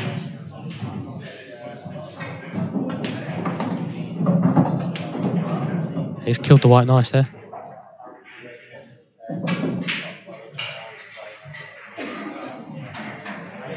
Potts over there on the Cole Sutton stream. Can hear him over here. Someone turn his mic down. He puts a good few hours in up on the commentary up here. Yeah. I think the last event he must have put about a good 25 hours in, easily. Yeah, every time I logged on to watching the live stream, he was on there. Yeah. Obviously, it's partly his club as well, so he also wants the event to do well. Of course, yeah. It's a great advertisement for the club as well. Yeah, it is great. What's he played there? Is he on that one? Yeah, he's on one in the middle. You've got a better view from me. He's got plenty of room. Still not sure why he's played that, but yeah, he's on it. Yeah, interesting. Don't know why he's played on that one now. Ooh. Nice shot. I keep thinking he's hit too hard on the screen. Anyway, I mean. Yeah, it seems to slow when you watch it on the screen. It seems to slow down. It's a great shot. Keep that in beautifully. Looking like 9-5. Yeah, it's a trick there, old Dow. Yeah.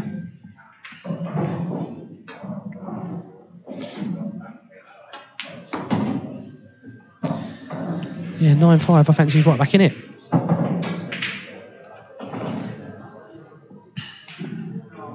Yeah, did you see that when the fitters were fitting the new lights, one of them dropped one onto the table? I did see Kenny put a post up about that, yeah. Which table was it? I don't know. I think they've got it sorted. I think they've got it repaired. I'm pretty sure they've... taken it out of action. Possibly. I think, there's a couple of tables up there that aren't being used. So I'm guessing it's either that or Kenny might have swapped the slates over with the one from his house. Oh, yeah, that was all. Yeah. So this is the hard work and the effort and the dedication they put into it. Has he got a ball? Let's try. Sahara Des. If that red goes past the yellow at the rail, then... I don't think it does. It does look quite tight. Very tight. But then again, you can always play it off the yellow.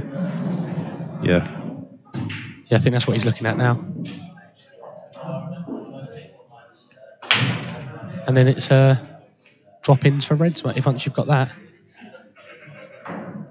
Because they all pass each other into the top right bag, so... Yeah.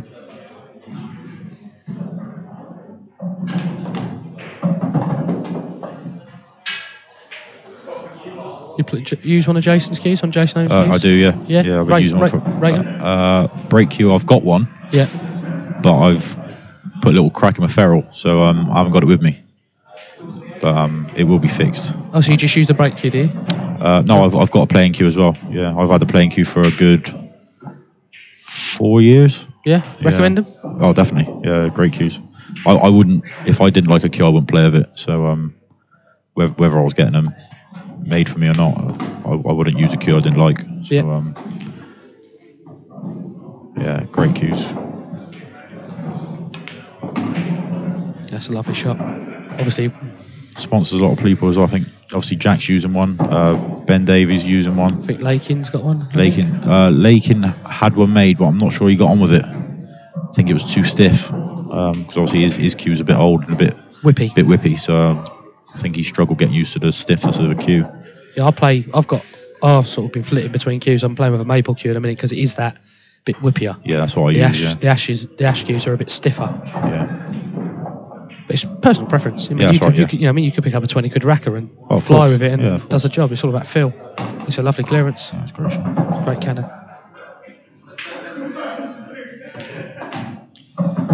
Lovely times. 9-6. Yeah, you got to keep draw off 10. As long as he keeps draw off 10, he'll be all right. He's got the break now, so hopefully he can get a big break. 9-7 makes all the difference. Yeah.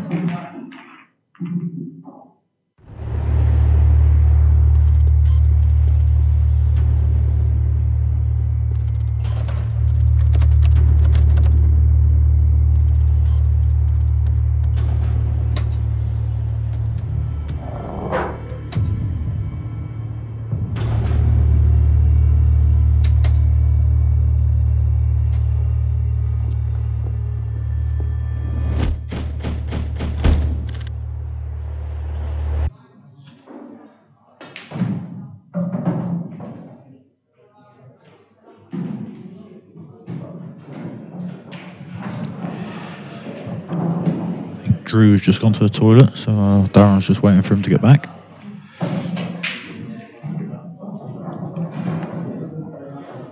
(9-6) at the moment. Obviously, Darren will want a good break here. Like I said before, as long as he keeps Drew off of 10, then he's got a great chance.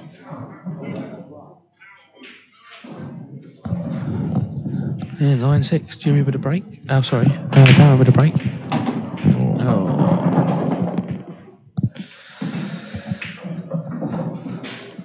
Darren doesn't look best pleased there. Balls are a little bit messy there. Yeah, they're not.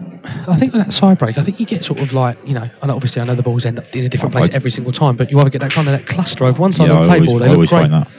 Yeah. It's always one side or the other. Yeah.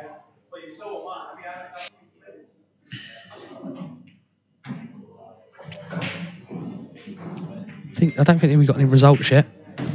I think this game might even be one of the games that's closest to a result, if that makes sense. Yeah, I think every table's been played on. So yeah. He's played a nice shot there. That was very clever.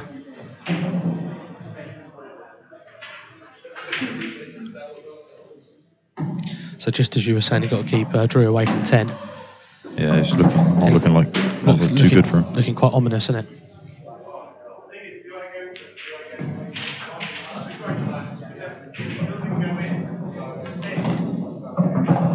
Yeah, I just saw Drew off the table, and he said he changed his cue because he got snapped.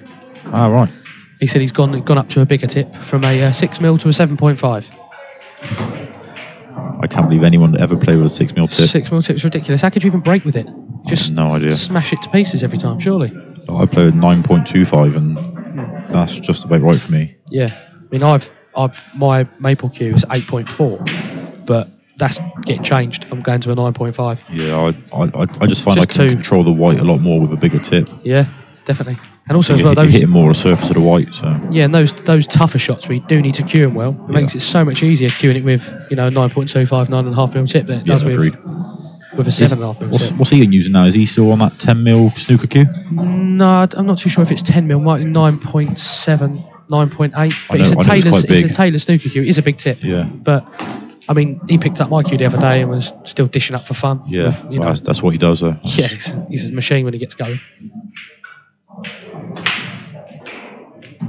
I see his first frame before we come on the stream, and he looked like he was sort of struggling a little bit in that first frame, really. But he's a quick player, and Brian Halcrow, those of you who might not be overly familiar with him, he's very slow. Yeah, he likes taking his time. Very methodical. Yeah. Another nice clearance. He's got that, potted that nicely there, and he's got the break as well. 10-6. I think the writing might be on the wall. Yeah, quick game as well. Yeah, it's been quick. I think we've been on the stream for about an hour. Yeah, hour and a bit. What's the time? Yeah, they didn't start till about 8ish. Yeah, so. But to be fair, there's not really been many fudgy frames, so you wouldn't expect it from these two either. To be fair. No. But Drew's played really well. But Darren's he sort of had patches where he's been really good, and other patches where he's not been so good. Yeah. Sounded good. Has he got a ball? He's got a ball. He's got two balls. Well. And yellows look. I've seen his case. I'd probably go reds. Yeah, probably go reds. Drop the one in the middle. Nope, he's going to totally go the other way and go yellows. Oh. I suppose it's easier to get the one off the rail where you can get off now. Yeah, exactly. It's ideal. It's perfect angle. And you can play the cannon in such a way, I think, if you catch it half ball, you're going to leave it for the middle pocket, aren't you? Even if you double kiss it, the yellow's still going to come off. Yeah. So there's a bit of a gap in between the yellow and the rail. So. Yeah, that's it.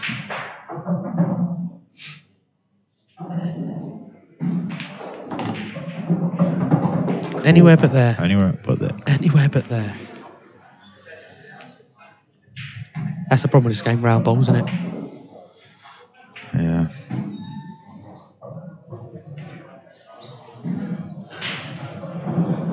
I think on another stream or on one of these streams they're doing the Q&As after the game to a few of the lads behind us. And they did one with Christoph, yeah. Christoph and I think it might have been Mr. Gillespie, I think. Scott, yeah. I think Darren's had a bit of a lifeline there, I think. You see Drew muttering, having a little chat with himself. Yeah, he's not happy. No, you wouldn't be that, would you? Yeah, a few players done a bit of travelling this weekend. Yeah, we got the likes of Mark Boyle coming down from Scotland. You got a lot of there's a few North East lads, a few of the Welsh boys. Yeah, obviously Carl O'Donoghue from Ireland. He's travelling from Dublin. Yeah, you've got obviously Christoph. And, I think Roger Demortier is with him as well. Yeah, he come with a few of them. Yeah, I think Roger's playing as well. Oh, is he? Yeah, I think he's on at 10. Oh, okay. Roger could play though as well. Yeah, definitely. Yeah, really good. I've been chatting to him earlier on. They have some massive events over there.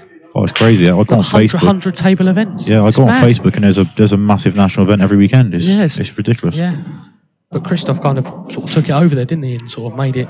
Yeah, I think he's probably the biggest name in pool by a mile out there. So he's got some ridiculous sponsorship with like BCE or. Yeah, he also makes the tables. They make the tables, don't they? They turn into dining tables. Yeah. It's insane. They're not cheap either. No. I had a little look earlier on. You're not going to get a lot of change from a few thousand euros, Yeah, that's crazy. They look good though. They do look good. Yeah, of course. Yeah. You fancy Drew will get these. He's played that nice. Controlled the white ball very well. That's perfect there. Just drop this in. Top bag. The black flies in.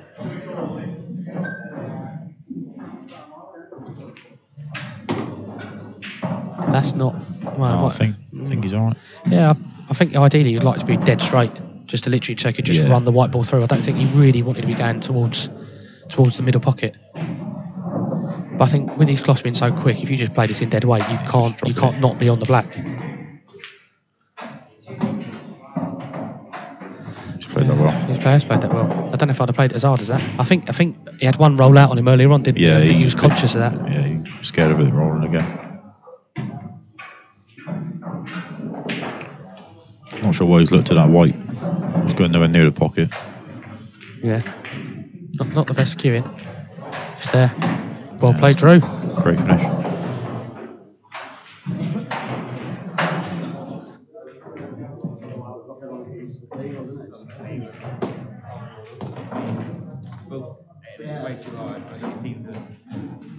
I haven't played one of these greens since about 6 months, like, so I didn't even practice on it. It's so hard, isn't it? Yeah, so much different for 7 days, didn't it?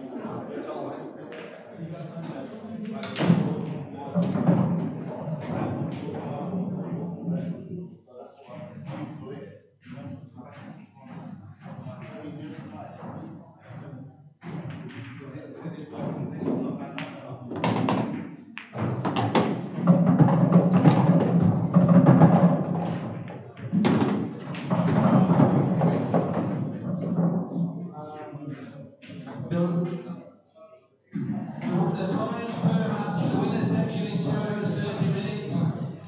The loser sections are there at 45. If the matches do go over, the tournament directors let know. Have a look at the match, see what the score is, to decide whether we need to reduce the frames or introduce a shot clock, 60-second shot clock. Table etiquette. Again, we've had 5 tables recolored this weekend with all that brand new lights supplied by Supreme. Just take care of the tables, use the racking cloths. They are there provided at the end of the table. They're not for show. Please make sure you fill out your match cards correctly and hand them back in complete with your pen. We are short of pens to make sure you bring them back. And finally, if you have any questions, come to the top table. We do have a referee that's here that can float around. And again, tournament directors' decisions final on all matters.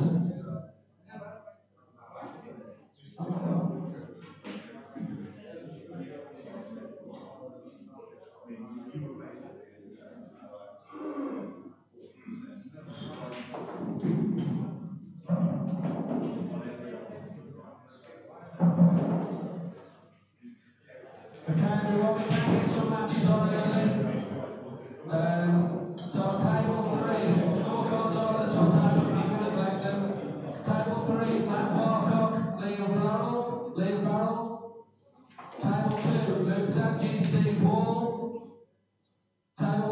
Ben Tanner, Alex Bailey.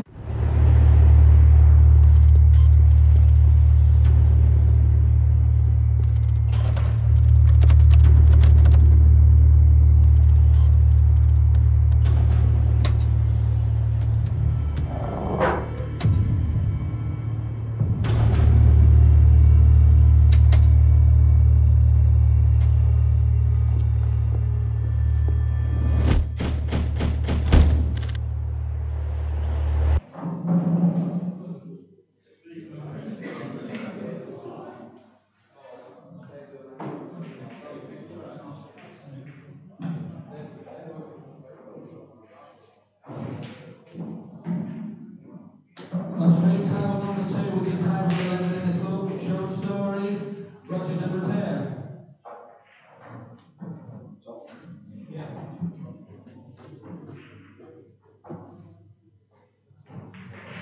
Can all commentators go through to the back room? If anybody would like to be commentators again, come and see me. We will stick you on for a game. Enjoy the event.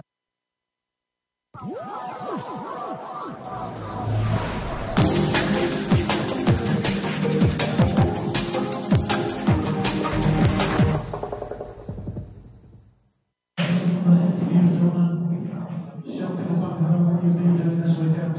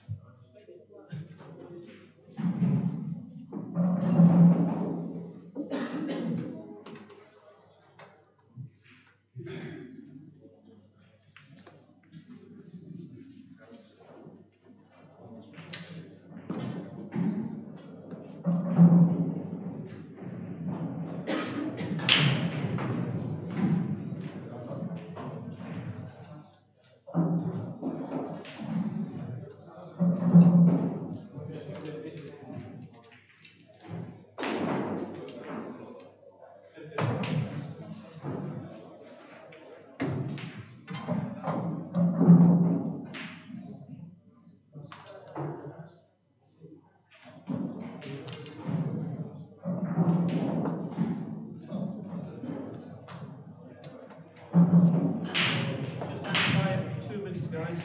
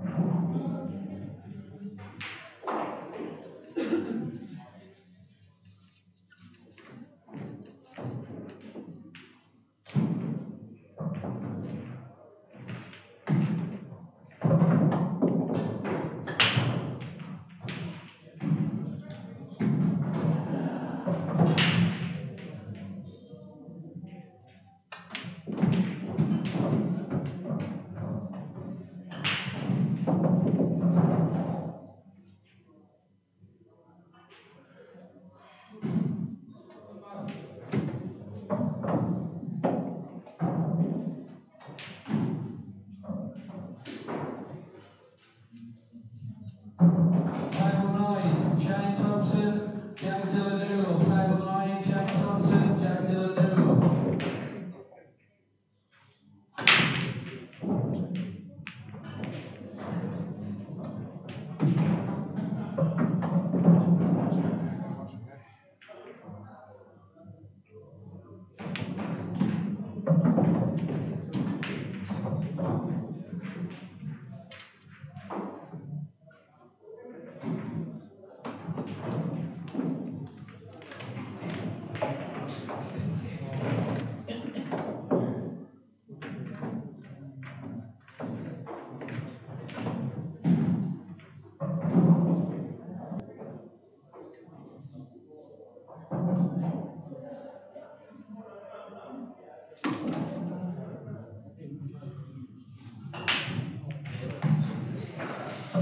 Hello everyone, welcome to Sean Story versus Roger Dumortier. I'm Chris Day. Good evening, I'm Aidan Owens. So they're just about to lag. See who gets to break first. You're going to have to bear with us, viewers, because we are fairly new at this. But we can gather from that Sean's lost the lag. Roger will be breaking. It's first to 11. First round of the Supreme Masters. Sean's looking for back-to-back victories. He won the last competition here. He did. He's a big name here now, isn't he? He certainly is. He's one of the favourites to win the competition, I think. Last time I looked, I think he might have been 16s.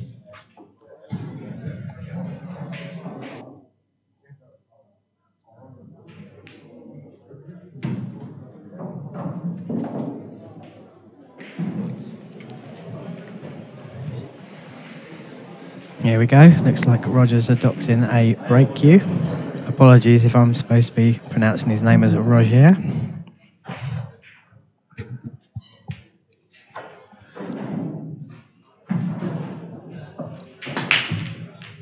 And he's gone for the cut break.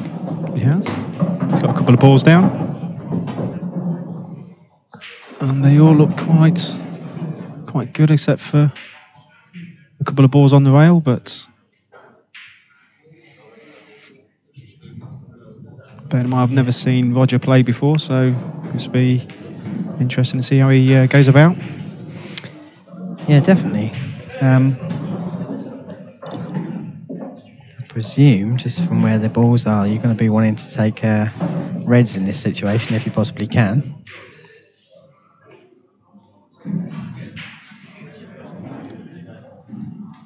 He hasn't got an easy first one in though. Looks like he's going for the one down the rail, down the top rail if he can get that one in. Yep. Oh, you can see that red in the middle. That's fine. Red ball's in play.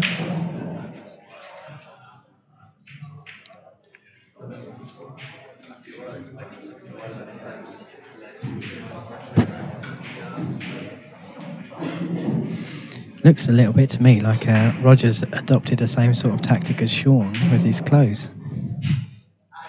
Yeah, it is a little bit warm in the arena. It's very hot. Both were adopted for a little bit of sportswear on top to keep them as cool as possible. Sean's first visit to the table.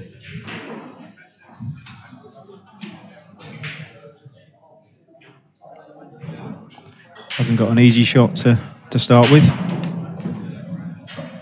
He dropped the yellow in the centre pocket.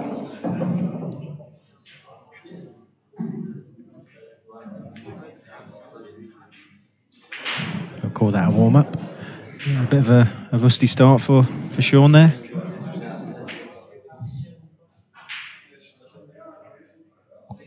Don't think there's too much damage done there though. It's I'm not sure if Roger's got the angle on this, the ball, the red that's in the middle of the table, to pot that and screw into the red that's on the cushion. It's not looked at it. not a bad call, but I think he's just going for the pot there.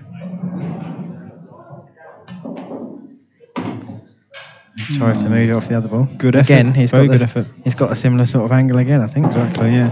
He's got to do is just screw into it off the red in the centre of the table. The tables are playing very responsive, very quick, so you don't have to hit the ball very hard at all.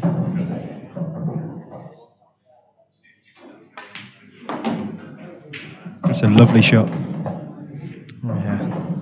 Can't quite see from our angle, but I think it probably goes between the two yellows. Roger's just having a look. Judging by his doesn't look happy, facial expressions, I don't think it goes. Yeah, he doesn't look happy at all.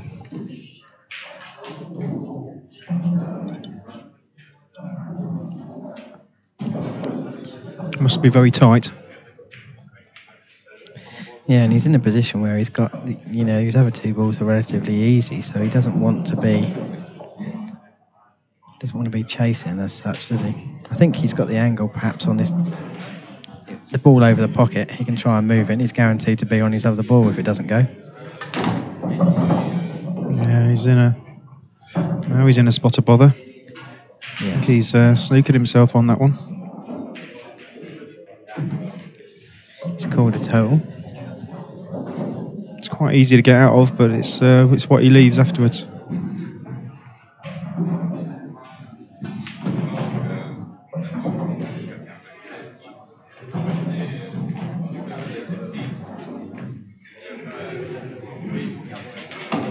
He's put the white in, so that's 2 visits to Sean.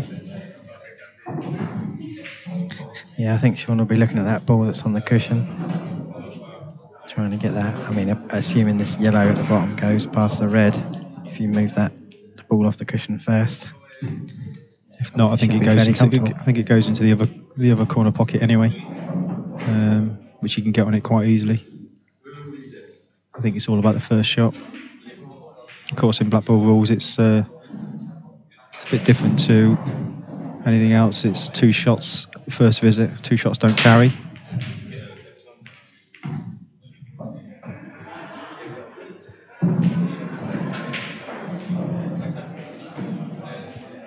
So basically, he just needs to get one of his hard balls out and just set it up for the next shot to take the clearance out. Yeah, I don't think he'll have any trouble if he sort of goes to the pot here, really. The ball's going to go where he wants it. So, yeah, that's fine. You almost feel, I don't know how you feel, I almost feel sometimes when you've got 2 shots, you don't want to try and pot the first ball. You feel like you've wasted a shot. Well, exactly, yeah. It's all a bit foreign to me still at the moment.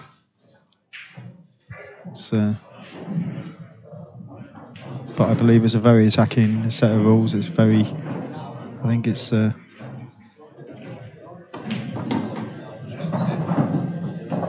bit unlucky there. Yeah. Still got the yellow to the centre.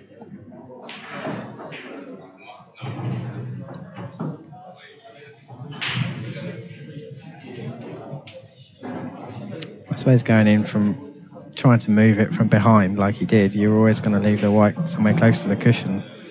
Really needs to go in it from the side cushion and maybe nudge the red and the yellow, and then you're guaranteed to be on balls. Exactly, yeah. I think Sean's just finding the pace of the table and everything else at the moment. Yep, he's got a shot to nothing here. It's a great shot by Sean there. Good long pot. In prime position now to take these out.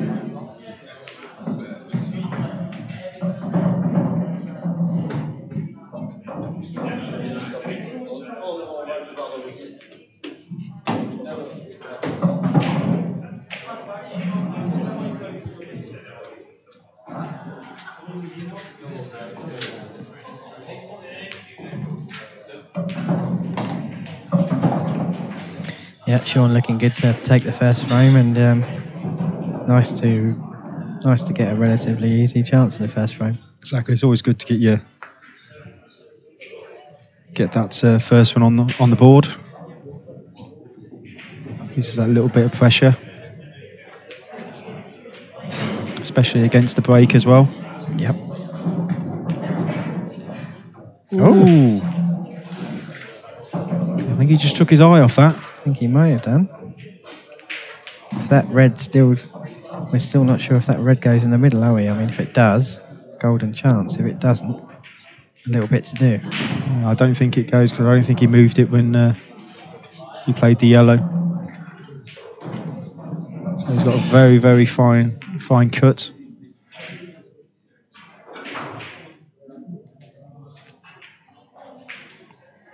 Which I don't think he could be able to get into the red anyway if he went for the cut. I'm just wondering if that... I don't think the red doubles from our angle. I think that'll hit the yellow. Yeah, it may trouble. You almost got a big pocket if you try and treble it. If it goes past the yellow this way, it's going to hit it on the way back if it doesn't go in. So he's playing a safety. Trying to get behind the black, maybe. That was a good effort.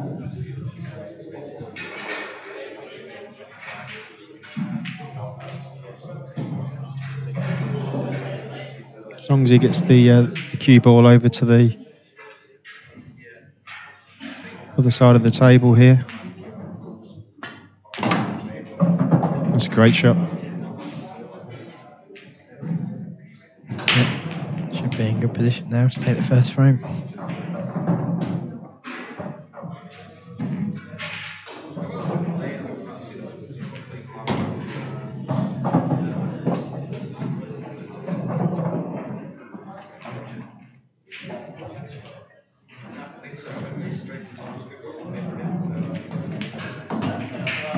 Good block there by Sean.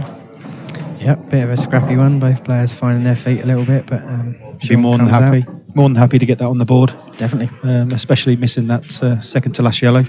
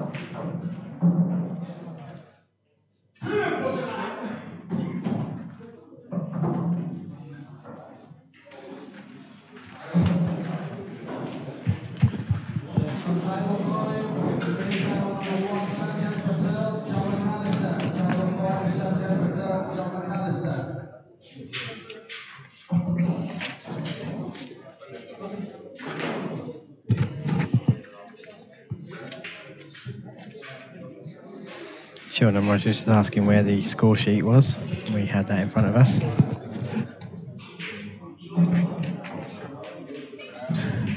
Just chucked the pen over to our friend there at Beer Productions who's dropped it. He shouldn't play cricket. Maybe he's had a beer, we'll let him off. I think Chris was hiding the score sheet from Sean.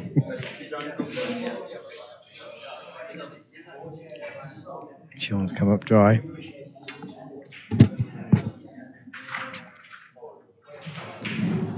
Looks like a good split as well. So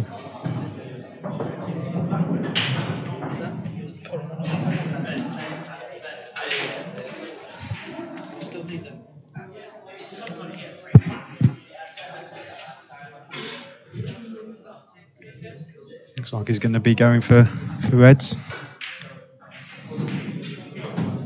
Yeah, I mean, if that red by the black goes to this left-hand corner, then he shouldn't have to disturb anything. He should be able to play on all the balls. Yeah, it's all about keeping control of that white ball. Yeah, shot choice.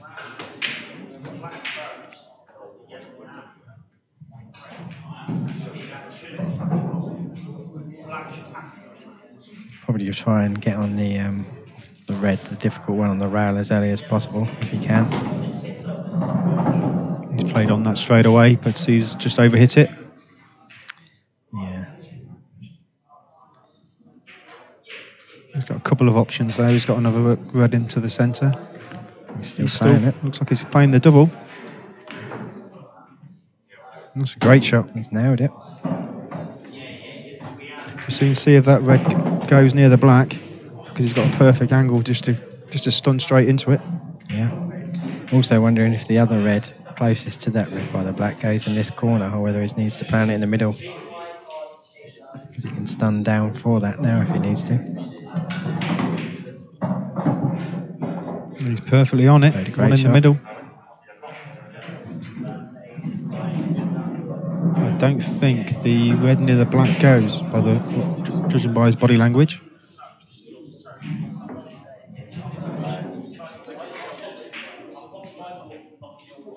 Yeah, I think it might go in the in the right hand middle actually, if he can get on it from this ball.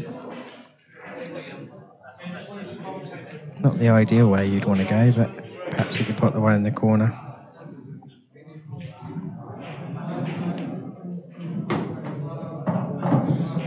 Get right in the middle. Get on the other red at the top and hope the black goes in the right hand corner. It's all about this shot, I think. Looks like he may be playing the double.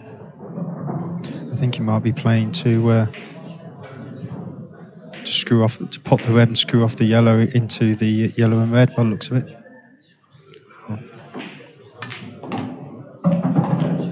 It's always a little bit risky. And he's scratched the white as well, so he's give 2 visits to Sean there. Yeah, he always looked like he was maybe chasing that a little bit, didn't he? He's a bit unlucky to go in off. He's unlucky to go in off, but having had a couple of chances in the first frame, I think he maybe needed to make an impact in the second. Yeah,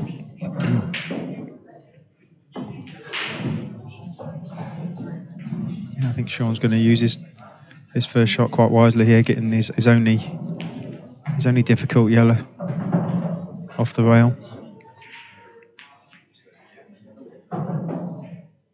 That's a good shot. He'll probably play the one next to the red now that's near the black, I'd assume. And everything else is free and out in the open. Yeah, I'll be expecting a 2-0 to Sean here very, very, very soon. Yeah, perfect. Goes in the middle.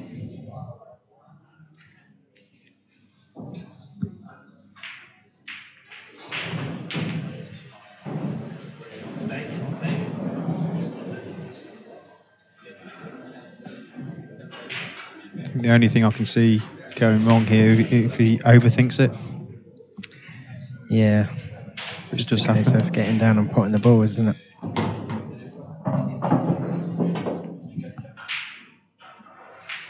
I think perhaps he'll take this one in the corner and go up for the 3 up the top and leave this one on the left hand side till last for the black in the middle. Yeah, totally agree.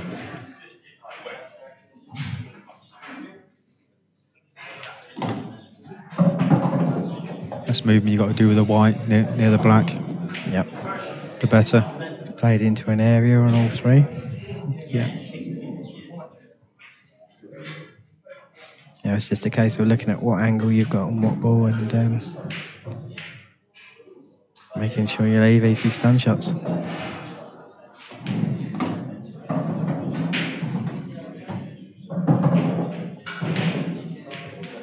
The table was playing that fast, he hardly hit that, and it came springing off the cushion.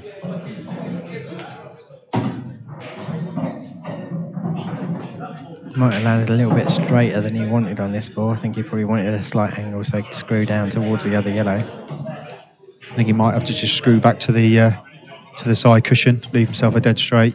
I think so, yeah, the straighter the better, really. Yeah, he's obviously confident. He does like a drag shot, to be fair.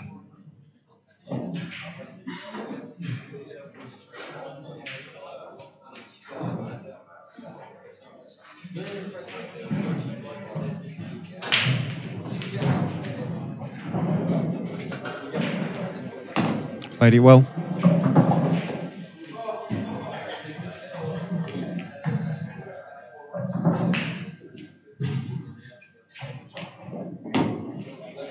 Just what he'd have wanted. Sean takes a 2-0 lead.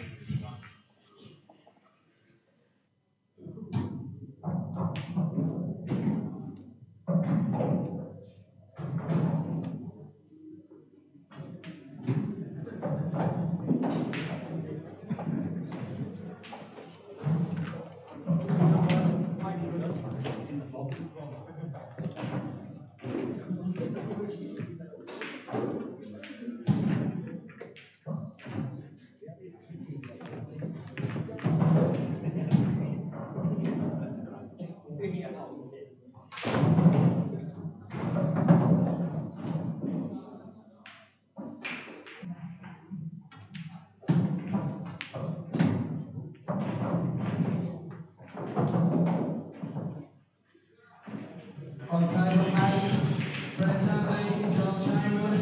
Third frame, and it's John Chambers. Robert to break. And table 1, Mark Boyle, VJ Adams. Table 1, Mark Boyle, VJ Adams. Sorry, my co-commentator there, so it's Roger, not Robert. Could be Roger. It could be Roger. I think he's come up dry. Yes, he has.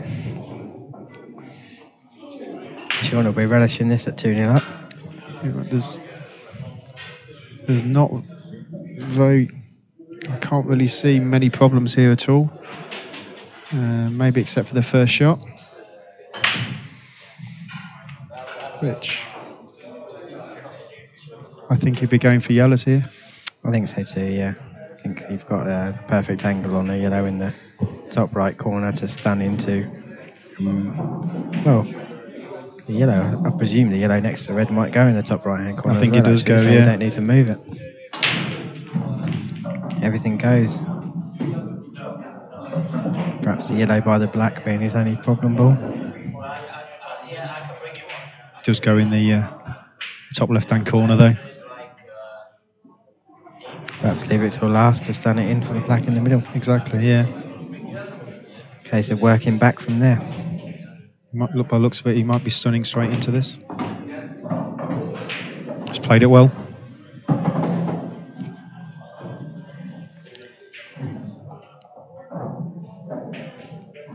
Yeah, he does like a cannon, Sean. I think he's looking at leaving the angle for the ball he's just knocked out into the middle to play the white into the black. Leave himself on the yellow in the middle and everything goes.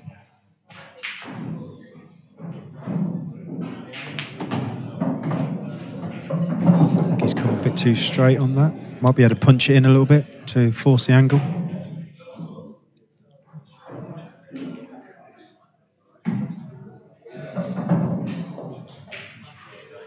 I think if not, I think he's better off playing position onto the yellow man on the other side. Because that always had a bit of danger there. Yeah.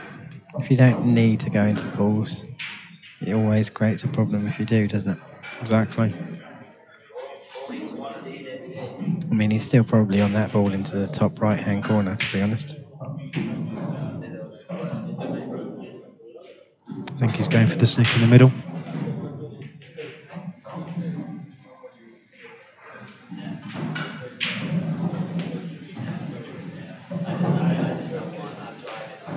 I think he's just seen if it goes into the top.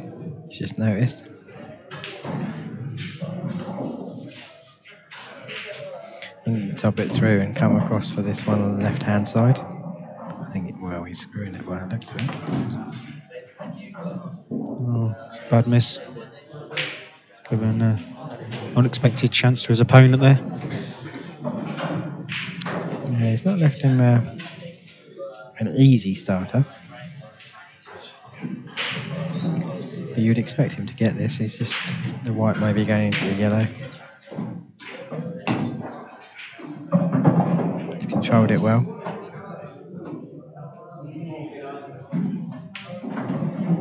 There's not one safe ball on the table, really. Nope. It's a question of keeping hold of the white ball.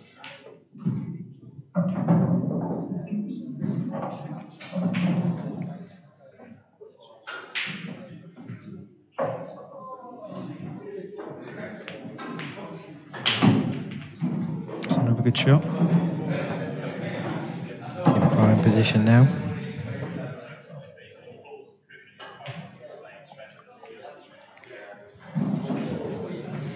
It's a chance, really, this early in the match you'd like to be taken.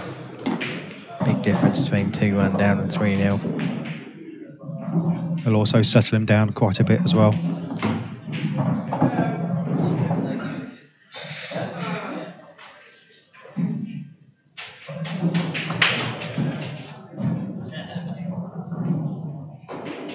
Just taking his time to have a little look here. He had sped up a little bit initially when he was in prime position, but he's just slowed down and making sure.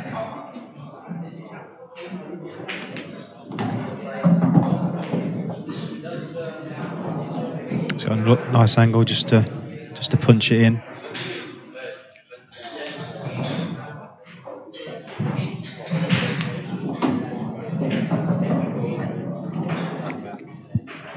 Perfect on his last red.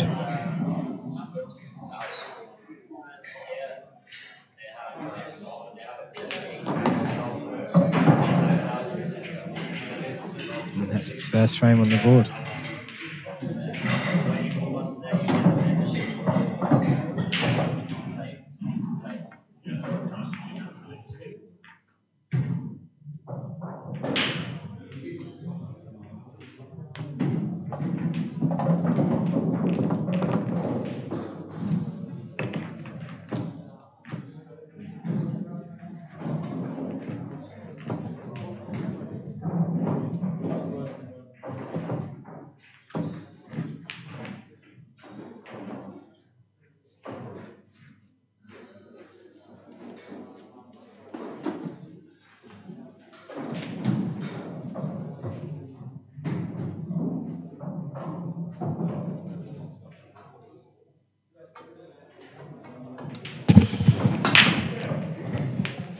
So Sean breaking off in the fourth frame.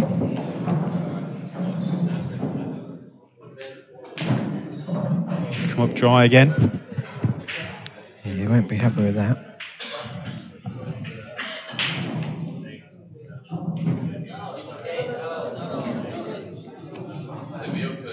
Quite a few balls out in the open.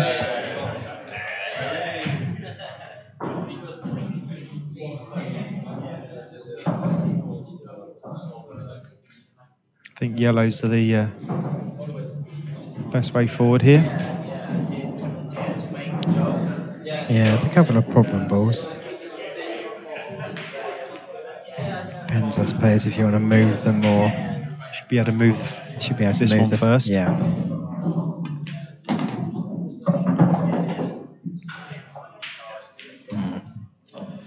He's got it out. It might have done him a favour actually, because he could play the one at the top and get the other yellow out. Yes. All he's got to do is screw straight into it. That's his only difficult ball left.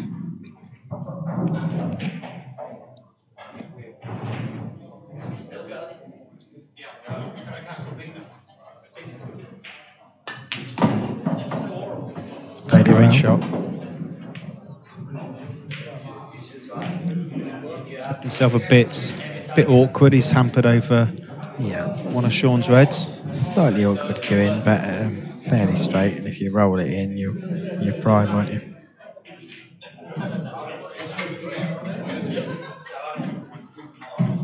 Doesn't look happy with where he's landed. I think he's got to go for it into the bottom pocket. He has to, yeah. A chance of going in off if it goes in the middle.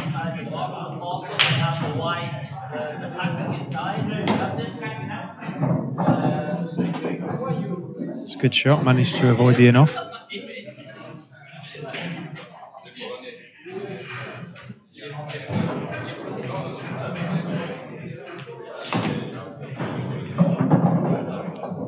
Great opportunity now to draw it 2-all.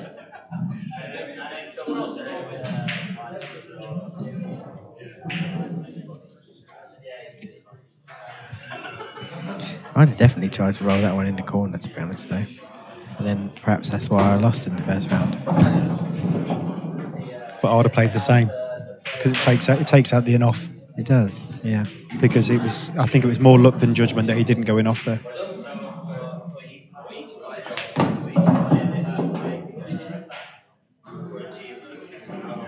Starting to hit the ball with a bit of confidence now. He's got his first frame on the board. Looking to level at 2-2. Be interesting what he plays here. If he plays to get the black off, or play behind it.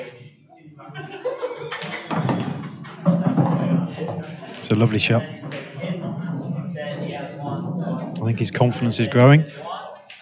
Yeah, always a little bit of risk when you're trying to move the very last ball on the table, but it's risk reward.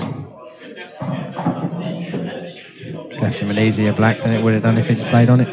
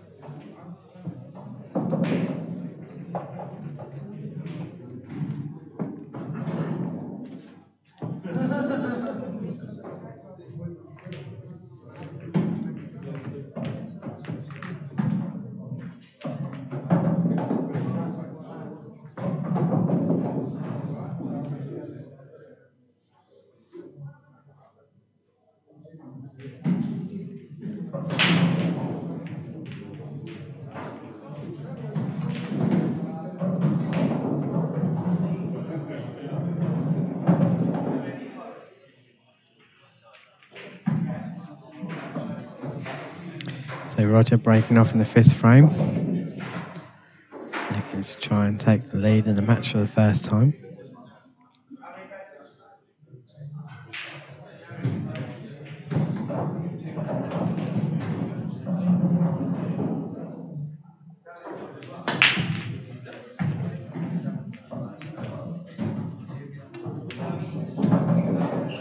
Got a very good split, but he's come up dry. And a very good opportunity for Sean.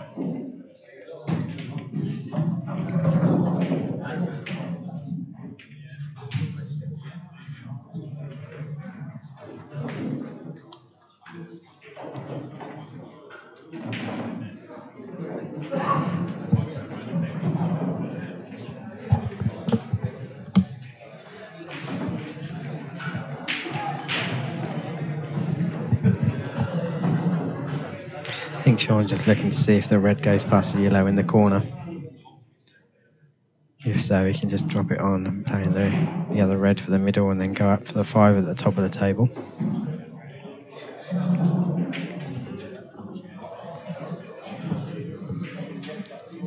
He's going for yellows. Obviously that red didn't pass. Looking at the 3-ball plant. Quite a lot of margin for error on this shot. Just got to make sure he controls the white ball well, which he has. He's got another plant by the looks of it.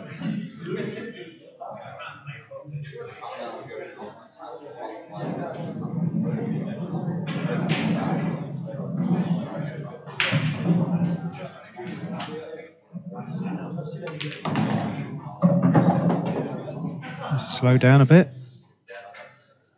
It's gone a little bit awkward. Yeah, he's thought he hit that a little bit too hard. I think so, yeah. I think he could have dropped the plant in and then stand up for the yellow he's on now, but he's played more for the yellow that he's played more for the white ball than where the other yellow is going to land there. Which has presented a problem to him. If he gets right behind it, I don't see the problem.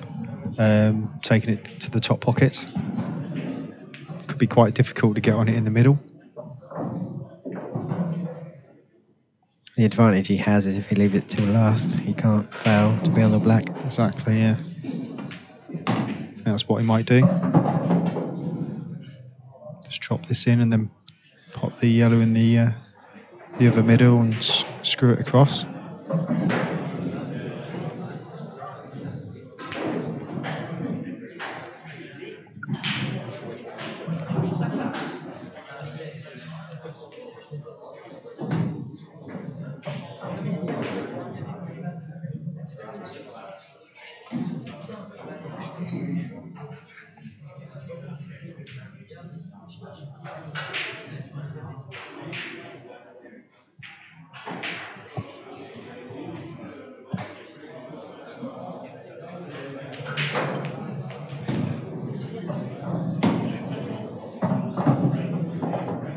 Enough room there to get his cue past the red, so he should be able to screw onto this yellow. He just wants to avoid screwing straight enough.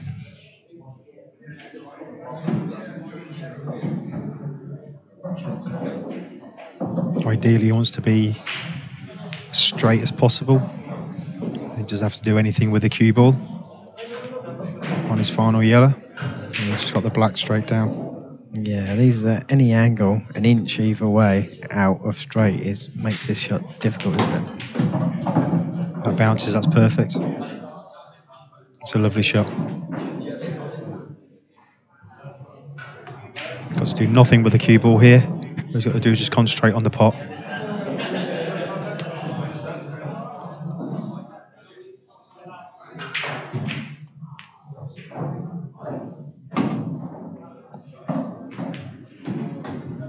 It's a great shot.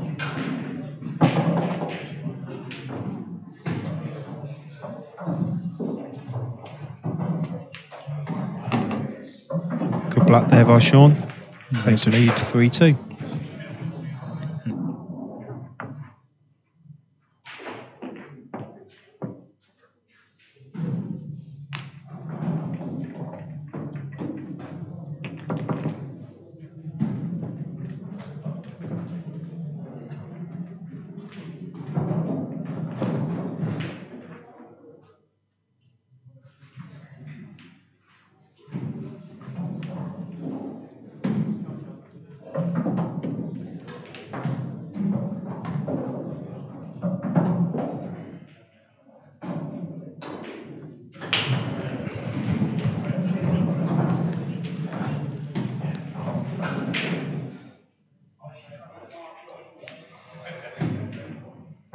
Sean to break.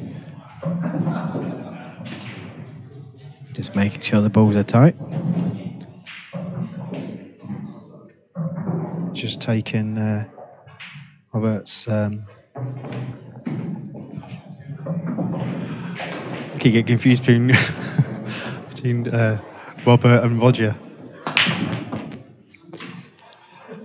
It happens with his age, Aidan. Well, yeah, I'm getting on a bit now. You know, getting these old boys out of retirement. So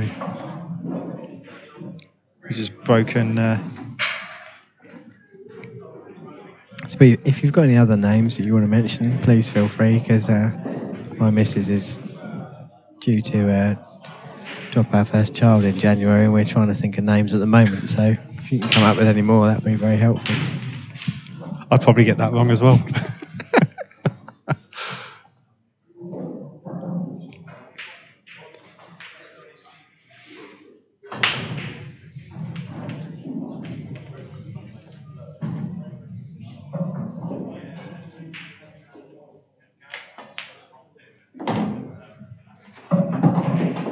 Quite a good yellow there.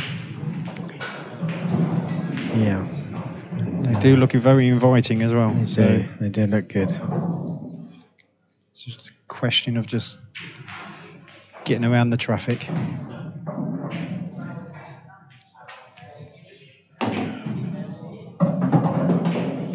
Interesting as well to see Sean, knowing him as we do, paying attention to the table while Roger's there, because he's a big advocate of not looking at what his opponent's doing and not using too much energy.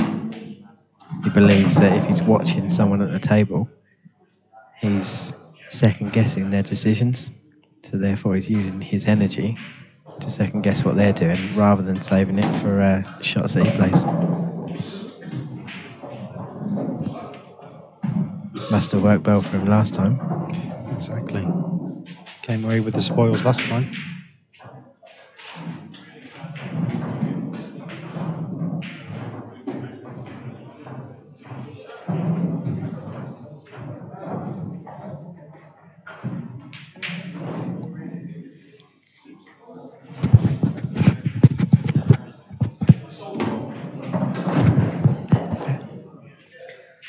Good angle to get on his other yellow here.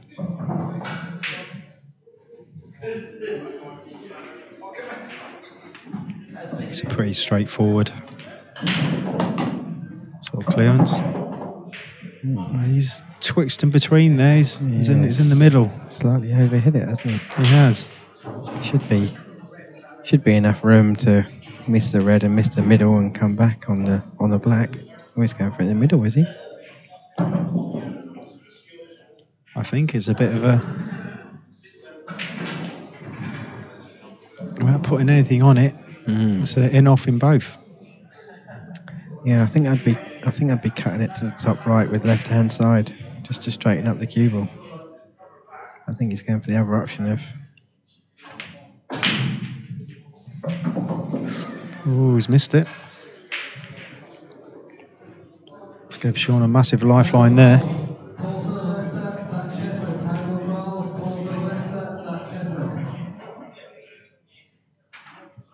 I think he thought he was going to get another chance here. No, this is a bonus go, isn't it?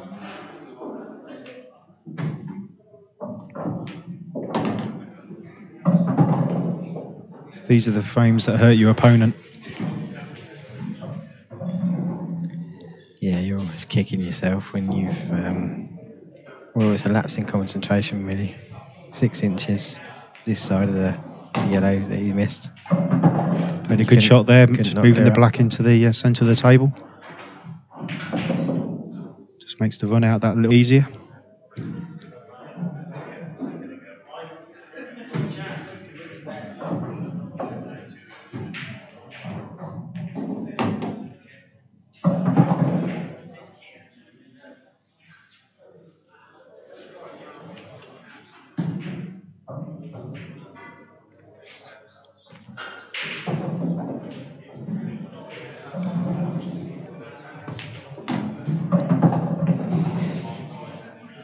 Needs to get past that red, and he has. choice of two now. Depends which way he wants to go.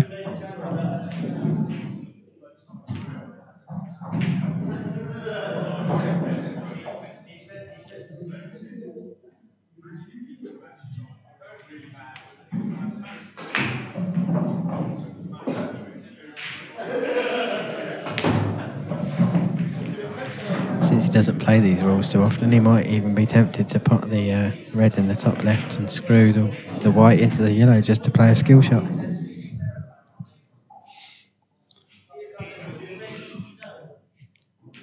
It's very exciting for people that normally play world rules to be able to pot the opponent's ball. I think that's a little bit too risky. But he could play it in such a way that he knows if he overhits it, the yellow should stop it.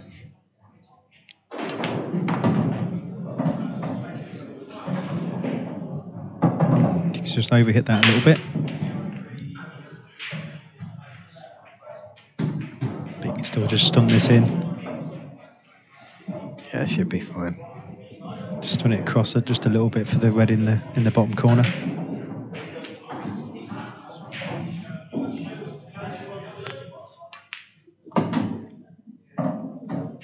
It's about perfect.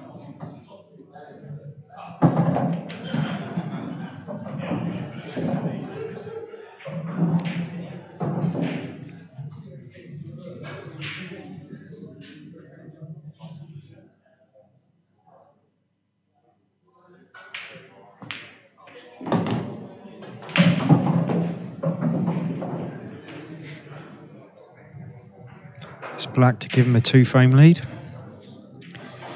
Leave Roger hurting a little bit. There he goes. At least you can get the name right.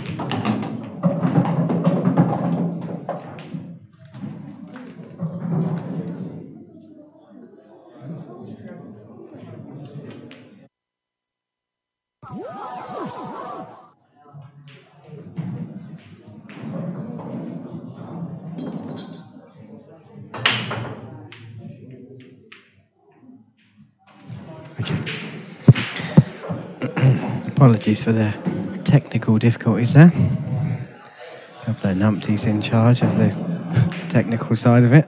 What do you mean a couple? You're the one that's in charge of it, not me. I'm seeing double at the moment, so that's me twice.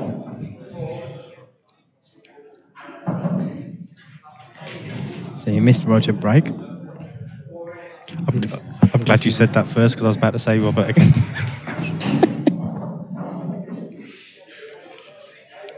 As my missus to testify, I'm useless with names. Scream out the wrong one often, do you?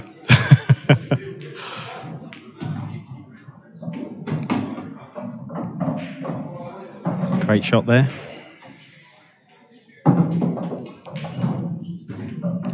It looks like he's got one difficult yellow. Don't know if it will go down the rail or not. Looks quite tight. Yeah, it looks like one of those ones that might possibly be potted with a lot of right hand side on the cue ball, or Yeah. maybe have to move it.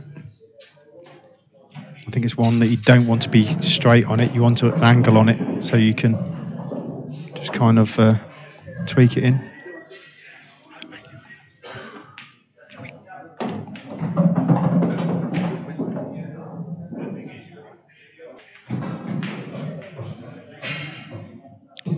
Soon see where we're at after this shot, I think. Yeah, he must be happy that it goes.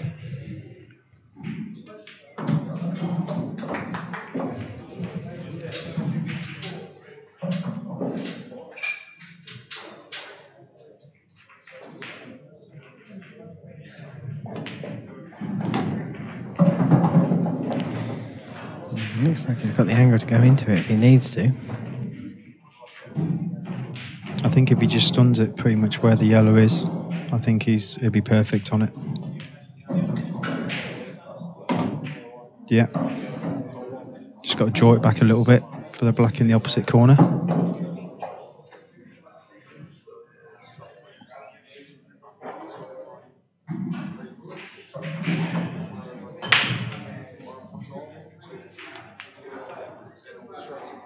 Ooh, he's rattled it. And another chance for Sean, but he didn't think he was going to get to the table. Again, there's only one difficult ball for Sean.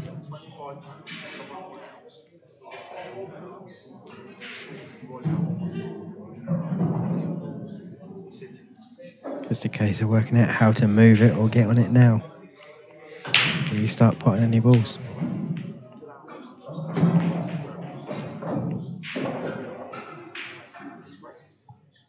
He could play the snooker here, first shot.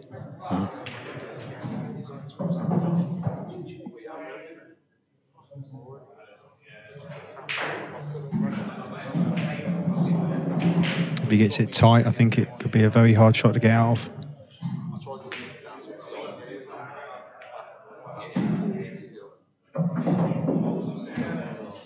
Yeah, I must admit, I don't think of the snooker too much, but when it comes to these rules, sometimes it's more beneficial.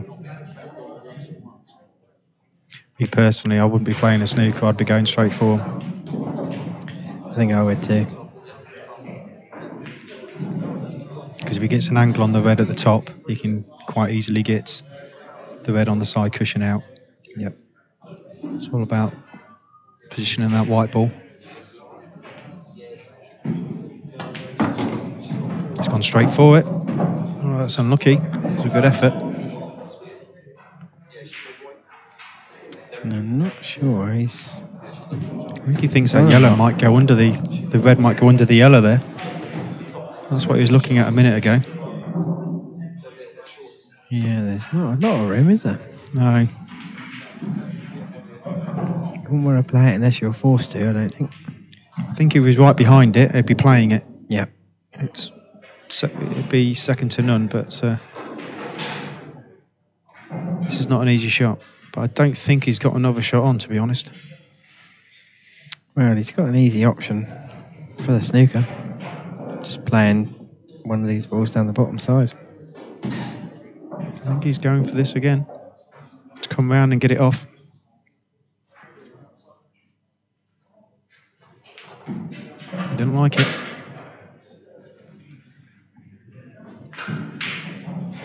He's talked himself into it this time. I think this is the right shot.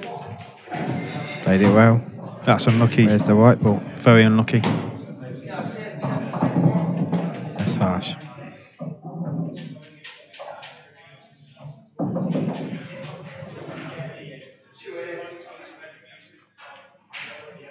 I don't think Roger will be using his first shot for anything other than potting the ball and landing plumb on the black here.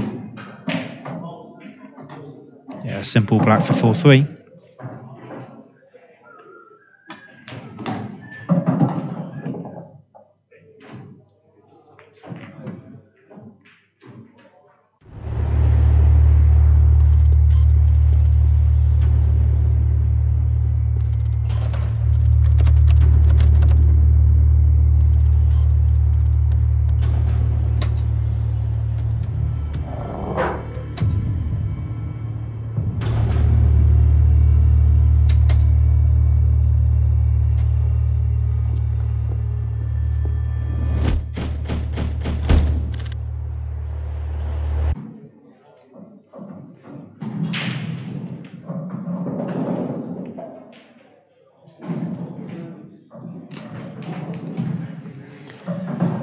Sean just trying to get the balls as tight as he possibly can for his next break.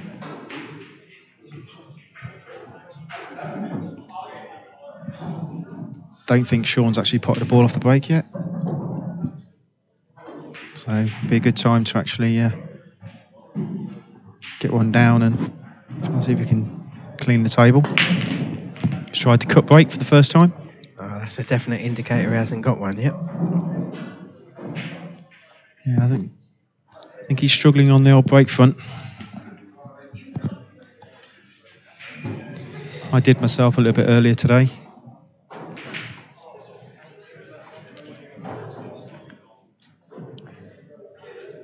Yeah, there's he'd like to be struggling on the break front and being 4-3 up there. Exactly, yeah. However, these reds do look. They look very promising. There is. There's not a hard ball on the table. No. So we could be looking at 4.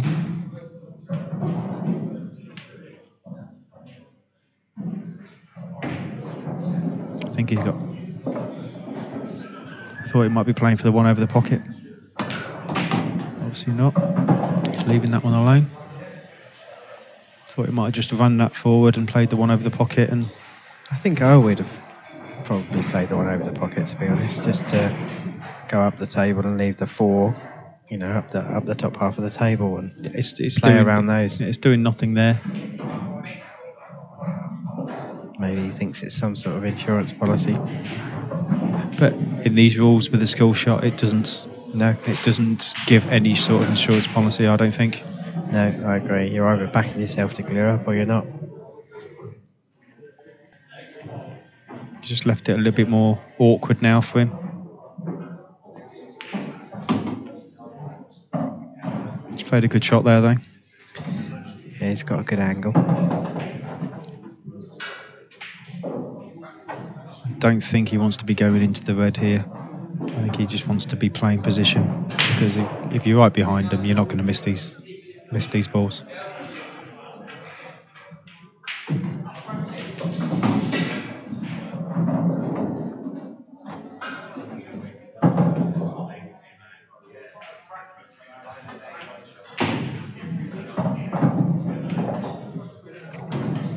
He's got a nice enough angle on that to punch it out for the one over the hole.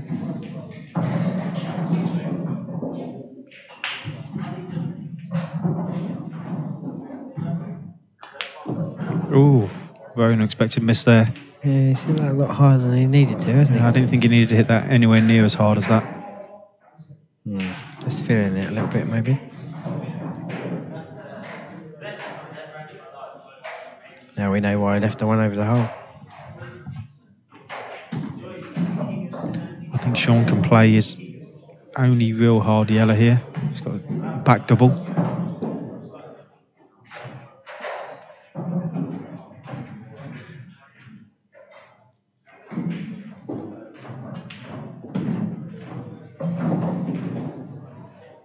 Yeah, those 3 yellows on the right hand side of the table all go into the left hand corner pocket and may go in other pockets once he pots 1 or 2 of them.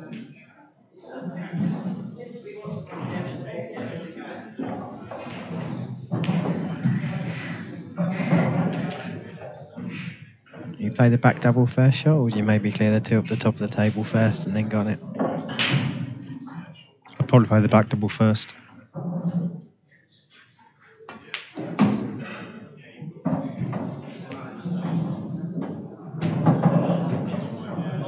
Because you couldn't have got a better position than to play it. But I think he's just going to stun this down. He could play the skill shot.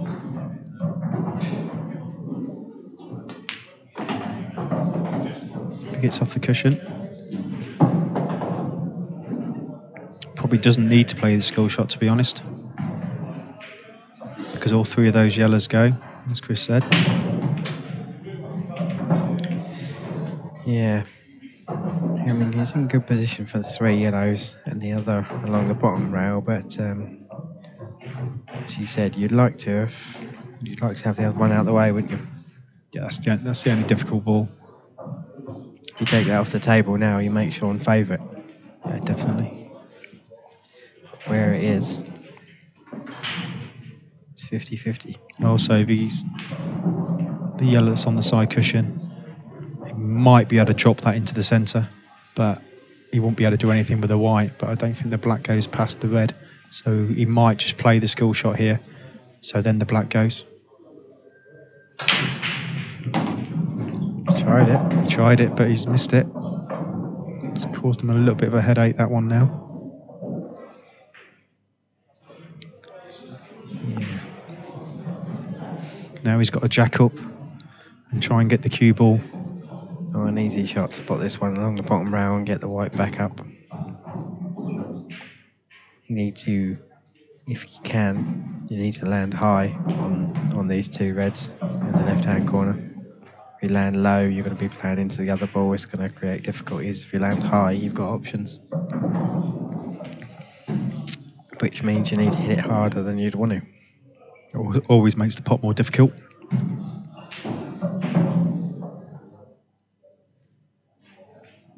That's why he's looking at different options.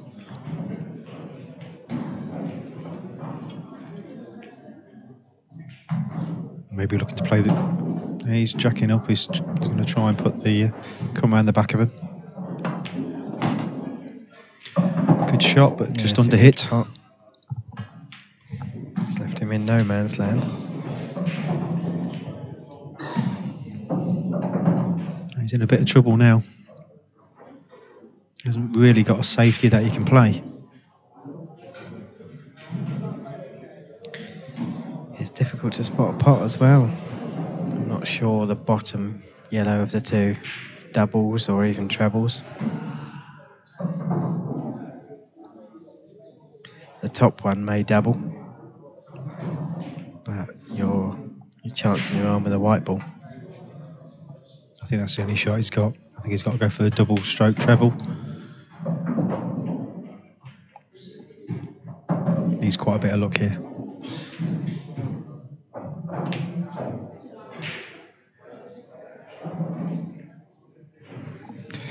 It's a good effort.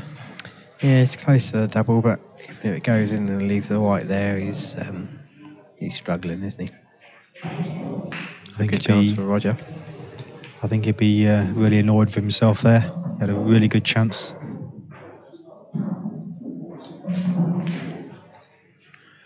Wow. Well, I don't know what to say on that one. I don't think Roger knows what to do. Yeah, he's looking a bit bemused. I think someone moved the pocket.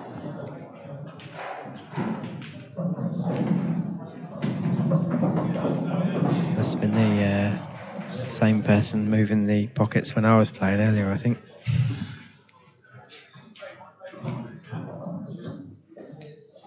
I mean, this is, again, it's another chance Sean should not have. So, you know, putting the difficult ball, trying to cut that in. I think that's the only shot. If he's thinking of going for it, that's the only shot he's got. Yeah. I think the white, as long as you can control the white and keep it this side of the table and take away the middle pockets. I think he might have to go twice across. Yeah. Or he's playing it with loads of side. He does like playing with side. He does like side. That's not too bad a result. Depends if the black still goes in the other corner, I suppose. I think the black does go. Yeah, Roger just having a look. If not, it does go in the middle.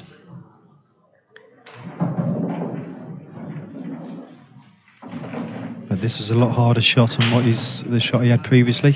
He's queuing over the ball, one of the balls.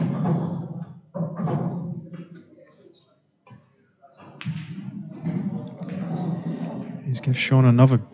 This time he's got a shot in. He's a bit of luck here. He's having one of those frames, I think, Roger.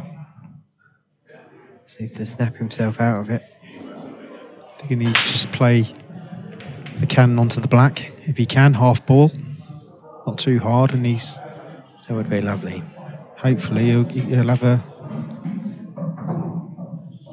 shot at both of them. Yeah, I think you play this with left-hand drag. I mean, I'm not sure how you would play it. I'd play it with left-hand drag just to make sure that the white did get over that side of the table, because you're going to leave yourself shots. He likes a drag shot, old Sean, doesn't he? Oh, he loves it. Having said that, he's not playing it. I think he might be playing up and down. Yeah. That's not a bad shot. I think he's dead straight on this yellow in the centre. Yeah. And I think it's a shot he wouldn't have played world rules, but he's played it these rules because he knows even if he goes up and down and pots the red, it doesn't matter. Yeah, it's a legal shot. He's had a bit of a... Wants that to drop. Oh, it hasn't dropped. He's had a bit of a touch landing where he did, but... I don't know how that's not dropped. That must be right on the lip. He's had 2 goes at it, hasn't he, to be fair? He has. Now he's really... It's not just potting it, it's getting the position. So I think he's got a... Yeah, the whites... He's gone for the double. He's gone for the double in the middle. Yeah, I think he's disgusted with himself there, because I don't think he had to play that shot. I think he could have just screwed it back in the middle and not been on, and still had a pot on the yellow. I think in these situations you're more annoyed if you haven't won the frame when you know your opponent's missed 2 glaring opportunities the way Roger has, because you want to punish them. And he's missed 2 very, very easy balls in this frame to clear up Roger, but he still finds himself now playing himself with a ball over the hole and a black on the black spot to win.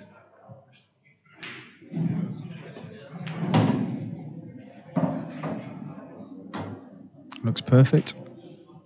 Straight black for 4 all.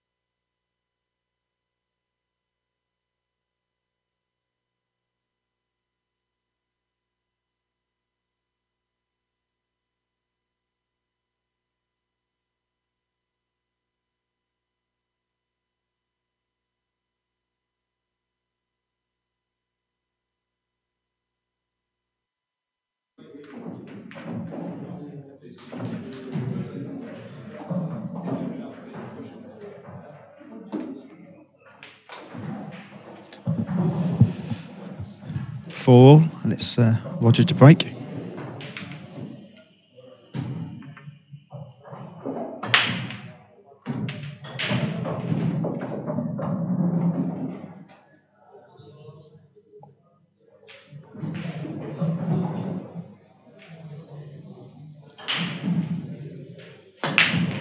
Employing the cut break again.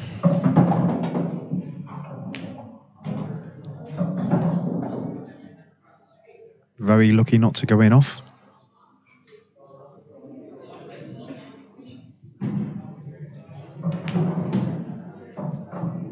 He's managed to get a ball down.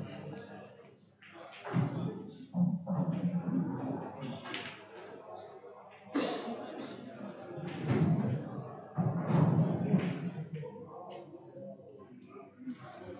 think he's got to go for... I think he's got a red to the opposite middle.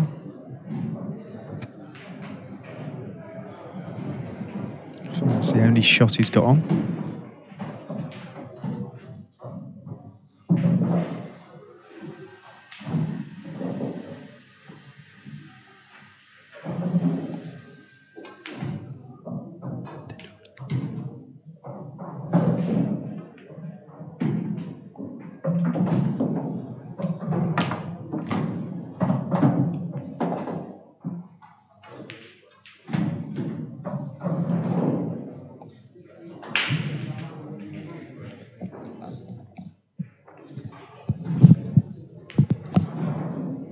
There's only one.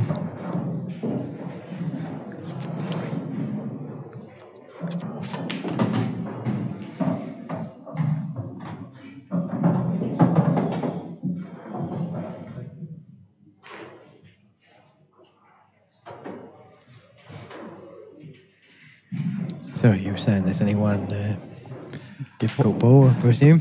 There was, yeah, only one difficult ball, but The one you tried to move? no, the one near the middle pocket. Yes, that is. I don't understand why he tried to move that, because he could have got straight behind it, but I think he's going for the double.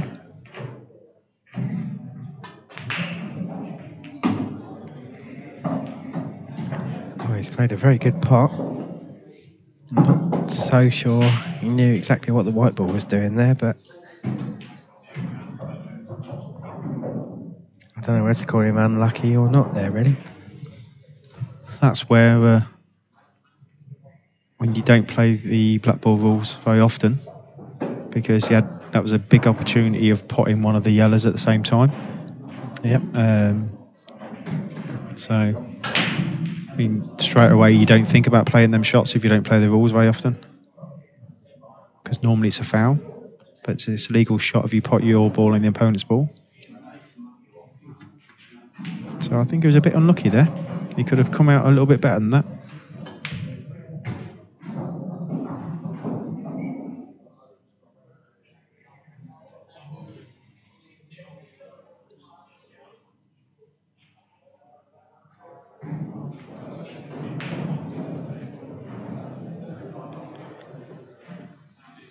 He's opted to play a safety shot there. Not a lot of options available to him, to be fair.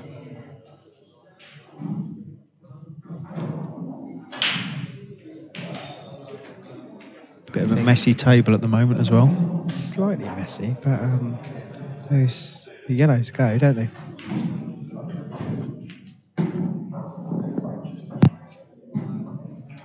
Be interesting to see if he actually plays on the yellow for the back double this time.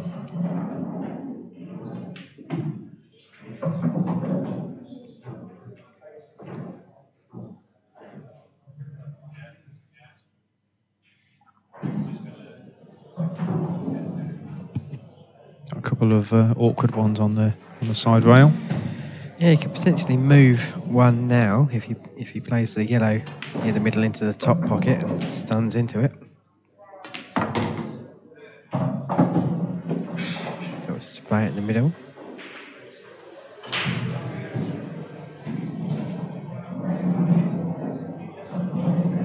Maybe he likes his options to double both of them.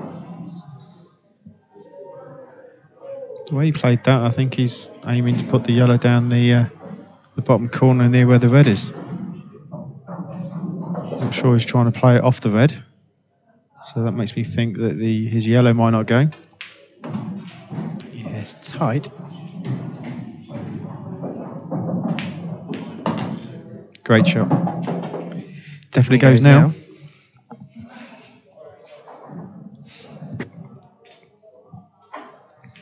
He's even got an option here to back double the yellow closest to the white ball and even move the other difficult yellow on the rail. That's probably a better option, just to try and drop it in, because if he drops it in, I don't think he can do anything else for the white ball. I don't think he's going to be on anything.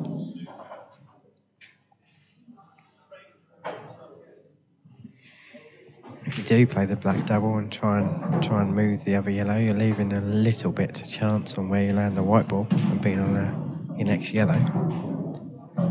You'd be where the yellows are. You'd probably be unlucky not to be on one.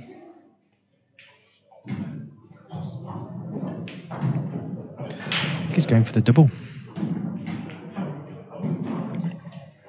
Played safe. For containing. Very surprised. I think he's left the red in the centre pocket here. In the centre. I think he surprised us both there. Yeah, not necessarily a bad choice of shot, but definitely not a great execution.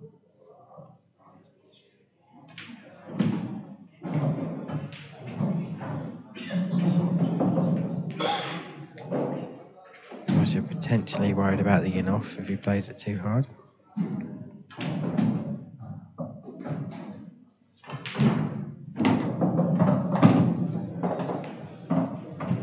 Not a bad call there.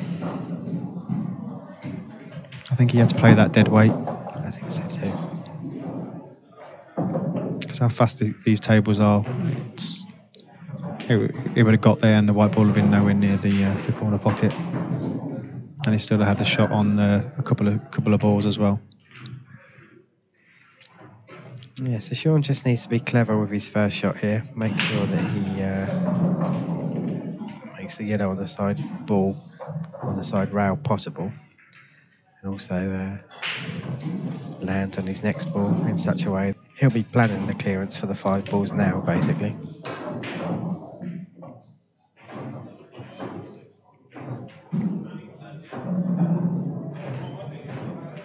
This made me think that it was the yellow wasn't potable in the middle. So otherwise, I think he would have just got down and potted that by now.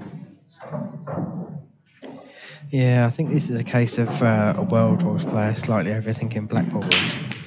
Because, I mean, if you just put the white in the middle of the bulk line and just play the yellow sort of almost full ball, and leave it over the middle, you're bringing the white down to leave yourself on the other yellow, and you've got drop-ins. But, yeah, I think he hasn't played a very good one there. No.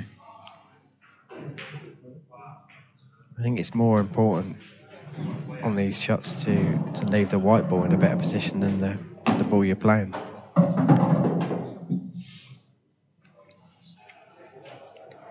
The champion that Sean is has spotted his way out. But now he just needs to do a bit of work with the white ball.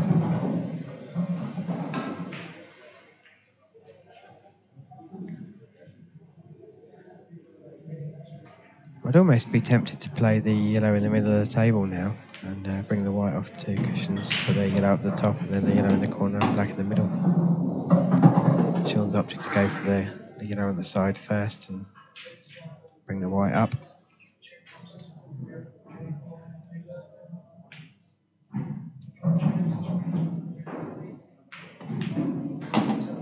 Played it well.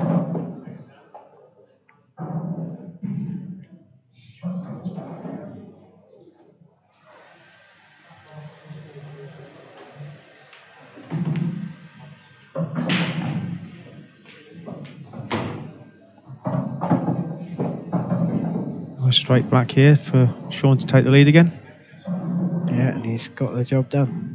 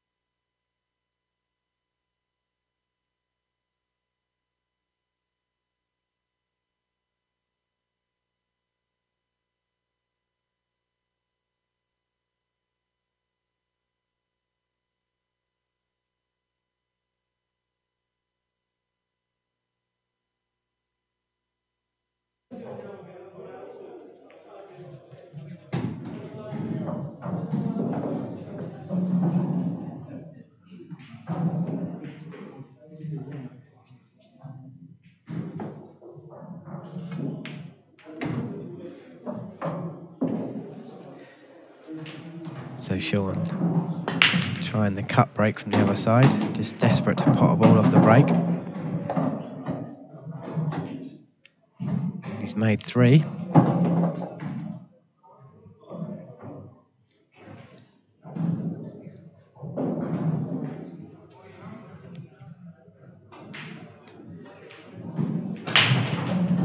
He's also gone away from his break cue, if I'm not mistaken.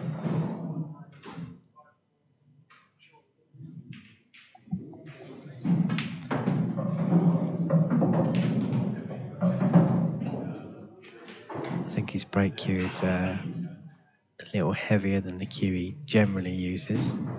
So if he's going for power off the break, he would use that. He's trying to generate as much power as possible to make a ball. But now he's trying to cut break. It's more about accuracy and finesse and controlling the white ball, so he's kept with the cue he normally uses.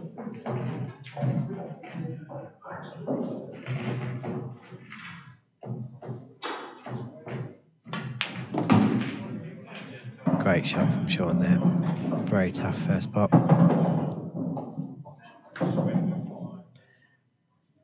There's no doubt, you will all know in black ball rules, doesn't matter what you pot off the break, you have to pot a legal ball after that, and that's the colour you're on.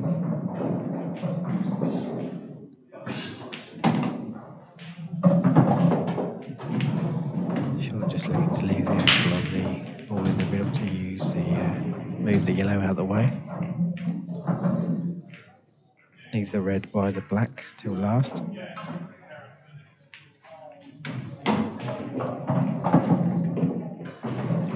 Played the cannon well. Not sure how easy it is to get on the ball in the middle pocket here. Depends on the angle he's got on the red in the middle. If he's straight, it's going to be slightly difficult.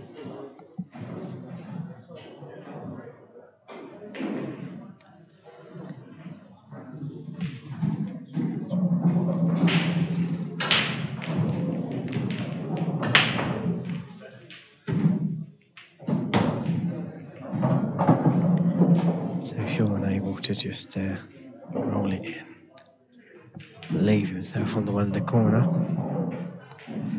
Hopefully screw back. I think he'll be looking to screw into the yellow on the left hand side if he hits it that hard.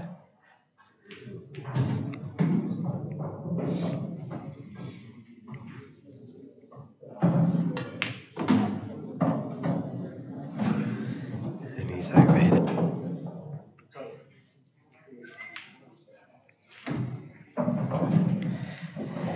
We're very, very disappointed with that shot because it's not a shot you could underhit.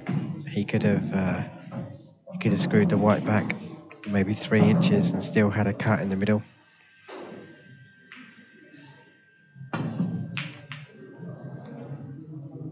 He's made a good hit, but you'd expect Roger to take control now. We would expect Roger to clear up.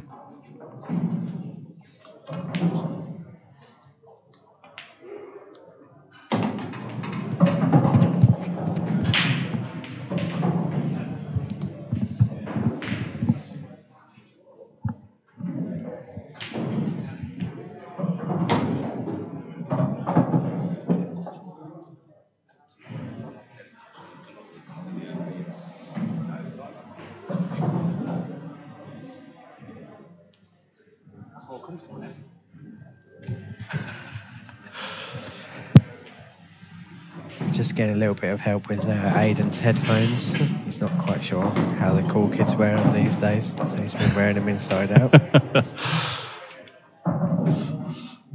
The things you get roped into doing, eh? Looking like we're going back all square. Yeah, Sean will be really disappointed. He got himself into a prime position. Slightly overhit his last positional shot and he's lost the frame.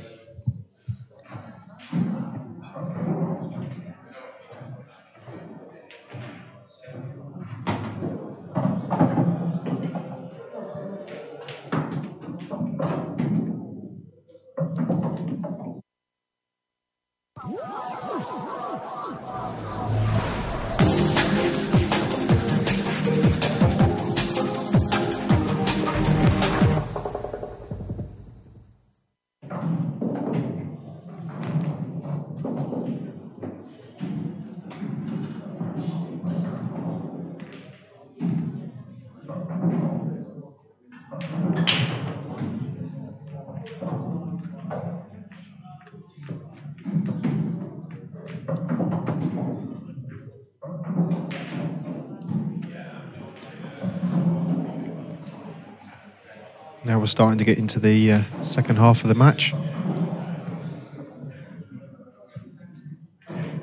5-all. That's when you need to cut out the mistakes. You can get away with it at the beginning of the match, but the longer it goes in.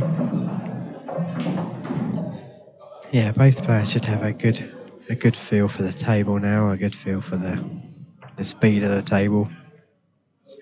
Should have played their way into the match.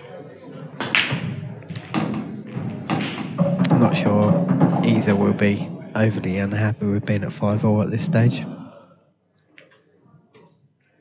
I think it's anyone's game. Another good break there.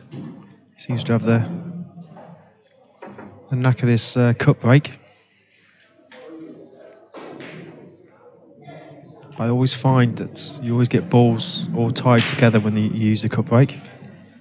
Yeah, I totally agree. I tend to use it as a B break, if you like, if the other break isn't potting. As you'll know, there are a lot of times when you break and you can't fail to pot a ball off the break, and there are other times where you can't fail to make a ball off the break.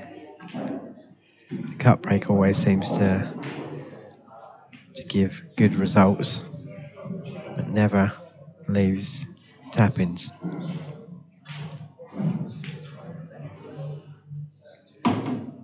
It's a good first yellow there. It's really opened up the table now.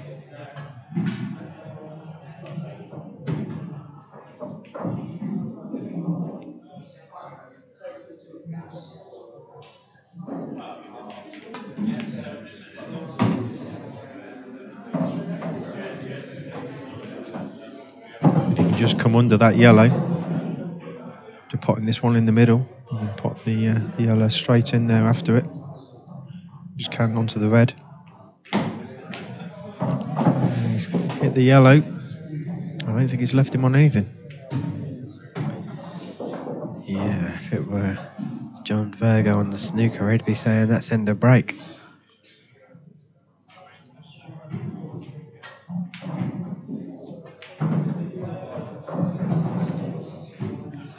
Benefit of hindsight, but he needed to be playing with a lot of left-hand side for me. Yeah. Wow. He's fluked out in the middle. He's had a bit of a result there, but he has got a shot. He's got a shot at it. It's not easy. Yeah, it's not. He's got to play it with a bit of pace as well to come to the other side. Yeah, never an easy ball in the middle anyway, slightly off angle, but he's got the angle to play it. It's a great shot as well. This will hurt Sean, because he's been watching the table.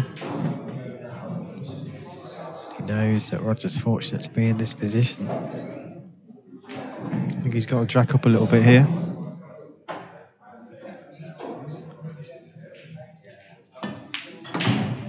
He's played it well. But he's come the wrong side. I'm not sure if the black goes down to the bottom. I don't think it does. I don't think it does. I don't think it goes anywhere from there. I'm not really sure what he tried to play there. No, I'm not convinced. I think maybe he thought the natural angle would leave the white to the right-hand side of the black as we're looking at it. I think the only way he could have played that shot if he jacked up and kind of stunned it in. Or maybe played the same shot with the right-hand side. I think it's probably more difficult than jacking up, but yeah. I think he two options. I think he needs another hit and hope here. He got the last one, see if he can get this one. I think he may be looking to try and play it past the first red and then snick off the red that's on the black spot and put the black in the corner. He hasn't got very many options to him, so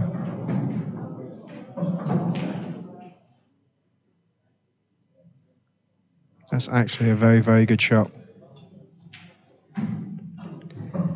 Played a containing safety there. Yeah, he's left the black in the middle of the table, quite accessible, and left Sean not many options. I don't think there's much he can do here. No, I think the only ball he can play is the ball he's right next to. I think what you might see him do here is leave that ball there and come off a side cushion, or maybe a top cushion, because I can't see him doing anything from the ball he's closest to.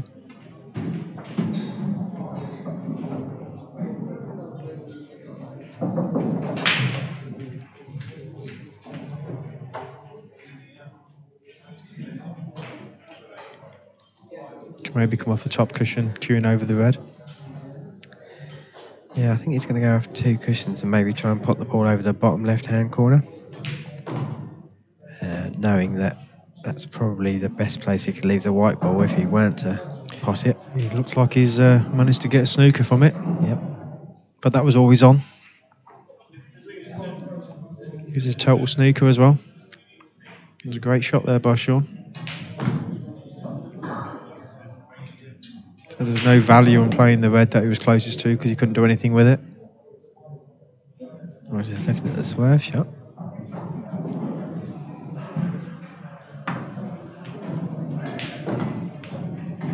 Good hit.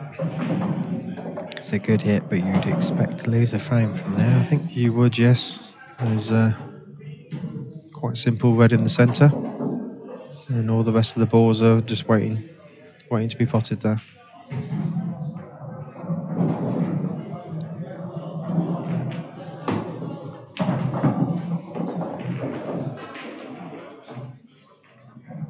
The only slightly difficult ball he's got is the red to the far left of the table, which he's going to play on now. Slightly overrun it.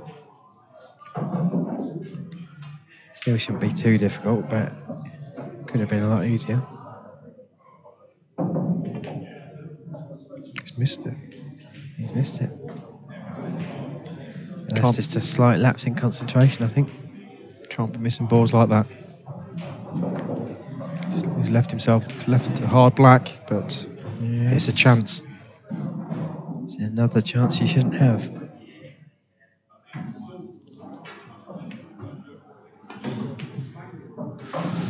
It's a good effort. Good effort. But Sean's relieved to come back to the table. Yeah, and he's just got to make sure he gets this first shot right.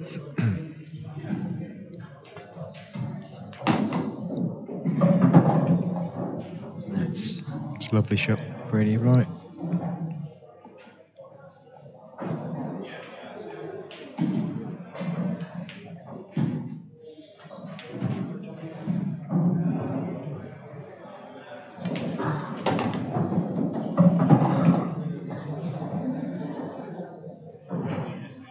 Choice of 2 now.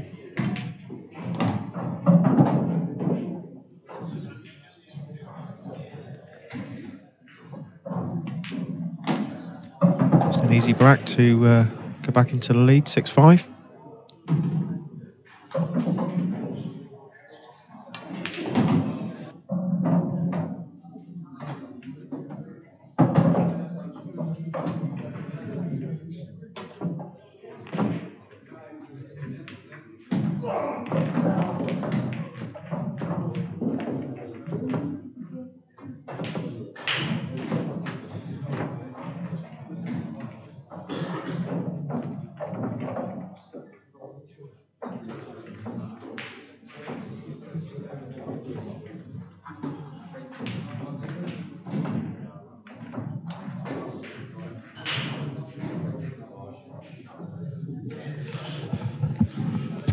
Sean to break. Looks like he's going to do the cut break again. Hopefully he can get one down. Yeah, it's the only break he's potted from so far. Cut breaking from that side of the table, and now he's 2 out of 2. I think the yellow does go. That he's just having a look at now.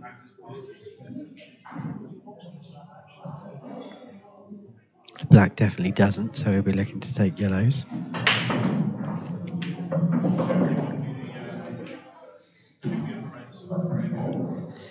The yellow in the middle of the table, I think, goes into the corner.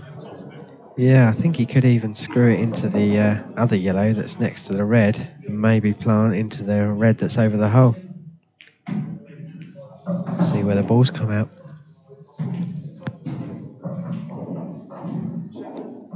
He's certainly got to try and move that ball. I think he'll play the one in the top first and then play that one second. Because he can stun this one in off the side cushion, and then he's got an angle on pot. Well, he's got 2 ones to go for there. Reds. Very surprising. Wow.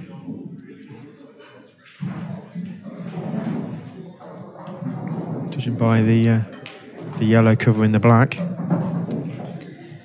Yeah, I definitely would have been going yellows there. Mind you, this game is very easy sitting down watching it. Yes, that's true.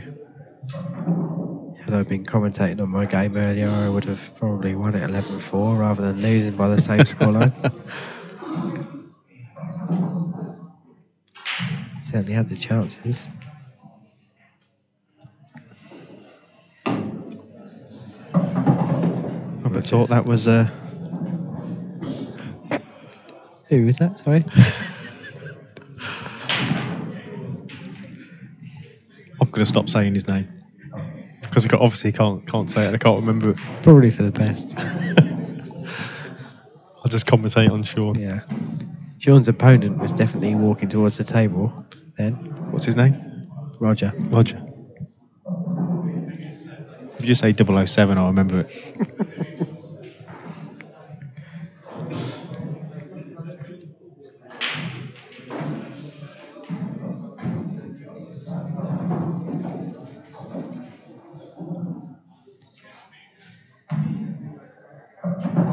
There's still a lot of work to do here for Sean. Not sure the red and yellow that are together to the right hand side of the table. I'm not sure the red goes in this bottom corner, so I think he may have to move that. It goes to the top left hand corner where the black and the yellow are, but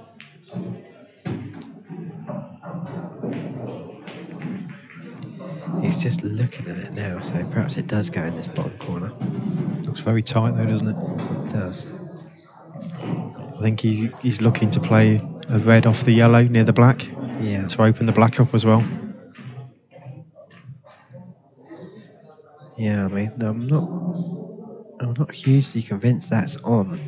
The two reds he's got to the left hand side of the table. I'm not convinced that he's got the angle to play that. So he's just covered the pocket.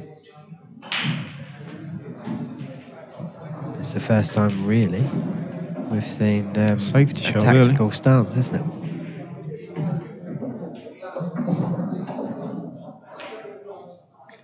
Yeah, he's played it well, to be fair. It's very difficult to cover a pocket on these tables.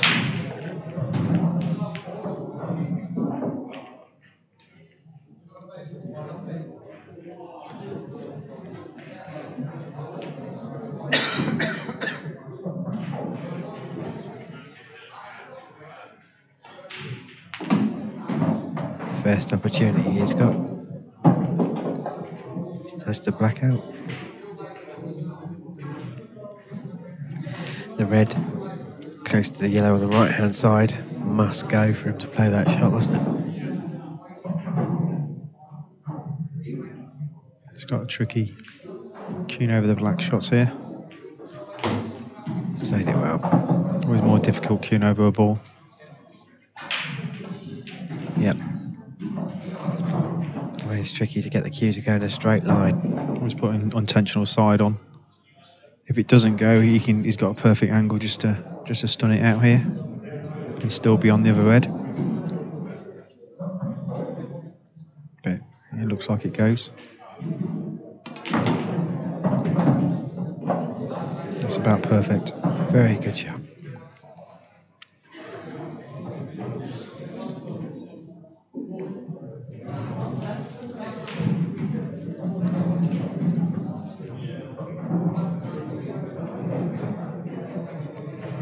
Can leave pretty much any angle he likes as well on this last red, but he should be able to get on the black.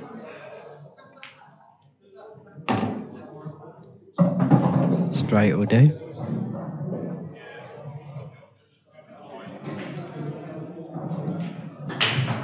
Anywhere near where he's got the cue pointed.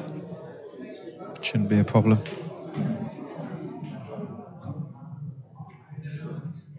Should be looking at a nice 7-5 lead. Yeah, and he did have a habit a little bit last time of getting to maybe 5-all, 6-all, 7-all in the match and kicking on. Yeah, it's a lovely shot.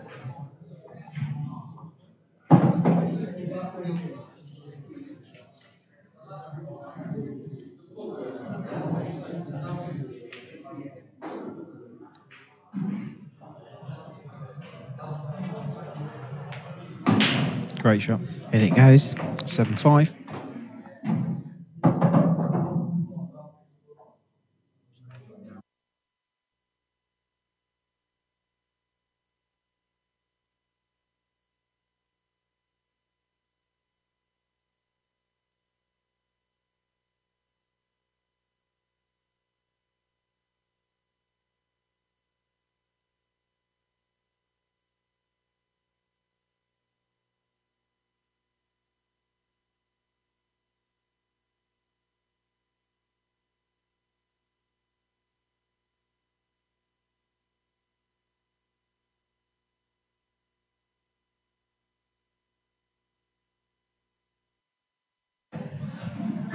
I'm thinking Ford can afford to get 3 frames behind. Sean's a very good front runner. Yeah, he's potted a lot off his breaks so far though, Roger, so he'll be looking to make a ball here and get it back to 7-6, put the pressure back on Sean.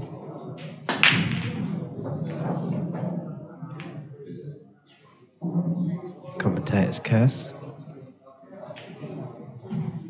Try break there. And they're all open. Black over the middle pocket. Apologies to all the Roger fans.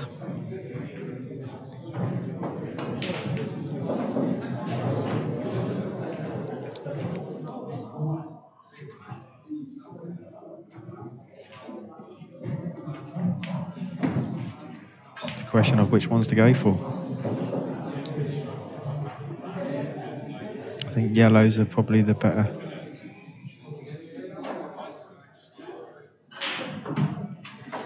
Yeah, I'm not so sure. I wouldn't maybe try and pot there's the red and yellow together by the middle left hand pocket and the red just to the right of that. I'm not so sure. I wouldn't try and pot the red up to the top left hand corner with a bit of top, knowing that you're probably going to pot the yellow as well and leaving some options. That's not a bad call.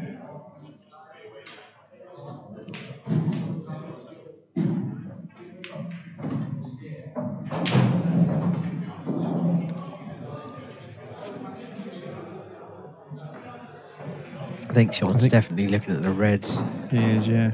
He's looking at playing the red he was just pointing that in off the red and yellow in the middle to open those up.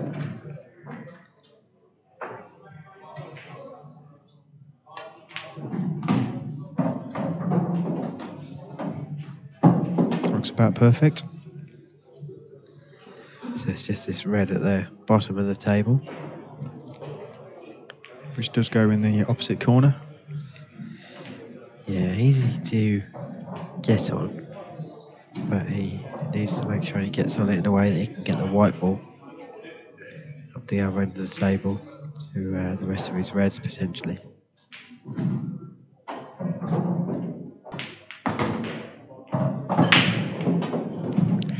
That hasn't come out too good.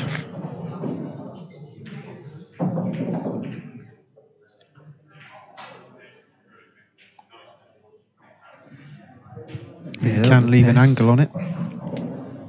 Yeah, he can just stun the ball in that he's closest to at the moment.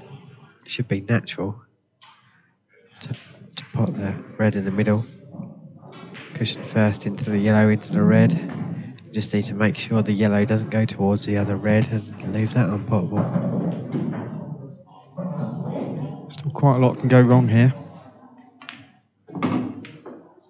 I think he's gone back too far. Not unless he looks thinks like he's played it that way. He must think he can actually pop this off the cushion. Oh, he's gone into it. He's actually played that very well. He's had a bit of a result there. That could have gone massively wrong. Yeah, I'm not convinced that was the percentage way to play that shot, but it's turned out pretty plumb, isn't it? If he can get straight or straightish on the red near the rail, he can draw it all the way back up to the top. Yep. Just needs to land on his ball at the top. Nothing he needs to do with the cue ball. Black goes into the middle. I think he's played that really well. Yep. He needs to really dig into this shot. Make sure he gets a lot of right hand side on the cue ball so it reacts. He needs to miss the yellow over the middle pocket as well, because if he cannons that, he'll snooker himself. Yep. Get his small extension out, which every man needs.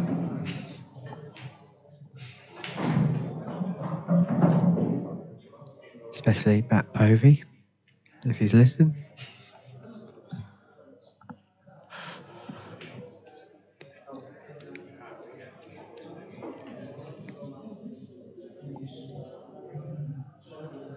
He's not liking it. Yeah, I think it's because he's stretching. Yeah, not sure. I think if you move the white maybe a centimetre or two closer to the cushion, it makes it a lot easier, doesn't it? It does, yeah.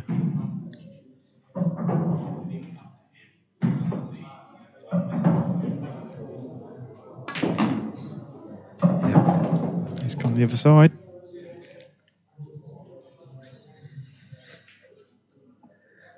I think he may be able to get at it from the cushion. That's the only shot he's got. The advantage is he's going to be on the black if he potters it. And if he misses it, he might not leave anything on either. Yep. Got to play with a bit of side though. That's a great shot. Did it well. Excellent shot.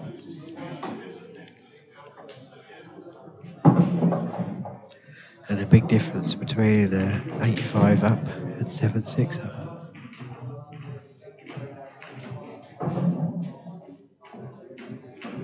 Goes with Sean's break as well next. Yeah, he's just making sure he doesn't go in off.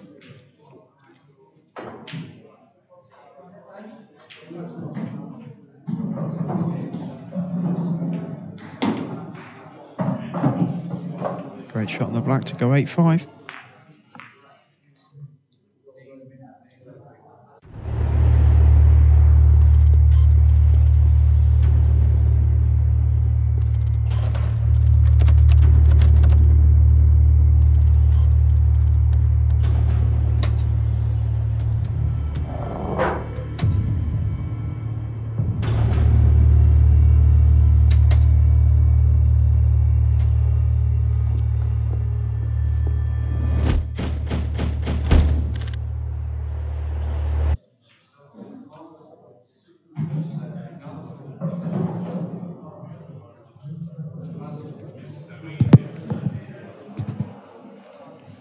Adopting the cut break again.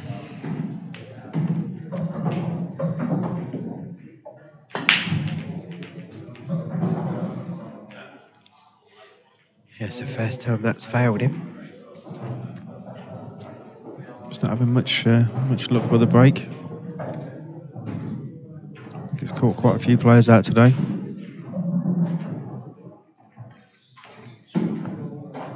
Yeah, it's always a difficult decision if you've got a normal break shot and it's not working. Do you continue with it or do you change? Much like if you're in a queue on a motorway, do you change lanes or do you stay on the same one? Who knows which one's going to be better?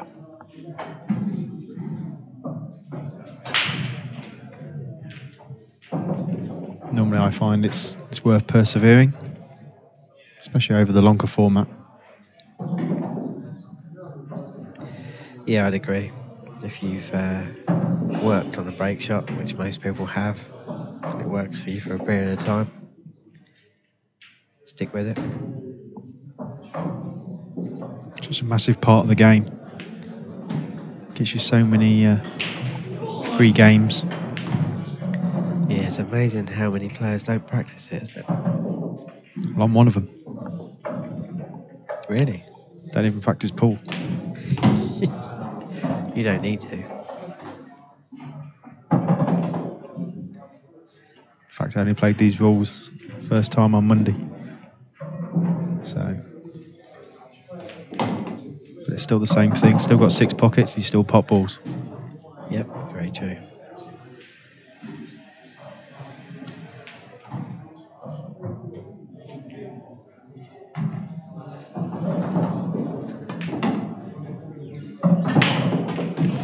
That's a nice nudge for Roger.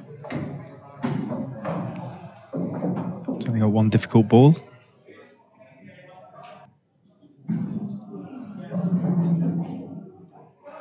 Kind of surprised he didn't just pop the red over the pocket and put the red up the top past the yellow. Yeah. Not sure he's seen that option the way he's played. I don't think he's seen it at all. Because he's got a massive pocket there. Could have played it straight away up. Yeah, you can't miss it, can you?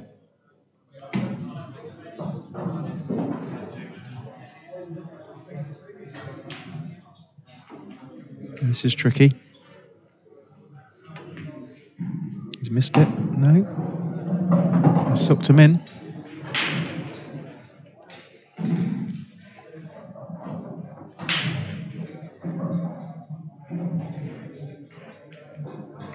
Oh my! I don't know what happened there. Did he miscue? He must have. He's not happy. Can we have Hawkeye back, please? Replay that one. Definitely. He's got himself in absolute prime position, hasn't he? Can't understand that shot. He must have miscued it.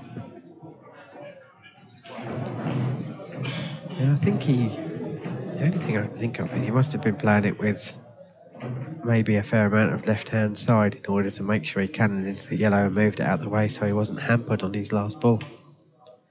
Maybe just, yeah, as you say, miscued. Again, it's left Sean with a brilliant opportunity. Just left him with dollies. Can't see him. Not sure Can't see him missing here.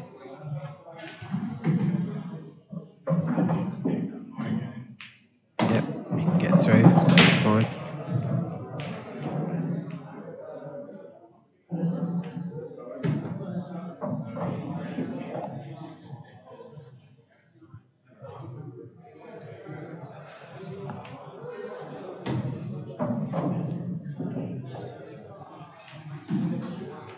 Sean now working out which way he wants to go with his balls.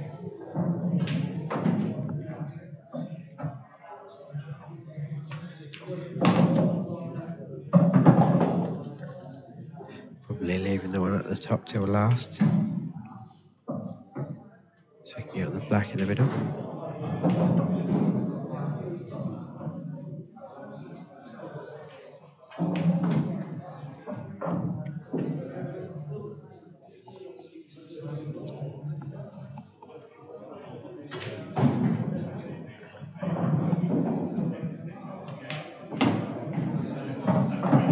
It's about perfect.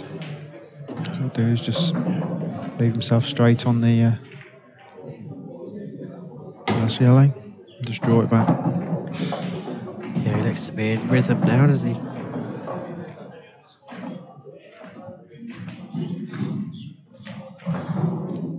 This should be 9-5 without any. Dolly Parton, as it's called on the poker scene.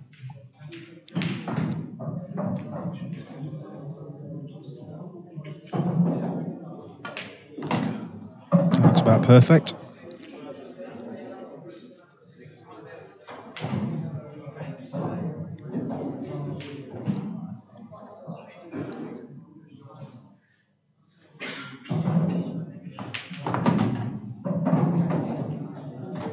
That's easy black in the centre for a 9-5 lead.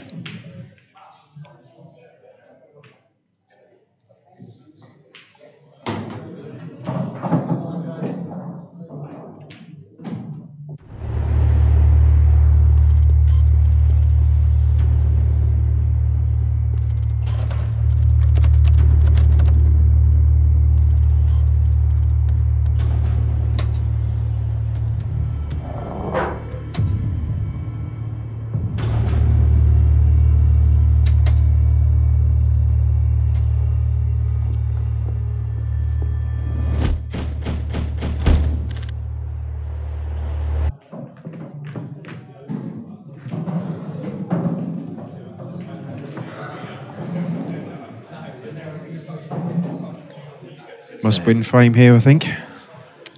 Yeah, you'd say so. We want to get Sean on the hill. While still requiring 2 frames, you always feel you've still got a chance. Yeah, I mean, it's 9-5 down, but he'll be thinking break clear, dry break for Sean, break clear, 9-8, put some pressure on. He's made a ball. But again, with the cut break, the balls are all messy.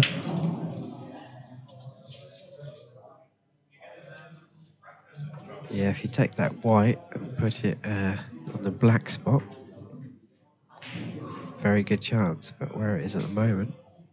Yeah, he's got to pull something out here somewhere. I think the yellow he's closest to probably goes in the right middle. But it's what you can do with the white ball. Might be able to get the red as well. Yeah.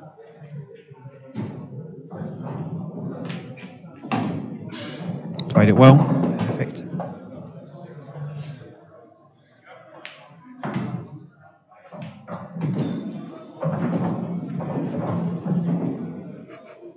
Just need a couple of good positional shots.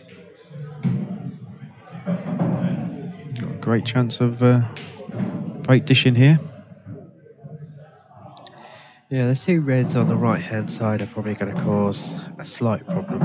I mean, the bottom one goes in the left corner, and the top one, the 2, goes in a few pockets. The black ball may be a little bit difficult, which is why he's opted for the safety. Very strange choice of shot there. Really don't understand it. I think maybe he presumed he could get the white in behind the red.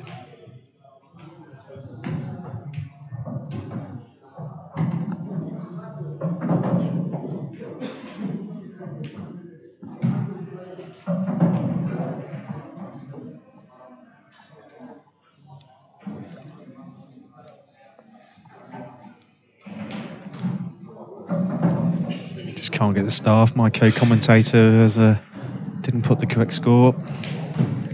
We did tell you the correct score, to be fair. We just didn't put it up on the board for you.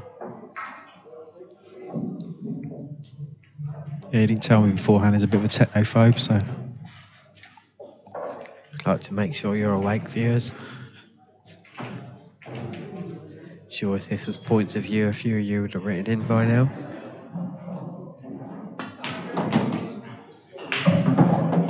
He's just put the black safe there. It's a good pot. I don't think he can even double it, so he's looking to go out. He needs to be moving it.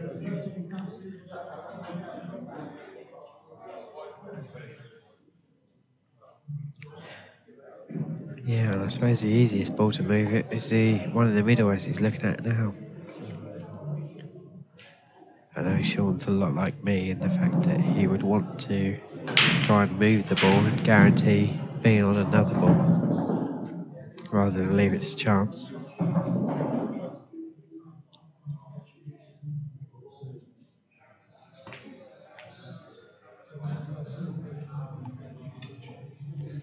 Bad miss, but I don't think it's done too much damage there.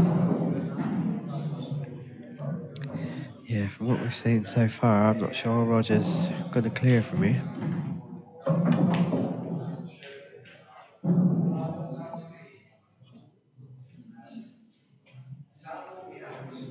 his body language is all kind of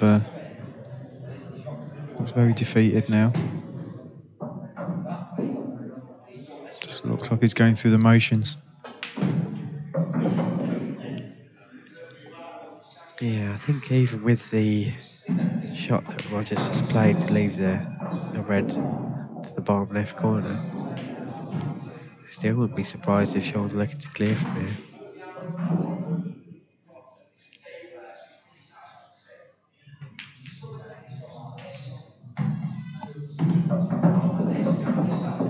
No. Stopped just for a bit of game management, being 9-5 in front. Just played a containing shot there, really. Rogers helped him out. Yeah, it's a poor shot.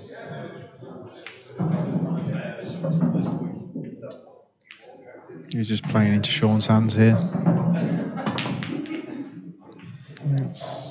He's very lucky there to get away with that. He's tried to play the skill shot, I think, hasn't he? He was, yeah. Missed the pot by some distance. But nearly potted one of Sean's balls. But very lucky he didn't. Yeah, I think the yellow goes in the middle off the red and maybe pushes the red up. I think it's just gone very scrappy at the moment. I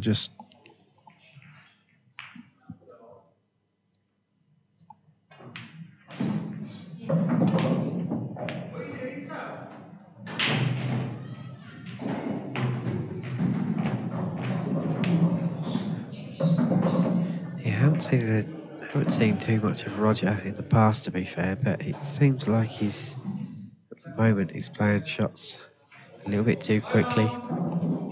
He's trying to make something happen. It's a containing shot there by Sean to cover the pocket. He knows he's got his opponent where he wants him.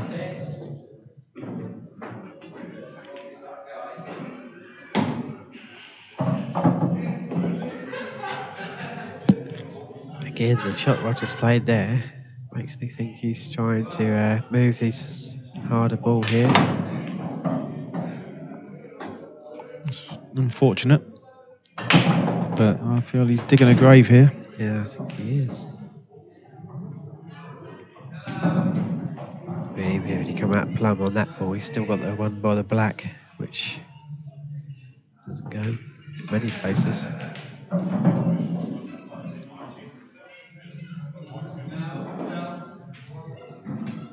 He's giving Sean a free shot at trying to move the black here as well.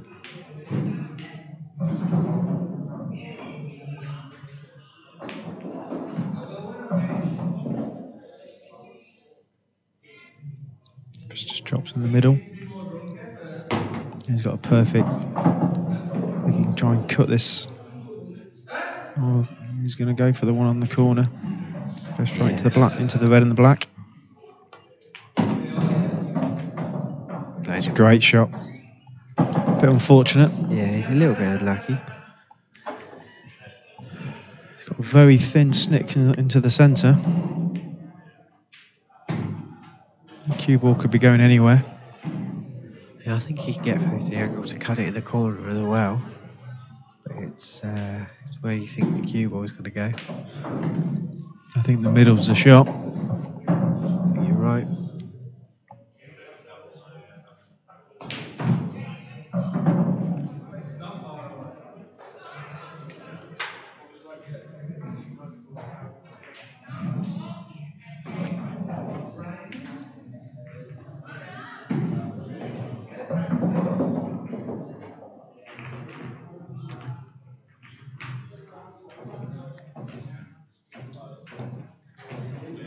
He doesn't like it.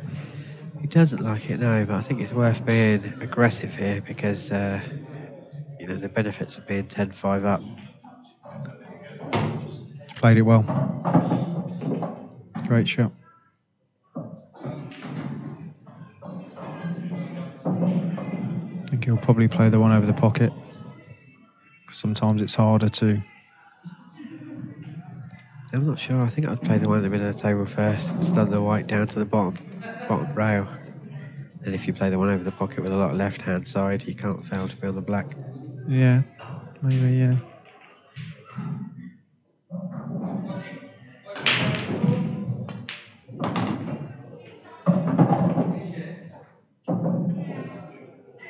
Just got to make sure he gets past the middle pocket.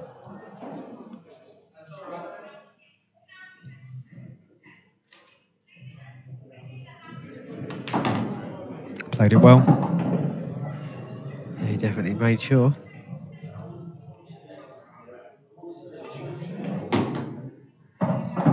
Turn 5 to Sean, he's on the hill.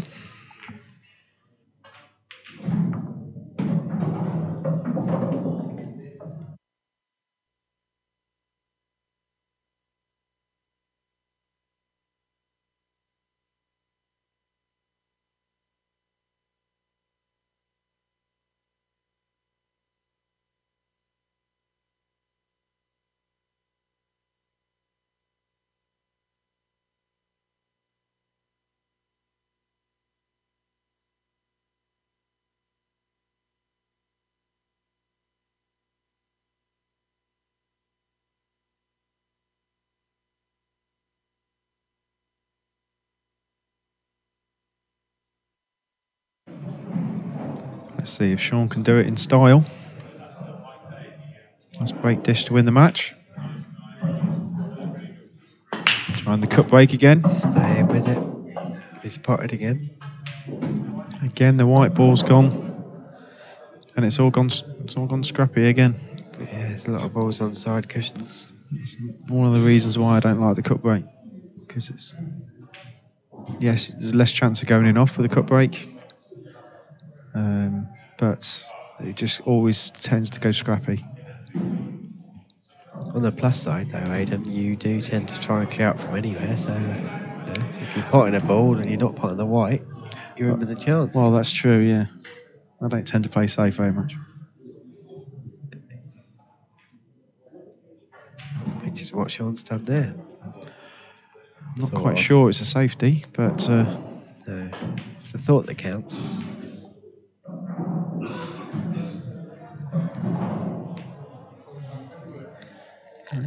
Roger's joined in. He has.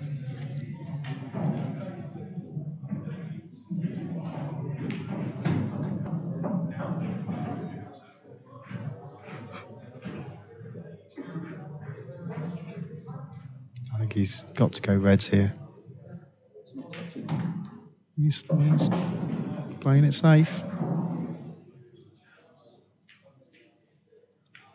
Yeah, I think Sean's probably got all the time in the world here, hasn't he? If Roger wants to try and clear up when the balls aren't great, probably plays into Sean's hands.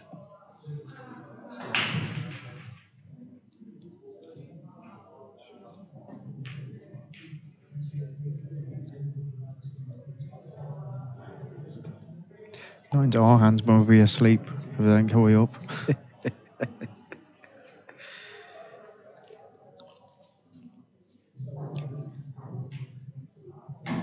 I think it's all to do with the 4 balls on the black. I think he could play an attacking safety here. I think he could play the yellow into the left middle because he's got a big pocket with the red there. The white would be coming to the right hand side and it would give him an opportunity to play one of the other yellows into the middle potentially and move some balls. Coming straight in without even touching the red.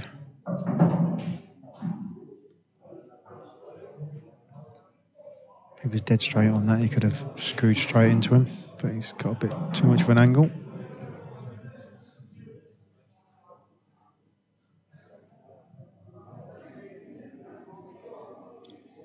He's just trying to figure out how to get an angle to get into him. Again, he's might be playing an attacking safety.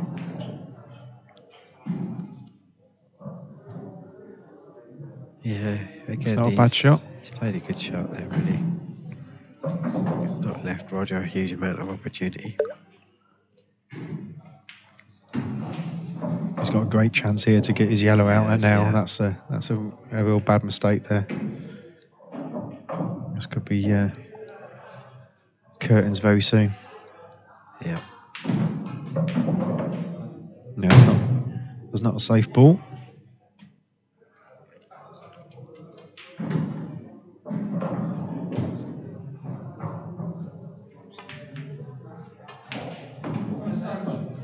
Yeah, I think that's that. That might be a good night from him.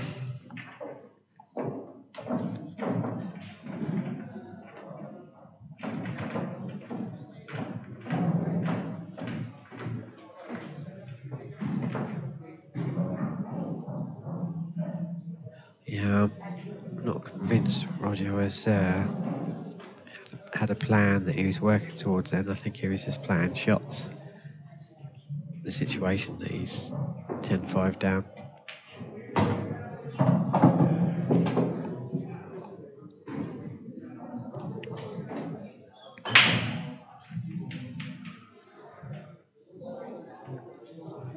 Sean's manufactured himself a very good chance. I think he leaves the one in the centre of the table to play into the opposite middle, and the black into the same pocket as this yellow he's taking now. I think this is Roy Orbison. It's over. This is. I do like a bit of Roy Orbison. Must be getting on a bit to remember him. Do you remember the band he was in with Tom Petty and others? Showing my age a little bit here. You are. I'm not that old. Was the Travelling Wilburys. Never heard of them? No, I haven't. No. It's not a problem. You can look them up. Keep telling your adult hair for you. I'm not that old. That's a good shot. I think all he's got to do is just. I think he's playing for the black in the corner by the looks of that. Yeah, he's not got a lot of room to get past the red to cut it in the middle. It looks on the screen like he has, doesn't it? Yeah. I think he's just playing safe. I mean, he's right behind it. I don't expect him to miss this at all. No. And assuming he does get this, we'll be off air soon, so it's just worth pointing out that Aidan's a lot older than me, despite our musical tastes. Oh, wow. Oh, my Lord. He was walking as well. He was. He was walking. And it just stayed there. And, I think Peter Schmeichel's in that pocket.